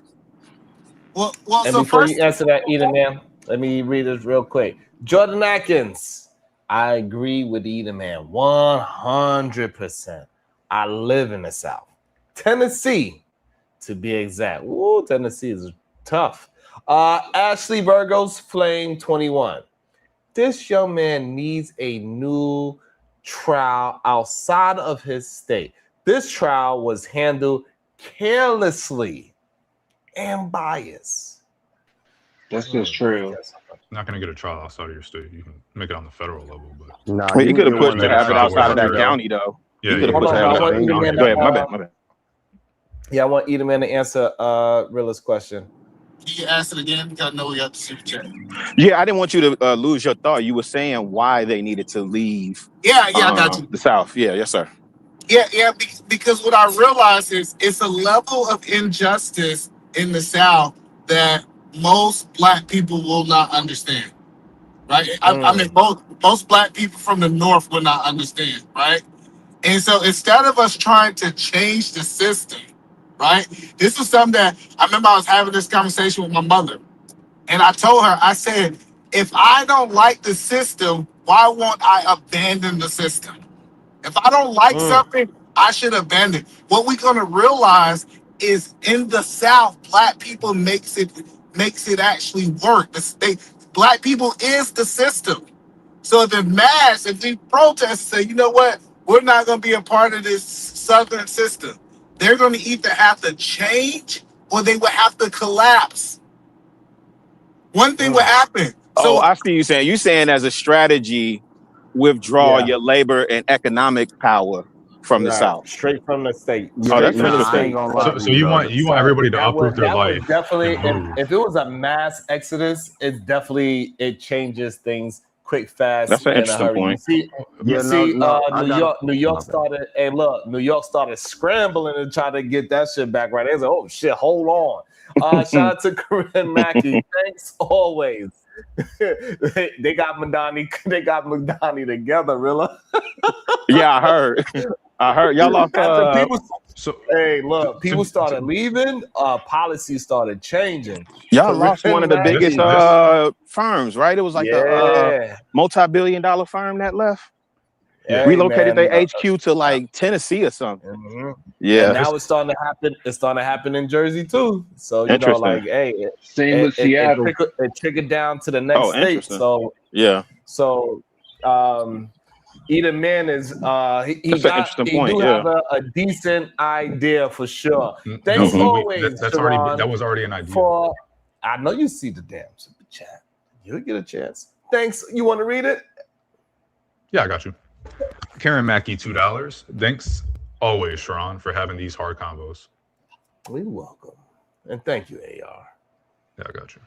Hey, either man, what's the difference between Washington and Georgia? All right, man. I think so. You said what's the biggest difference? Yeah, you said you could tell the difference living in Georgia and then moving to Washington. What is that difference you noticed or seen? I think the system is different.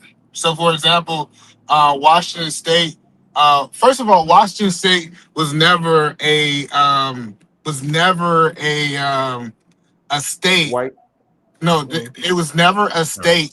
It became a state after slavery, right? It was a territory.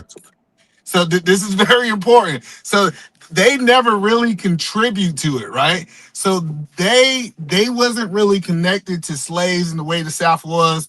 Like it always been this melting pot up here where multiple cultures, well, I say that and people say ain't enough Black people here, but multiple cultures, not just Black people, always lived kind of in close proximity of each other, right?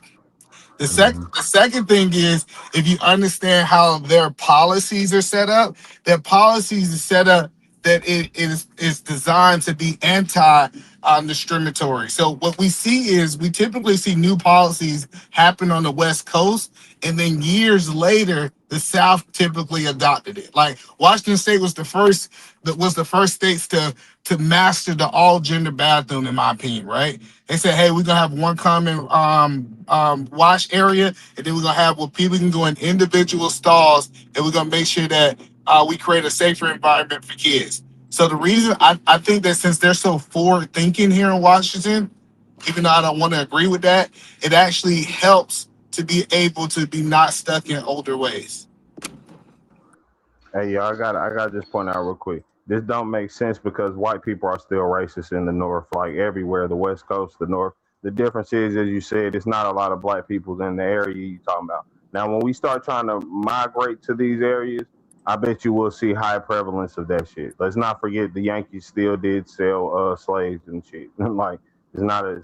They had nowhere near the amount of slaves in the North than the South. No. I'm not saying they did. What I'm saying is they still partook. It's wild, a fallacy of us to act like, oh, Well, yeah, if we could go there and now shit'll be good. No, they're going to be mad because the same reason why these white people be mad yeah, in but the South is putting it in real. They see their perspective numbers matters. dwindle. I think in But that's not in the racism. You talking about 1800s, prejudice. I think You in the talking about 1800s, prejudice. 95 or 90 or 85% of South Carolina's population were enslaved people. That was never, ever, ever the case in any northern state. So proportion and talking about putting it in context actually matters. You can't say, oh, well, 10 people had slaves and therefore it was the same in the North as the South. The South Carolina and Georgia specifically, during the Federal Constitution Convention, were the only two states to say, hey, we will not ratify this Constitution if you guys try to outlaw slavery. So no, none of the northern states were like that. And it's embedded in the South. We're not talking about, but listen, we're not talking about whether or not it's at the same level. What I'm saying is they partook in the actions.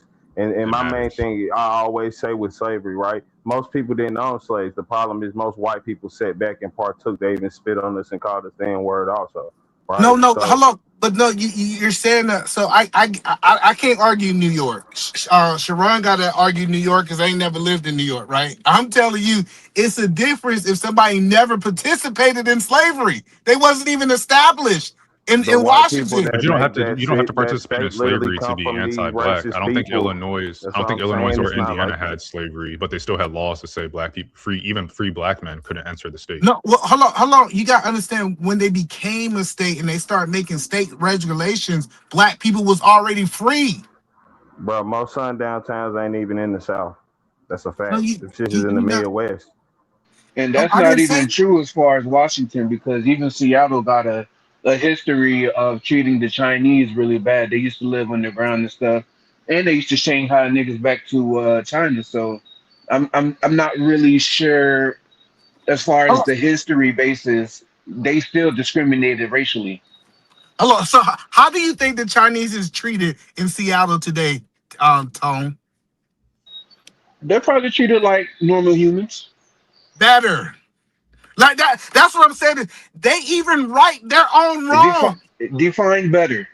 Like they have literally special certain things just for them because of their mistreatment.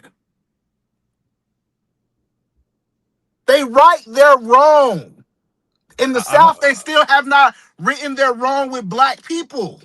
Yeah, I don't see how you guys are really trying to argue against either man saying minorities and black people are treated worse in the South than in the North or the West. Like that's not even I don't even understand what the point is. My only issue with Edelman's statement is no, don't leave, fix it from within.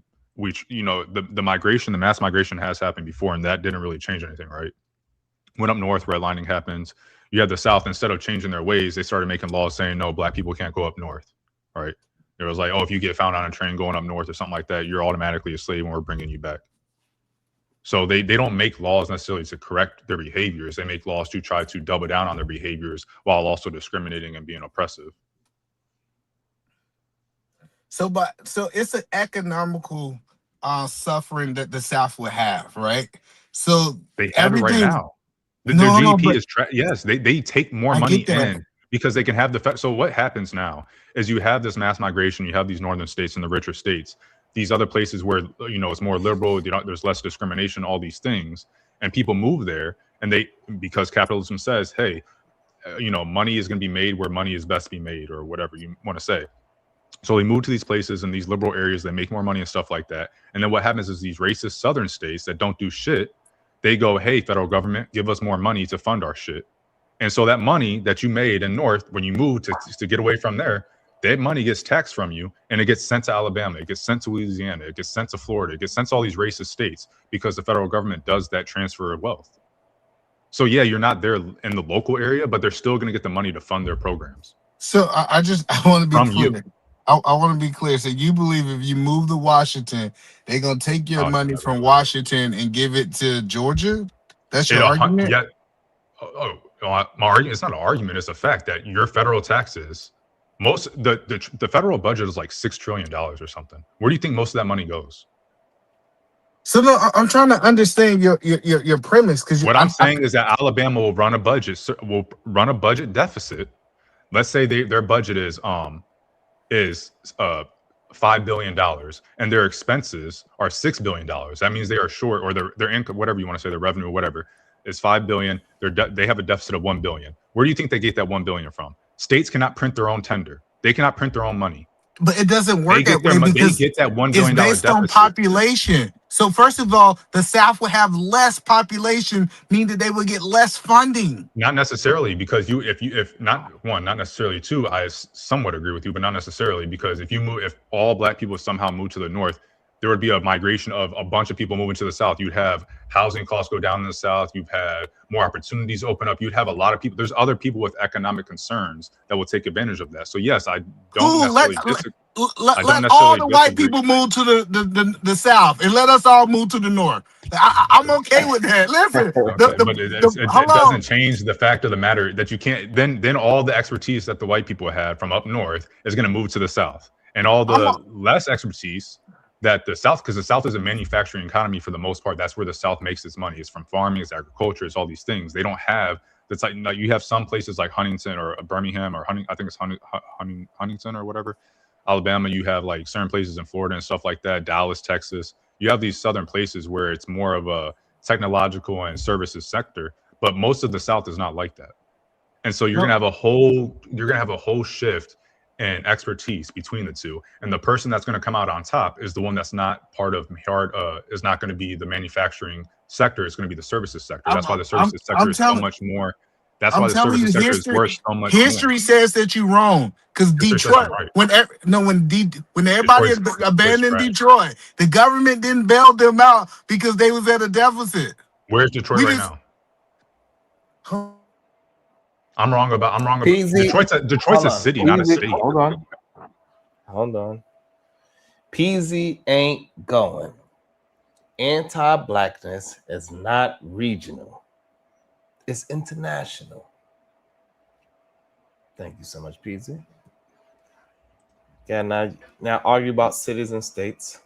I don't know why he brought it being obtuse on purpose. I don't know if he's really trying to argue that somehow these southern states that, are running $5 billion deficits and shit aren't getting money from the federal government. I don't know if he really wants to make that argument. California has like some crazy surplus. They give more money to the federal government than they receive. Where does he think the money goes? I'm confused. $6 trillion budget for the federal government, and he just thinks it's only spent in the states that you're taxed in? Like, you think that money doesn't cross states? You think California's surplus isn't used in other states? No. Well, what I think he's talking about is the state and how they collect the money, not how they get funding federally. Yeah, but if a state has he's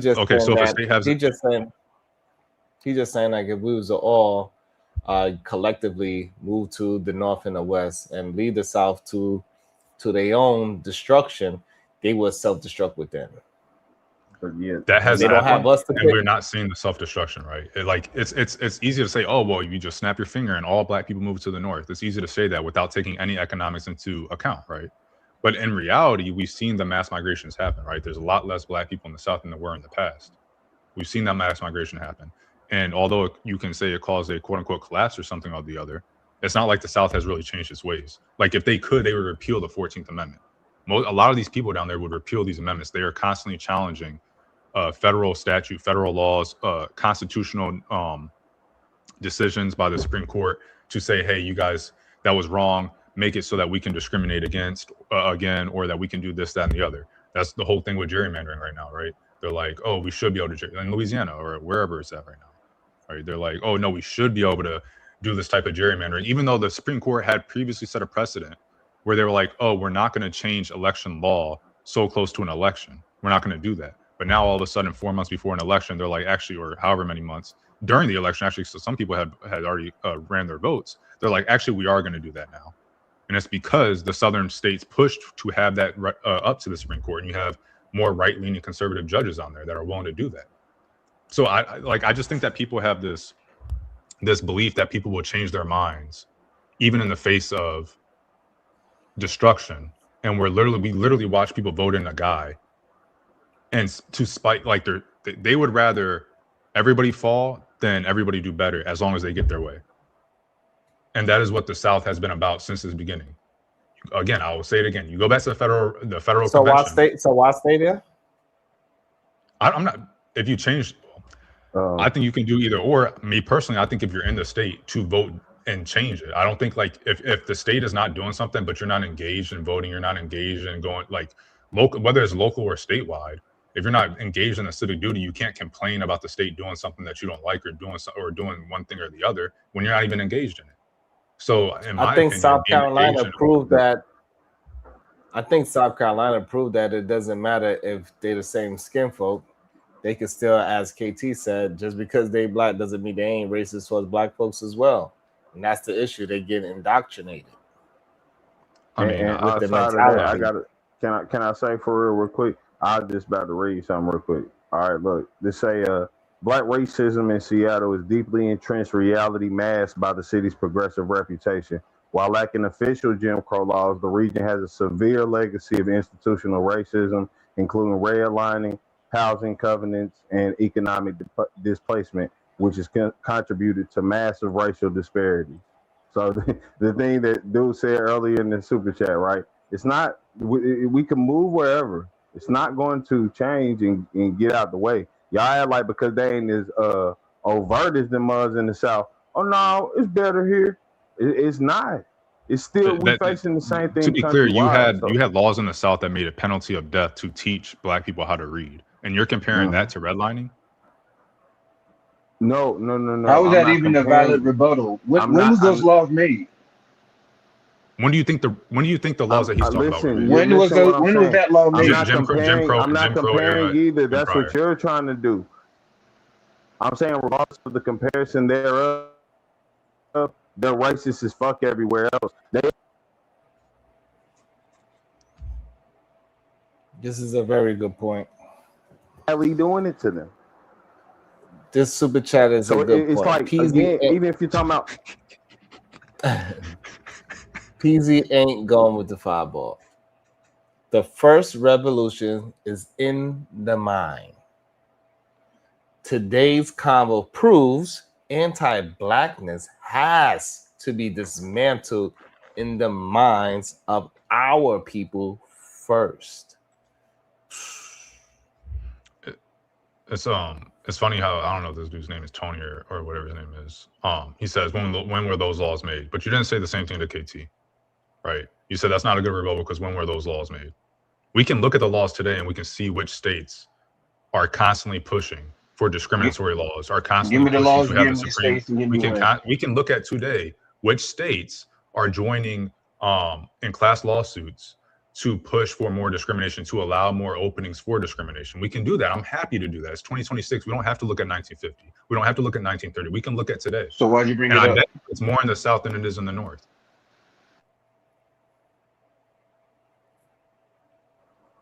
Which, hey, look, I'm not even trying to get in that argument. What I'm saying is, though, it's still there. It's still present. It's still prevalent. It'd be a wild of us to ignore that shit. And first of all, let's be honest. So why would we move to a place where we're lesser in population and try to basically even it out or whatever, however you want to say it? And why wouldn't it be smarter for them to just move down there? Because it's still lesser white people. I guess you could just say that honestly, what you'll need to do is get them more on your thought process, right, AR? Since we're here in this populous position down here, let's go to these cities and get in that position or whatever, right? But that wouldn't be as easily done if we're trying to literally migrate to different areas up north. Yeah, I don't think it's realistic to have people just up and move. I don't live in Ohio, and I try to get family to move out of Ohio because there's less opportunities where my hometown is. But they don't, like, people are stuck where they, that's just how it is, especially if they're older. They want to live in their home. And if you have, family from the ancestors from there, you're not going to want to move. You're like, this is my home, I'm not leaving. So that's one. And two, it's just like to have people just get up and go find a job over here. And like population centers are population centers. They've been built around the population that came there gradually, not just a sudden uptick in 1 million people or a sudden loss of 1 million. Cleveland in its heyday had, like, I think in the 1920s or 30s or 40s or something like that, had almost a population of 1 million. So they had housing for 1 million people. Every decade after whatever their height was, they lost like 100,000 people or something. And the 2010s, they had like 300,000 people in Cleveland. So you had 300,000 people and you had another 700,000, and if they weren't all tore down, like 300,000 people. Completely different. So you had 300,000 people and you had another 700,000. And if they weren't all tore down, like 300,000 people. Completely different. So you had 300,000 people. Wait, yeah, am I tripping? To be realistic. No, I think that was Sharon's mic or feedback. But yeah, I don't think it's, realistic to expect people to do that. I think it's more realistic to, push them to vote in their areas and, be more engaged on the jury, at the ballot, at town council meetings, protests, all that stuff. Now I agree with all that because I know most people die where they born at. That's no exaggeration. You feel me? They just don't leave that area. Financially harm, even familiarity, right?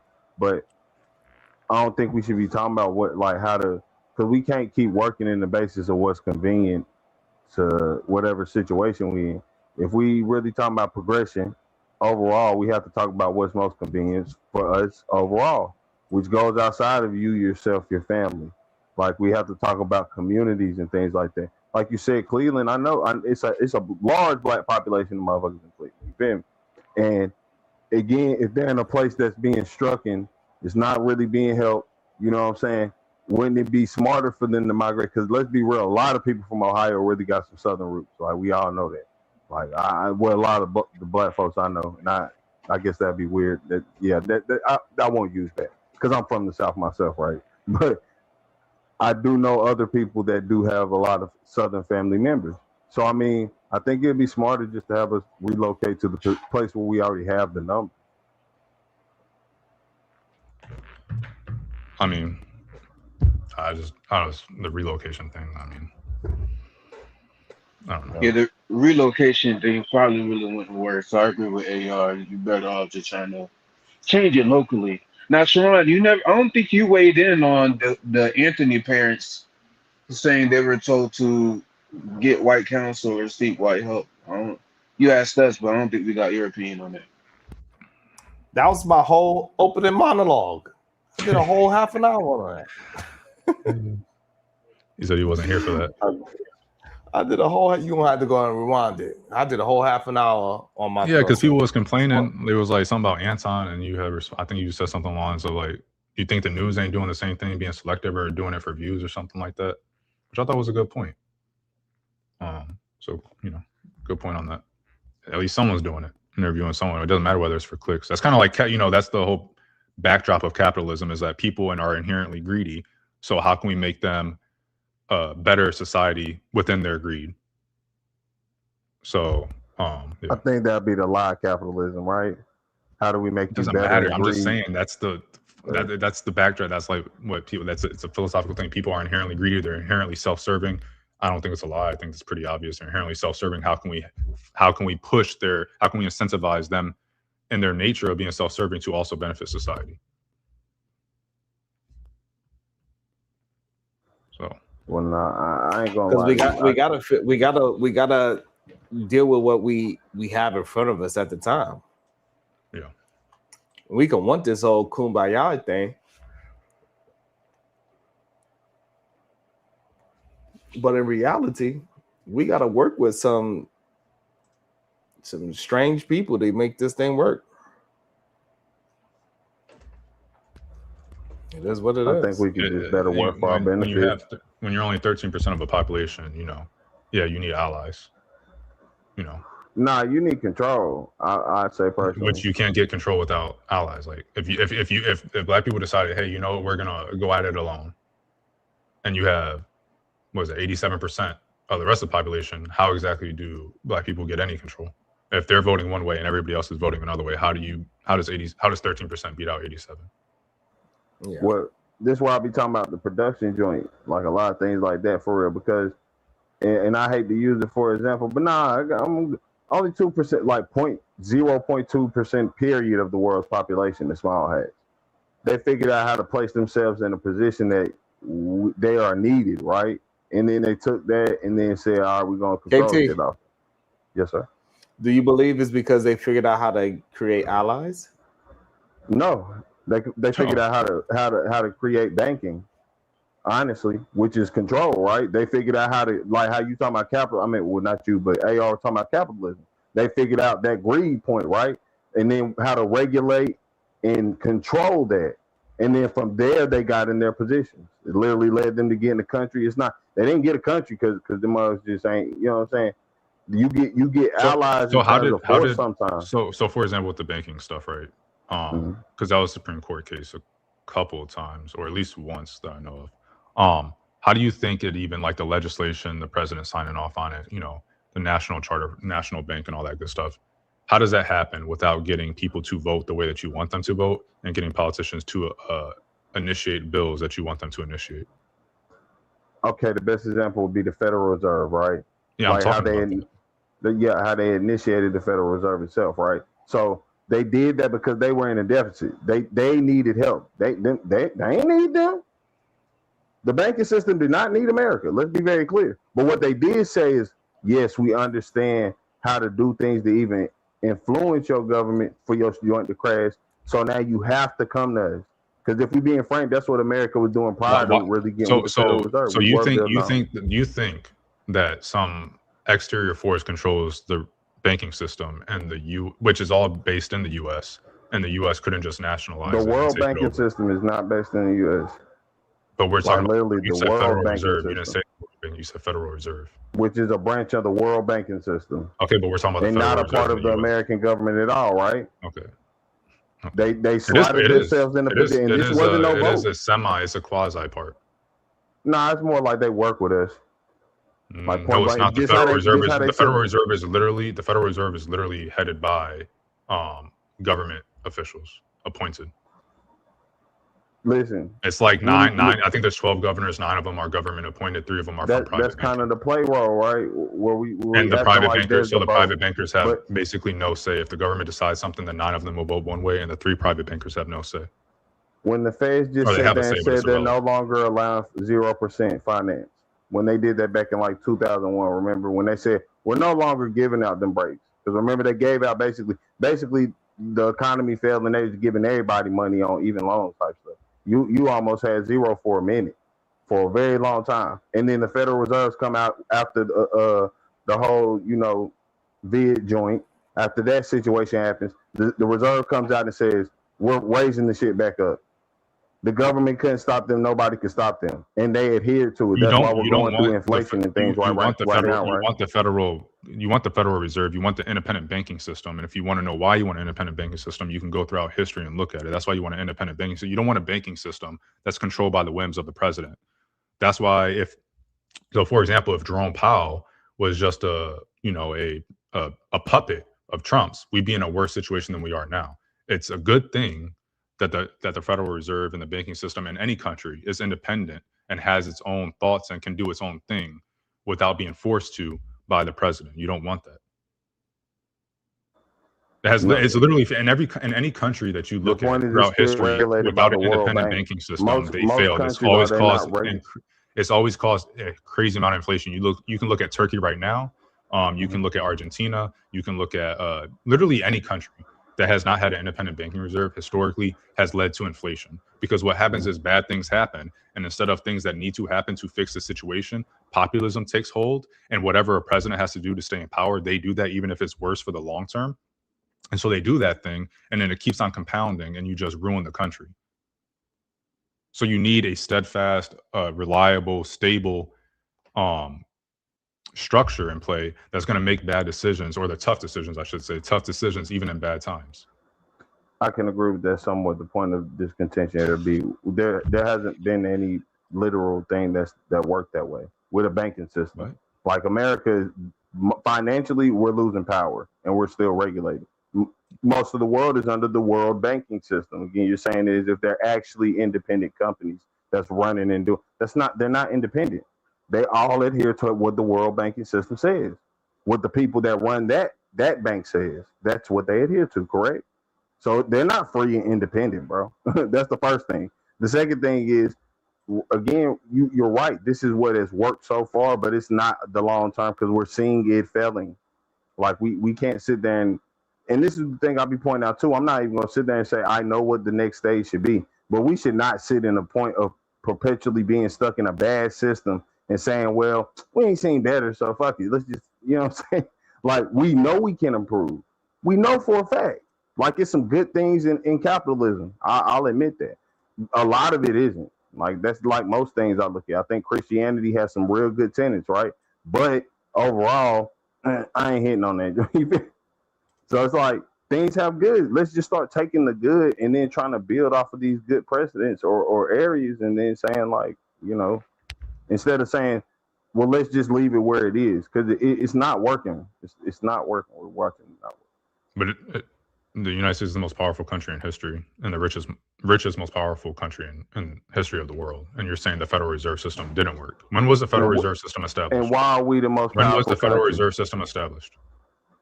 I believe it was 19 something. I ain't gonna 19 something. And the U.S. became the most powerful and wealthiest country after it was established, correct? But we're not, because of our financial position. Let's be. What's up, man?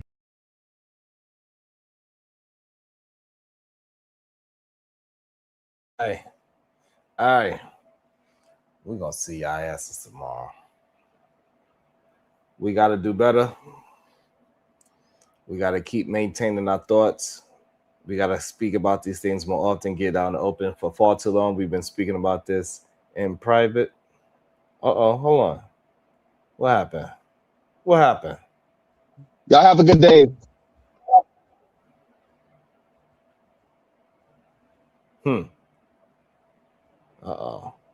He came back for y'all. Hold on. He came back for y'all. Who, Ronald? Oh, yeah. He said he was busy, and then he came back. Yeah, I just made it back. Mm-hmm. But y'all have a good day, man. It was a good conversation. They said you wasn't even really American, bro. That's okay. I was born in Trinidad, but I spend most of my life in America. It's okay. I've been here 36 years. Do you think that you... Damn, can I ask him a question?